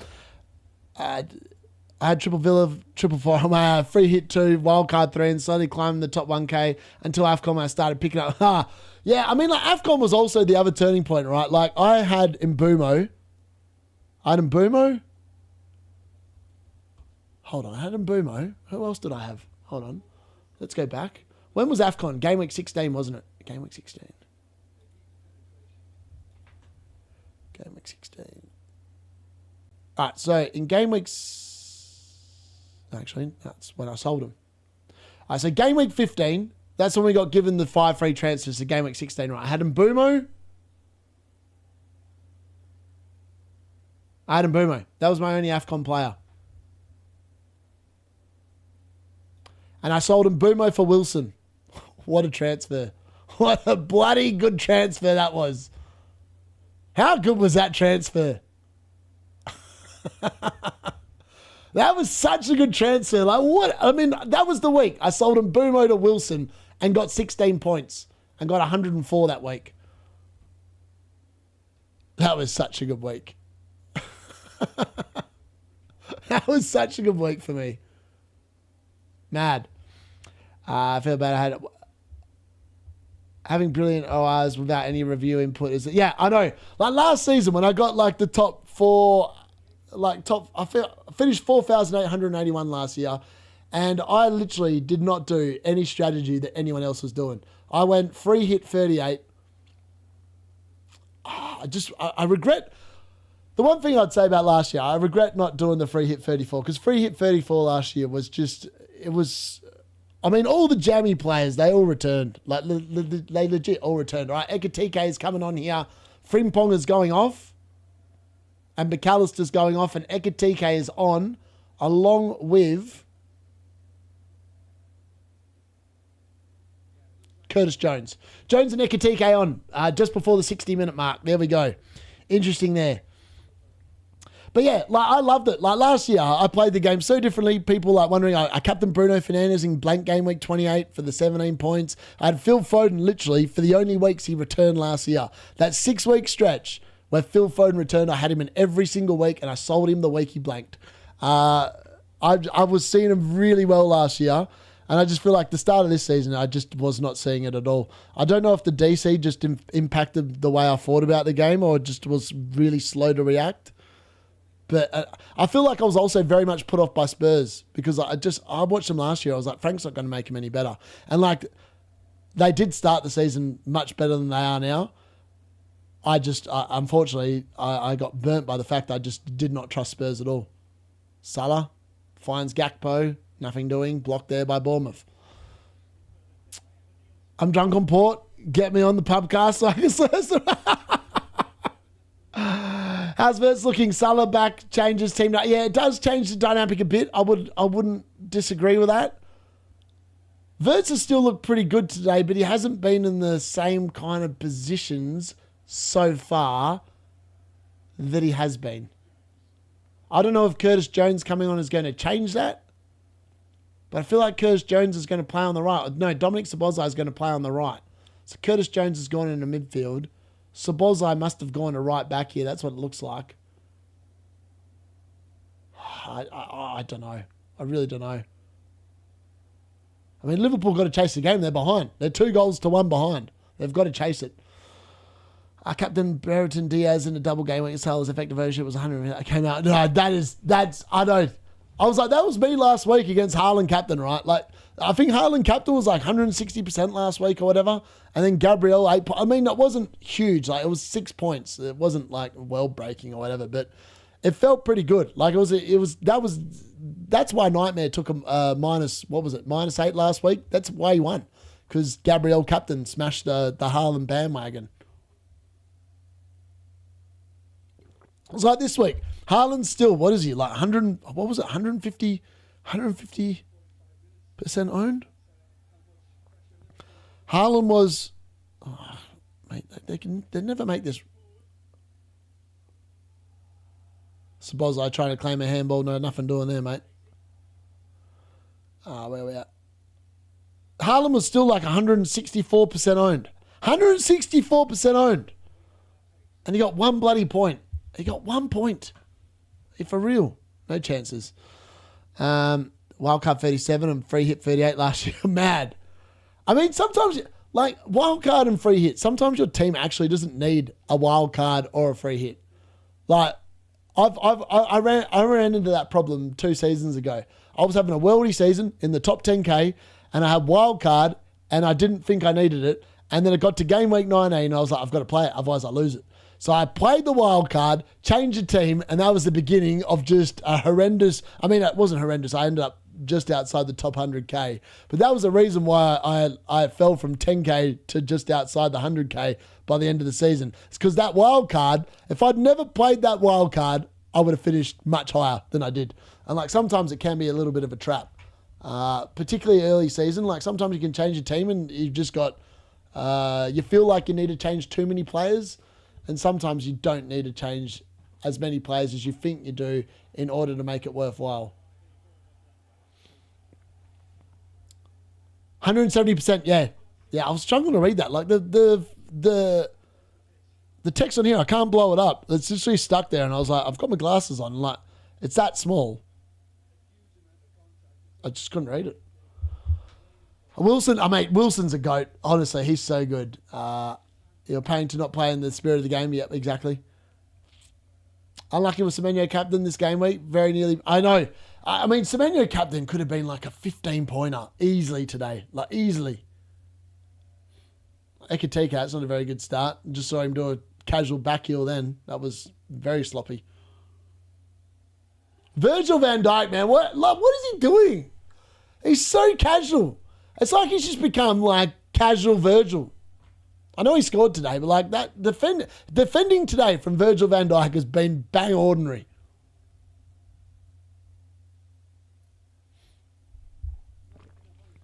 You know who does need a wild card? Gary always needs a wild card. Every single week I look at his team and I go, how have you not wild? I'd just use it.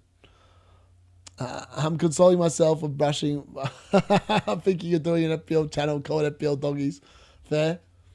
Bournemouth long throw into the box. Virgil's actually won a header. That's a surprise. What's he like for DCs in this game? Let's have a look. He's actually just won 2 in a row there.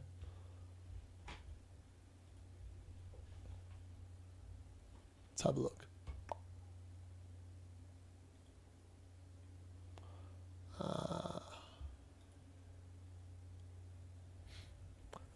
Virgil's only got 2 defensive contributions so far. Like, what the hell? Bizarre.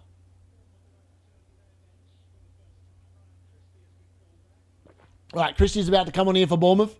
My wife often puts here glasses or saying something I have is very...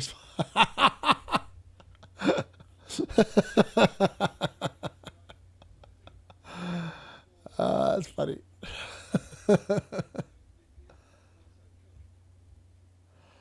Time yet for Virgil van Dijk to cause a hat-trick and conceded goals. Legit, there is.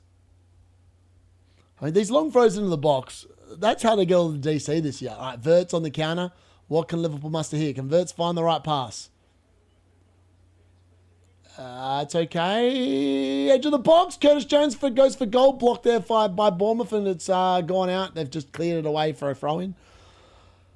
4 City players dropping in price. Might get a few asses twitching. Yeah, I agree. Would you change Rodgers to Semenyo or Saka to Semenyo? Probably Saka. I don't think Saka's in the top 3 Arsenal players to own. That's my gut feel. I mean, he's too much of a minute's risk. At least with Rodgers, you know Rodgers is going to play every single game, and he's going to play every single minute.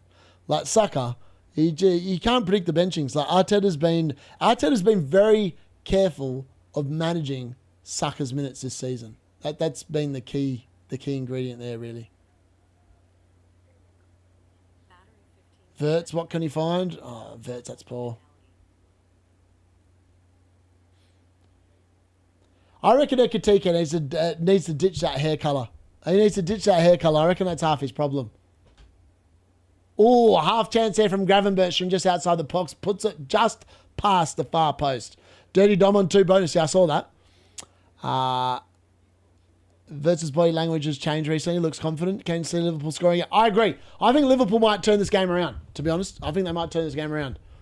And they're definitely going to turn around because I need to chuck another piss. So I'm going to be back in a second. Bournemouth are just making a quick sub and I'll be back in a second.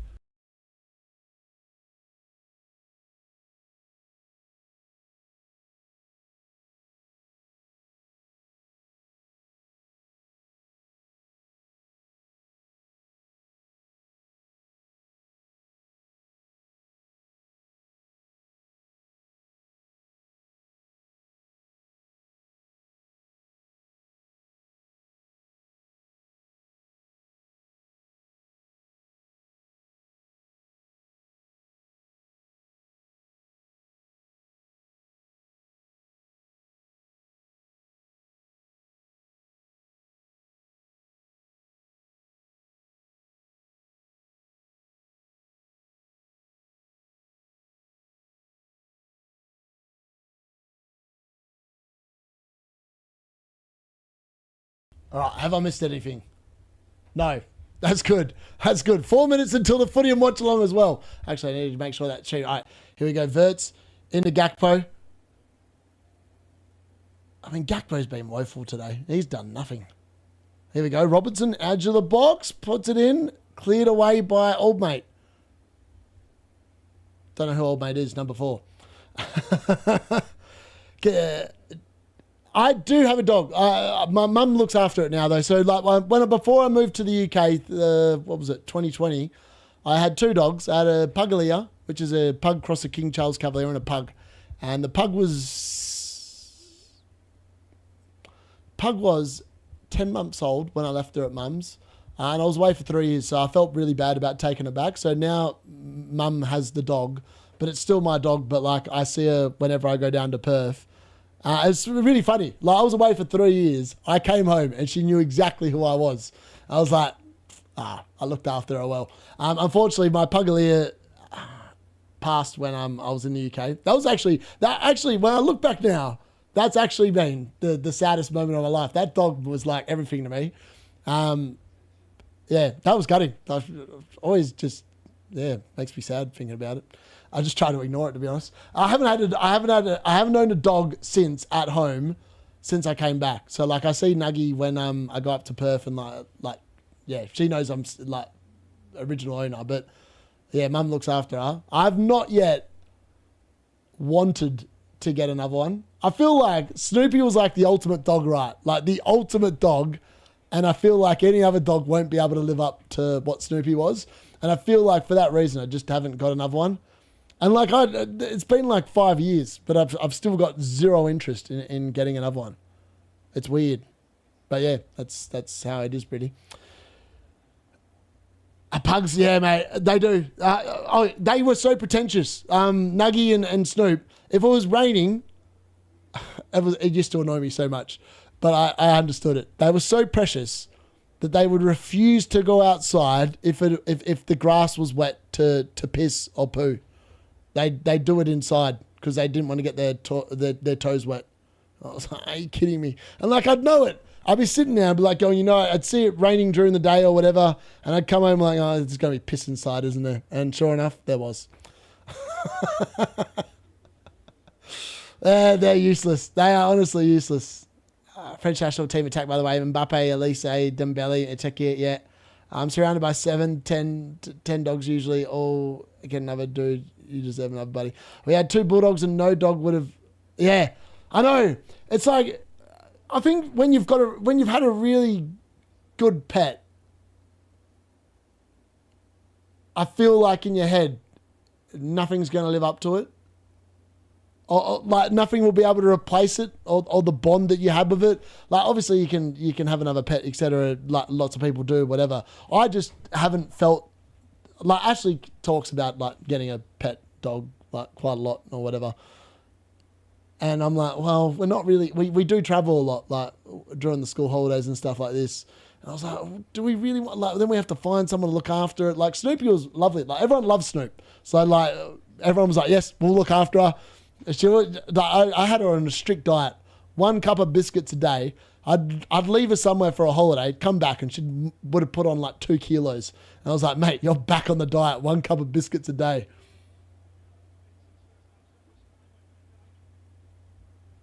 All right, the footy and watch along should be about to start here.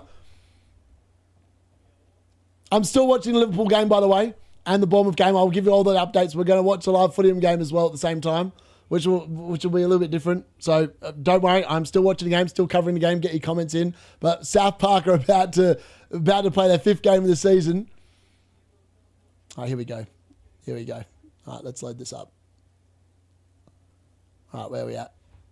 All right, the boys. Oh, what's going on here? I've clicked the wrong button. All right, view match. Here we go. All right, bear with us. We're going to do a footy and watch along while we're watching the Bournemouth Liverpool game as well. Hopefully, when it loads, with a little bit of luck. Once it loads, we're going to flick it over. Oh, man, this guy's played a full strength team against me as well. They're all on 100%. All on 100%. Oh, mate, I might actually be in trouble here. We'll have to wait and see. We'll have to wait and see if my better, superior players are going to get the job done. Let's have a look. All right, we're going to flick it over here. Where are late mail. I'm just going to whack it on the late mail. Actually, no, I'm not going to do that. I'm going to whack it here. Hold on, where are we at? I actually think I might lose this game. This dude's got literally 100% players on each one. There we go. Actually, that looks really weird. Hold on. Actually, I'm going to fix this really quickly. There we go. There you go. You can actually see it now. All right, here we go. Sanchez block.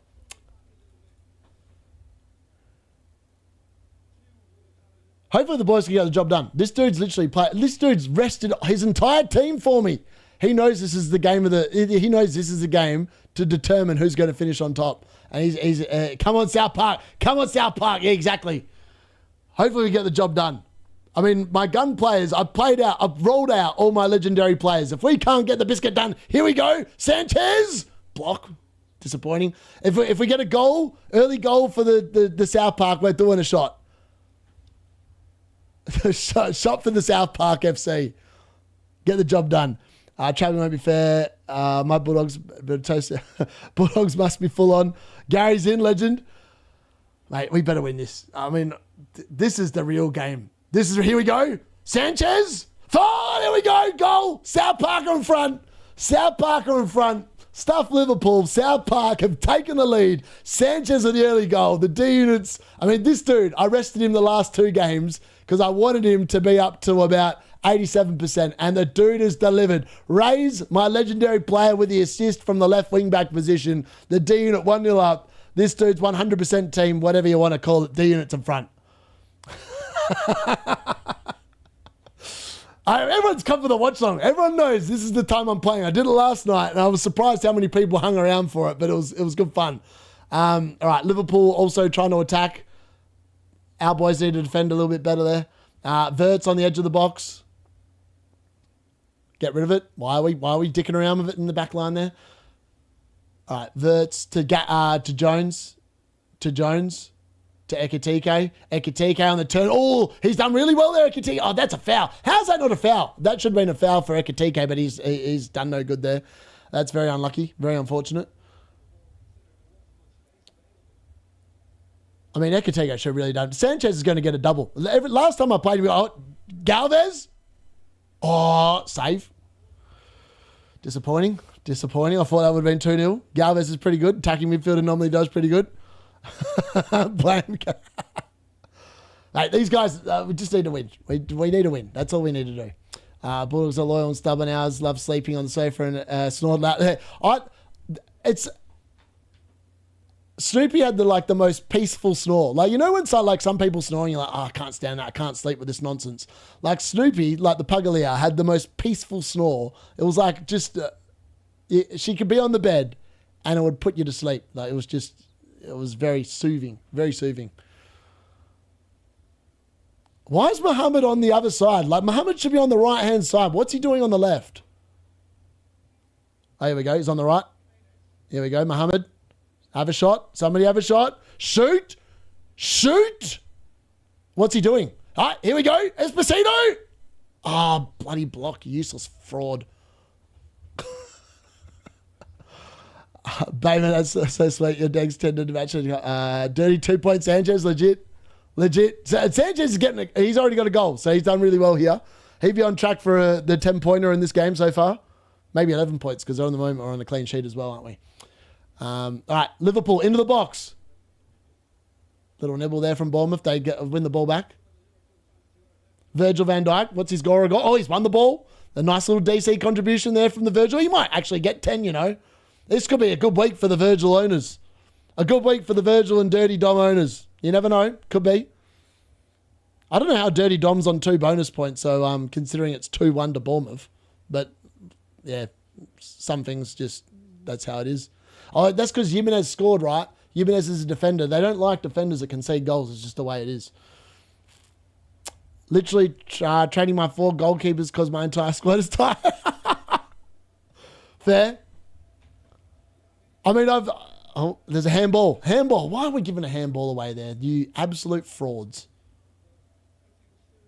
I tell you what, this midfield though, Sanchez and Ferry, when they start in midfield together, we normally have a pretty good game. Like they both score goals. They're both like central midfielders that score goals. Oh, foul. That's not good. Free kick. Oh, gang. Why are you giving away a free kick there? You idiot. This is going to be a goal. Oh, good block. Good block from someone. Get it out. Bloody gang. Dirty Dom is a legend. Get used to it. Dirty Dom's definitely going to be like one of them players. You've got to either hold him for like forever to get a return like this week. Or, yeah. I mean, like that's his second return in 13 weeks. Curtis Jones. Robinson. Oh, good ball in. Cleared away. All right, booking there for Roos. That's not my player. That's good. All right, here we go. This is where we should be scoring goals. Why is Hunter taking the free kick? What are they doing, these idiots? Oh, we've won another free kick. Sanchez, free kick, into the box. Why is no one shooting? Useless. Gang. I know. His name's brilliant. His name is called Ji-Sung Gang. Is it G-Gang? What's his name, actually? Jin-Sung Gang. It's like Jin-Sung Park, but it's Jin-Sung Gang. I'd like to see... Oh, hold on. Oh, good block. Get the ball out of there, you idiots. All right, Liverpool free kick. Can Dirty Dom rule it around? Is Chong playing, D? No, he's not playing. It's Gang. Ji-Sung Gang. Ji-Sung Gang. All right, Dirty Dom and Mo Salah over free kick here, about 25 yards out for Liverpool. What can they do? Hey, how many fouls have we won? Like, can we just get the ball in the box and have a shot? Like, what's Esposito doing? Dude's rated like 70-odd and he's done nothing. What absolute fraud. All right, Dirty Dom with the free kick. What can he do? Can he produce a moment of magic for Gary? I can! Dirty Dom! Dirty Dom with a huge haul! Dirty Dom with a huge haul. It's a Mo Salah assist. Mo Salah's rolled it to Dirty Dom and Liverpool have equalised. I mean, Dirty Dom owners rewarded with patience, but how many of them would have been rewarded with the patience this week? That's the key question. Dirty Dom with the equaliser. I mean, it was a good goal. In fairness, it's a good goal. It's a good hit from Dom. He's actually really good. Sanchez, hot block, unlucky. 2-2. So 2-2 there. Bournemouth versus Liverpool. Where's Gary? Gary can't believe it. After the 0 pointer last week, it's Gary's revenge. Gary's revenge. The funny thing is, I call it just as well when it goes the other way. Dirty Dom. I know Andy's luck is just so kissed this year, man. Legit. Sometimes you just get lucky in life, don't you? In the game, most of my team are Asian, I think. What a goal. Yeah, man. I mean, what's Petrovic doing there? What's Petrovic actually doing there? Like, he's just... Oh, what a save from Becker! Oh, that's how... I mean, this game's come to life. I mean, Bournemouth probably should have been back in front. That's a good hit. That's a good first-time hit. I think it's from... Was it Brooks, Christie? Who is that? I don't know. Either way, that was a great save from Becker. Salah assist. Yes, it was a Salah assist. Dead-eye Dom. Kanji got make it on tonight after that. You got to love these peasants. They don't show up when it's not going for them, but they show up when it is. Criminal. D-Unit shows up regardless. Crap week, good week, D-Unit's there. We never throw in the towel. Bournemouth claiming a handball. I don't know about that, to be honest. All right, get the ball out of there. What are we doing? Asanov, get her out. Gang needs to lift his game. Gang's been poor. What's Hunter doing? Why is my forward... All right, what are we doing there? Get rid of that. Good save from Lawan. I mean, we conceded too many shots this half and not done enough of our goals. I mean, it's six shots to 3. It's been a pretty even game. I thought this would be a lot... I felt like we'd be a lot better in this game, but we've... Oh, here we go. No chance. No goal. Unlucky. Dom's in my 11 today. Very nice. Cheat. Ferry's been booked. Not good. Use review. Dirty double-digit Dom. Dirty Dom on Praz's bench. Oh, no. Has Praz really benched him? Oh, I feel bad for him. Praz is just having a horrible season, isn't he? FPL review wins. It doesn't really. Wilson is just as good a pick. Costs less money. And has been a lot more consistent. I need Gang to score for a joke. Gang's not going to score. He's my right back. Well, he shouldn't be bloody scoring anyway. Actually, he's my centre back today. Why are these guys not shooting? Like, we're getting the ball into positions where we should be dominating and then just doing nothing. We need Rays on the ball. Yeah, there we go. Get the ball in. What are they doing? Oh, here we go. Galvez! How many bloody blocks have we... someone actually have a shot that doesn't get blocked. Be nice.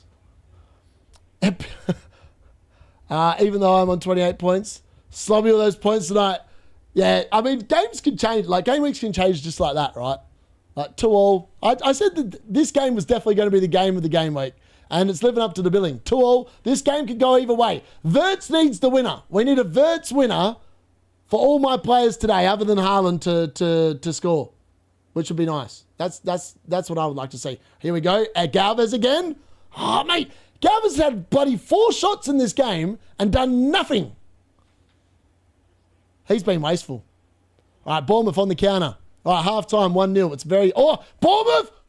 Even Nilsson, oh, he's put it wide! Even Nilsson's put it wide. He should have scored. Liverpool should be behind. Even Nilsson with a horrendous miss. Oh, he should have scored.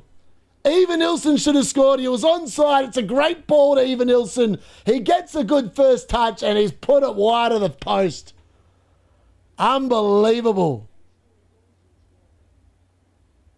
I can't believe he's missed.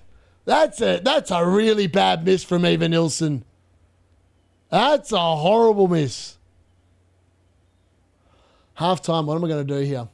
I need to make some changes. Ferry and Gang are in the book. Esposito's been wank. He's been wank. He's coming off. I'm not putting up with this crap. Esposito, you might be ranked 76, but you have done crickets, my friend. I'm tempted to get Galvez off. Galvez has had like bloody 6 shots and done nothing. You know what? Then we're going to do it. We're going to bring Rohan. We're going to make a double change. Double change. D-Unit's not happy. I'm not happy with that performance. Slothful. It's not good enough. We should be smoking this team. Well, actually, we shouldn't be smoking it. It's actually pretty evenly matched. Like, my boys are in training, so they're not 100%. These guys got 100%. You're proud of someone who also Captain Haaland went against him. Very nice. Verts, mate! Oh, that was so close. So close to a Verts return. Oh, what a save. What a save from Petrovic. That's a great save. That was actually, I think Verts is actually meant to cross that. It's been deflected and it's forced Petrovic into a save, and somehow the referee's given a goal kick when that clearly should be a corner. I don't know how Bournemouth got away with that, but that should have been a corner, but it's a goal kick. Come on, Verts, lift your game. Don't let the team down. Verts is seeing a lot of the ball now. This is good news. Just need him to get in the box, touch it, score, happy days. That's what we want. Here we go. Oh, what? Who's that? Jones, sloppy. Very sloppy Jones. I hate this game sometimes. No idea what your rank is. No way Liverpool are getting another draw. Salah assist. How many players do you have in your squad? I've got, in this squad, because I've sent a lot of them to train with my other team, I've only got 29 players in this team, I think. Have I got 29? I don't know. I'll have a look at the end of the game. This is going to be a crazy last 10 minutes here. 86 minutes gone in the Liverpool Bournemouth game, by the way. I realise the time is not on there. Bournemouth is still present. This game could go either way. Like, Bournemouth could grab a winner. Liverpool could grab a winner. I don't know. I don't think this game's going to finish 2-2. Bournemouth, take down in the box. Chance! Oh, they put it over the bar. Another chance there for Bournemouth. A decent look at it, but he's put it over the bar. He's put it over the bar there. Scott leant back. He leant back in his armchair. He put that comfortably over the bar there. All right, this second half should be starting any second because the other games have already kicked off in the league.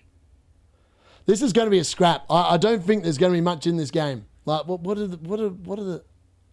It's 8 shots to 3. Like, we are dominating the ball, and we've been wasteful. Like, Galvez has been poor. Like, Galvez had 1 shot, 2 shot, 2 shots. He had a lot of shots at half. He had a lot of shots at half. He was just wank. Absolutely wank. Here we go, Bournemouth. All right, Liverpool on the counter. Verts, what can he find? I don't know what Verts is looking at there. What is Verts looking at there? That is a horrendous pass. Horrendous. Come on, Crapel. Shut up, Luke. Points per game got to be Haaland to Salah, surely? Well, based on the last 6 weeks, yeah, you'd have to say so. Based on the points per game, Salah's literally played 1 game and he's got, what is it, 5 points? Here we go. On!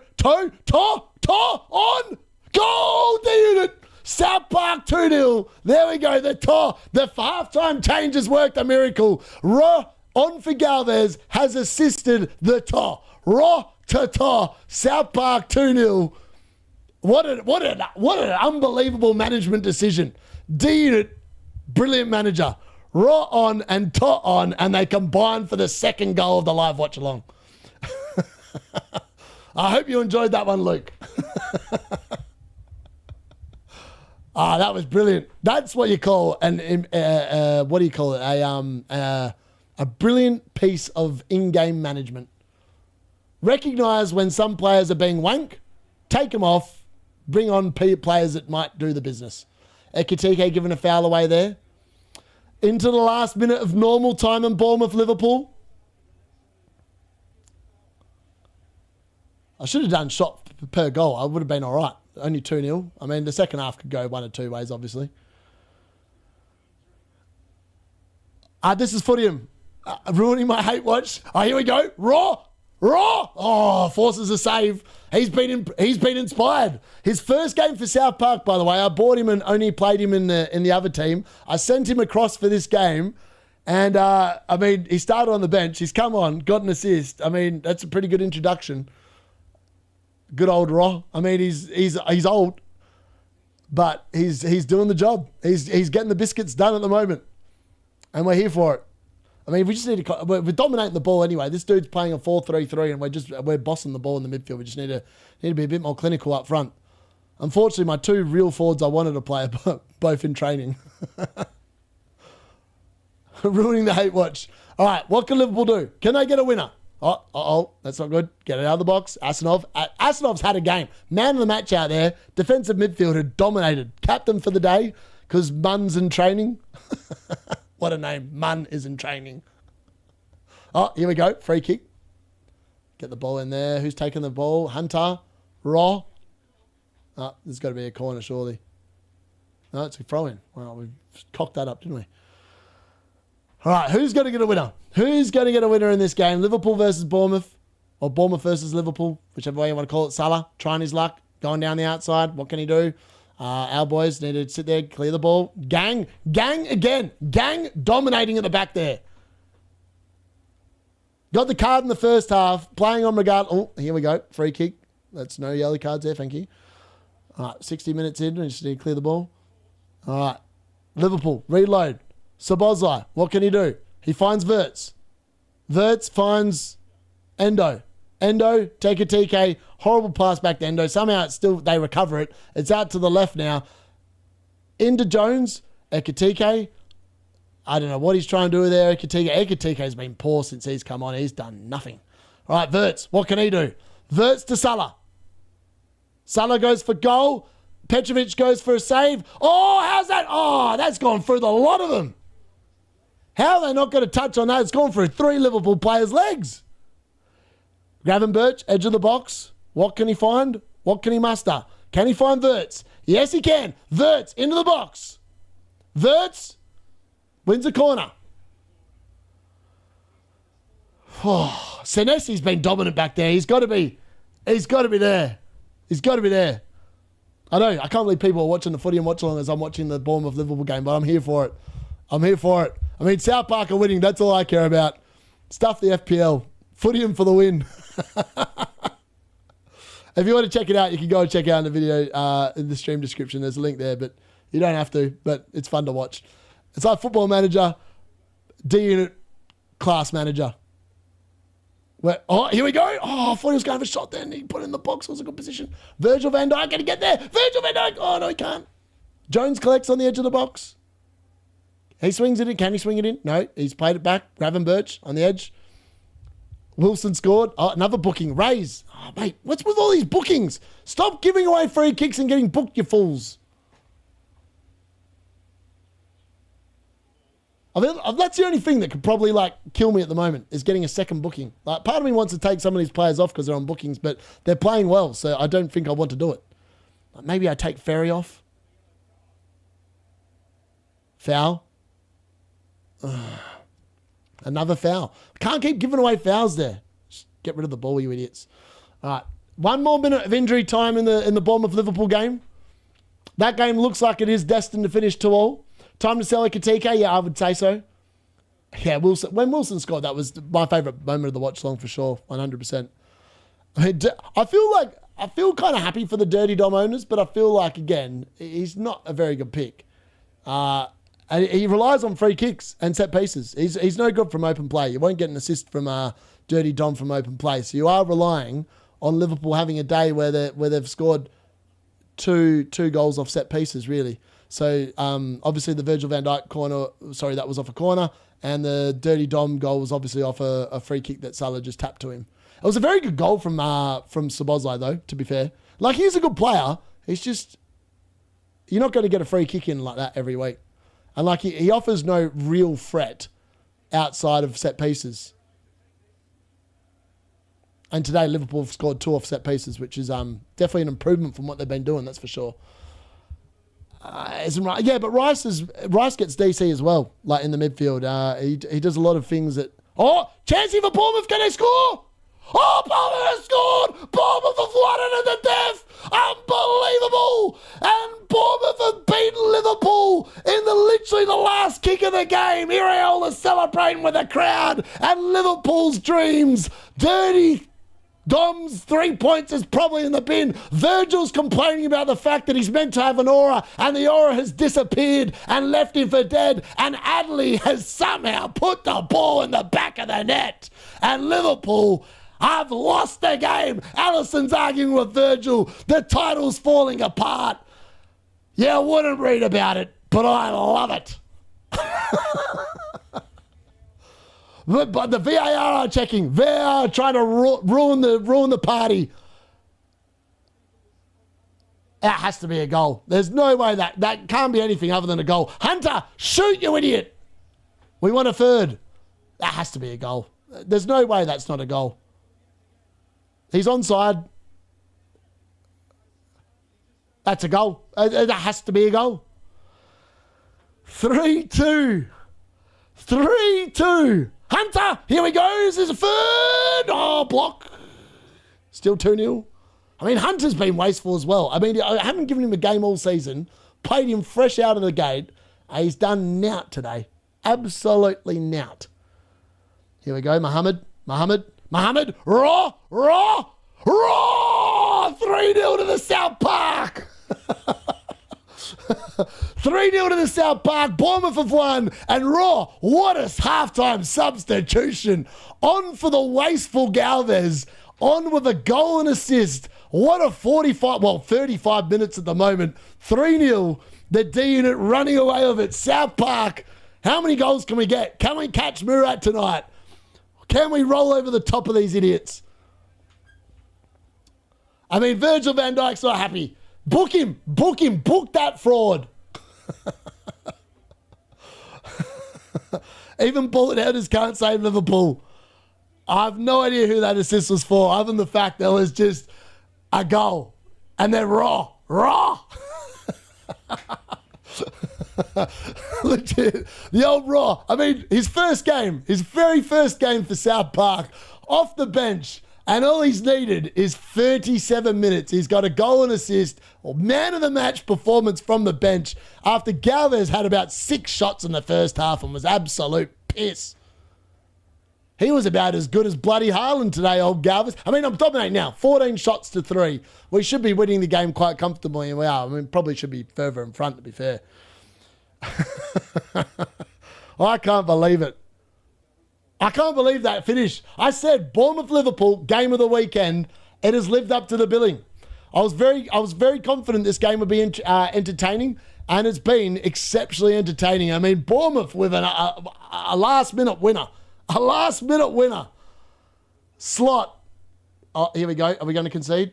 Oh, good save. Lawan's in top form today in goals. He's been the answer of everything these idiots have thrown at us. Crapel United can go back to Crapel Town. We've come to your park. You're second in the league, and we've smashed you. 3-0. How are you going? It's like Bournemouth saying, hello, you're Liverpool. Who are you? Virgil van Dijk still complaining, forgets he gave 2 away. Legit. Virgil van Dijk, he might have scored tonight, folks. He might have been good for FPL, but he's been horrendous for Liverpool tonight. Like, other than the goal, Virgil van Dijk has been, he's been worse than Canade. And Canade's been bad for Liverpool, but Virgil van Dijk with an all-time stinker. I mean, the goal he scored will cover up the fact he's been unbelievably useless in this game tonight. But yeah, it is what it is. How's it? I don't know how Virgil didn't get booked for that. He just whinged, he whined, he twined, as Nightmare likes to call it, twining, whining, same crap. Yeah, unlucky. I mean, Man United could go in the top 4. We could go into the top. We could be the challengers. We could finish second. Here we go. Raw. Oh, block. Raw. He's tempted me. Raw is getting me too excited. I'm too excited by Raw. What a name. Raw. Raw. Get in the Raw. What a man. On a halftime, 2 goals and an assist. What a man. 4-0. Smoked them. Second place team. Raw wants a hat-trick. Oh, it's full time. It's full time in the footy and watch along. It's won 4-0. Raw. That was probably my favourite call of the night. Other than Harry bloody Wilson, that was definitely up there.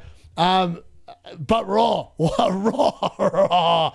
I love Raw. What a man. What a man. Get in. D-Unit. I'm going to finish on top. I'm in the harder league. I've got better teams versus me. I'm coming. D-Unit is coming. He's coming in FPL. He's coming in the footium Division 1. Hold your hats on there, folks. But yes, it has finished 3-2 to Bournemouth. I'm going to update that score very quickly. But the footium watch long has finished. And that went really well. So we're going to have a shot for Raw. Raw's brilliance has been biblical. We're going to quickly update that there. We're going to update that score. Yeah, crazy. That was a weird game. A really weird game. Bournemouth, that was a fantastic game to watch, to be honest. Virgil was terrible. Why does FPL give him points? D-Unit, Raw, dogging it. Rage Mate, Gary Fusey, review and cheating. Well done, Raw. Raw. I did not expect anything from him. When I bought him on a half-time, I didn't really want to bring him on, but Gavers annoyed me that much in the first half. I just wanted to get rid of him at half-time. And D-Unit's not someone that waits around. If I manage a football team, I don't like what I'm seeing, I'll get rid of him. And that's essentially exactly what I did. So, Raw delivered the good. Bournemouth have won, 3-2. I'm going to be currently on 25 points with 4 players played. So Vert's obviously with 2 points. I haven't updated that yet, but that's what I'm going to be on. Wilson with an amazing 10, Jared Bowen with an amazing 12, and Haaland with the 1 point brilliant off the bench blank. O'Reilly is going to be on 6 points. As things stand, obviously they added the DC, they took it away. He's going to be on 6 points, and Mukiele with 4 points on the bench, and Bart Simpson with 1. So we head into tomorrow in a pretty good position. We've still got the captain to play. Lots of players still to play as well. We've got 7 players to come, plus the captain. It should be, hopefully, a pretty good week with a little bit of luck. But yeah, Dirty Dom and Wilson doing very good work for a lot of people. Some players. Has Gary, Pubcast is on. Pubcast is definitely on. Gary's very keen to talk about Dirty 10-point Dom. What did Dom end up on in the end? Let me have a look. Hold on. What did he end up on? Where's the Dom? They go here. Dirty Dom. I mean, he might be on the 3 bonus still because he got a goal and an assist, didn't he? So he might be on 13. He's on 10 points at least. I don't feel like he deserves the 3 points, but he's going to get it. So Dirty Dom's going to get 13 points. Adley's going to get the 2 bonus. Even Nilsson's getting 1 bonus. Virgil, no DC again. Senesi, he's just a lot for DC, isn't he? He's a beast, that man. Assists for Hill and Scott. Goals for Even Nilsson, Adley and Jimenez. And goals for Virgil, Dirty Dom, Salah, and... assists for Salah and Dirty Dom. So yeah, Dirty Dom with a 13-point. I mean, he beat Wilson by 3 points. So fair play. If you've got him, you've got it. I mean, it's been a painful watch. Like, you've literally had no returns for 12 weeks. So inevitably, at some point in life, you will return. This was the week for Dirty 2-point Dom. With a big 13-pointer. Well done to the Dirty Dom owners. And Virgil van Dijk, I mean, what did he end up on? I mean, he's conceded 3 goals. He somehow didn't get booked, which was bizarre. I thought he was 100% going to get booked with the arguing at the end, but he did not get booked. So he's going to end up on 7 points. That's pretty good. Pretty good. Dirty Dom and Virgil combining for 20 points in a 3-2 loss. It feels not bad. Has to be said, that's not bad. Not bad at all. After you got a Dirty Dom hole, you... To be fair, there's not really much to rub in. Like, because I've got Wilson, and Wilson got a 10-pointer, and Bowen got 12. So I feel like me and Gary are both going to be in pretty good moods. It's just the rest that no-shows that are probably not going to be in good moods, to be honest. Members only. 32 points and 7 to go. Too early for me to get Haaland news in the States. Fair. Pubcast time. Gary enjoyed the Liverpool game more than anyone. He probably did. In fairness, I enjoyed it as well. Even though, Verts did nothing, it was a good game to watch. I like watching good football, and I thought Bournemouth-Liverpool, there's no way both of those teams are going to keep clean sheets. I thought it'd be an open game. It was an open game. It was like the first game of the season, except this time, Bournemouth, without Semenyo, without Kluivert, without Tavernier, just made Liverpool look pretty ordinary, to be fair. They made Liverpool look very ordinary. Outside of set pieces, Liverpool did not offer a hell of a lot in this game. And I'm intrigued to see what Slot does. Anyways, folks, thank you to everyone that's joined. Hopefully you've enjoyed that stream. Hopefully you've got a few points in your teams. And I feel like there were a few points flowing around today. A lot of people own Wilson, a lot of people own Dirty Dom, a lot of people own Virgil, not many people own Bowen, but I did. So that was nice. And a lot of people own Semenyo, and he also returned. So some people own Nunes, a lot of people own Gahey. So I feel like there's been a lot of points to go around. Even Van der Ven scored. It's been a good day for points. I feel like the week this week, unless you captain Haaland, which is very unfortunate because that's not worked out very well. But I feel like the average this week should be quite high. So, yeah. I'll see you all tomorrow. I'll be back for all the 2 p.m. games live on the channel. We'll be doing... Just checking the games tomorrow. So at 2 p.m. we'll be live for Brentford versus Nottingham Forest, Crystal Palace versus Chelsea, and Newcastle versus Aston Villa. And we'll be continuing on tomorrow night to watch Arsenal versus Manchester United in a game that I'm excited for. I'm intrigued to see what Carrot can do in the second game in charge. Intrigued to see if they can continue the bounce. You never know. The world's the oyster. Arsenal aren't playing amazing football. It's going to blow people out of the league, but it could. Anyways, I'll see you all on the pubcast very shortly for the lock-in. Me and Gary will be there taking you through to the early hours of the morning or night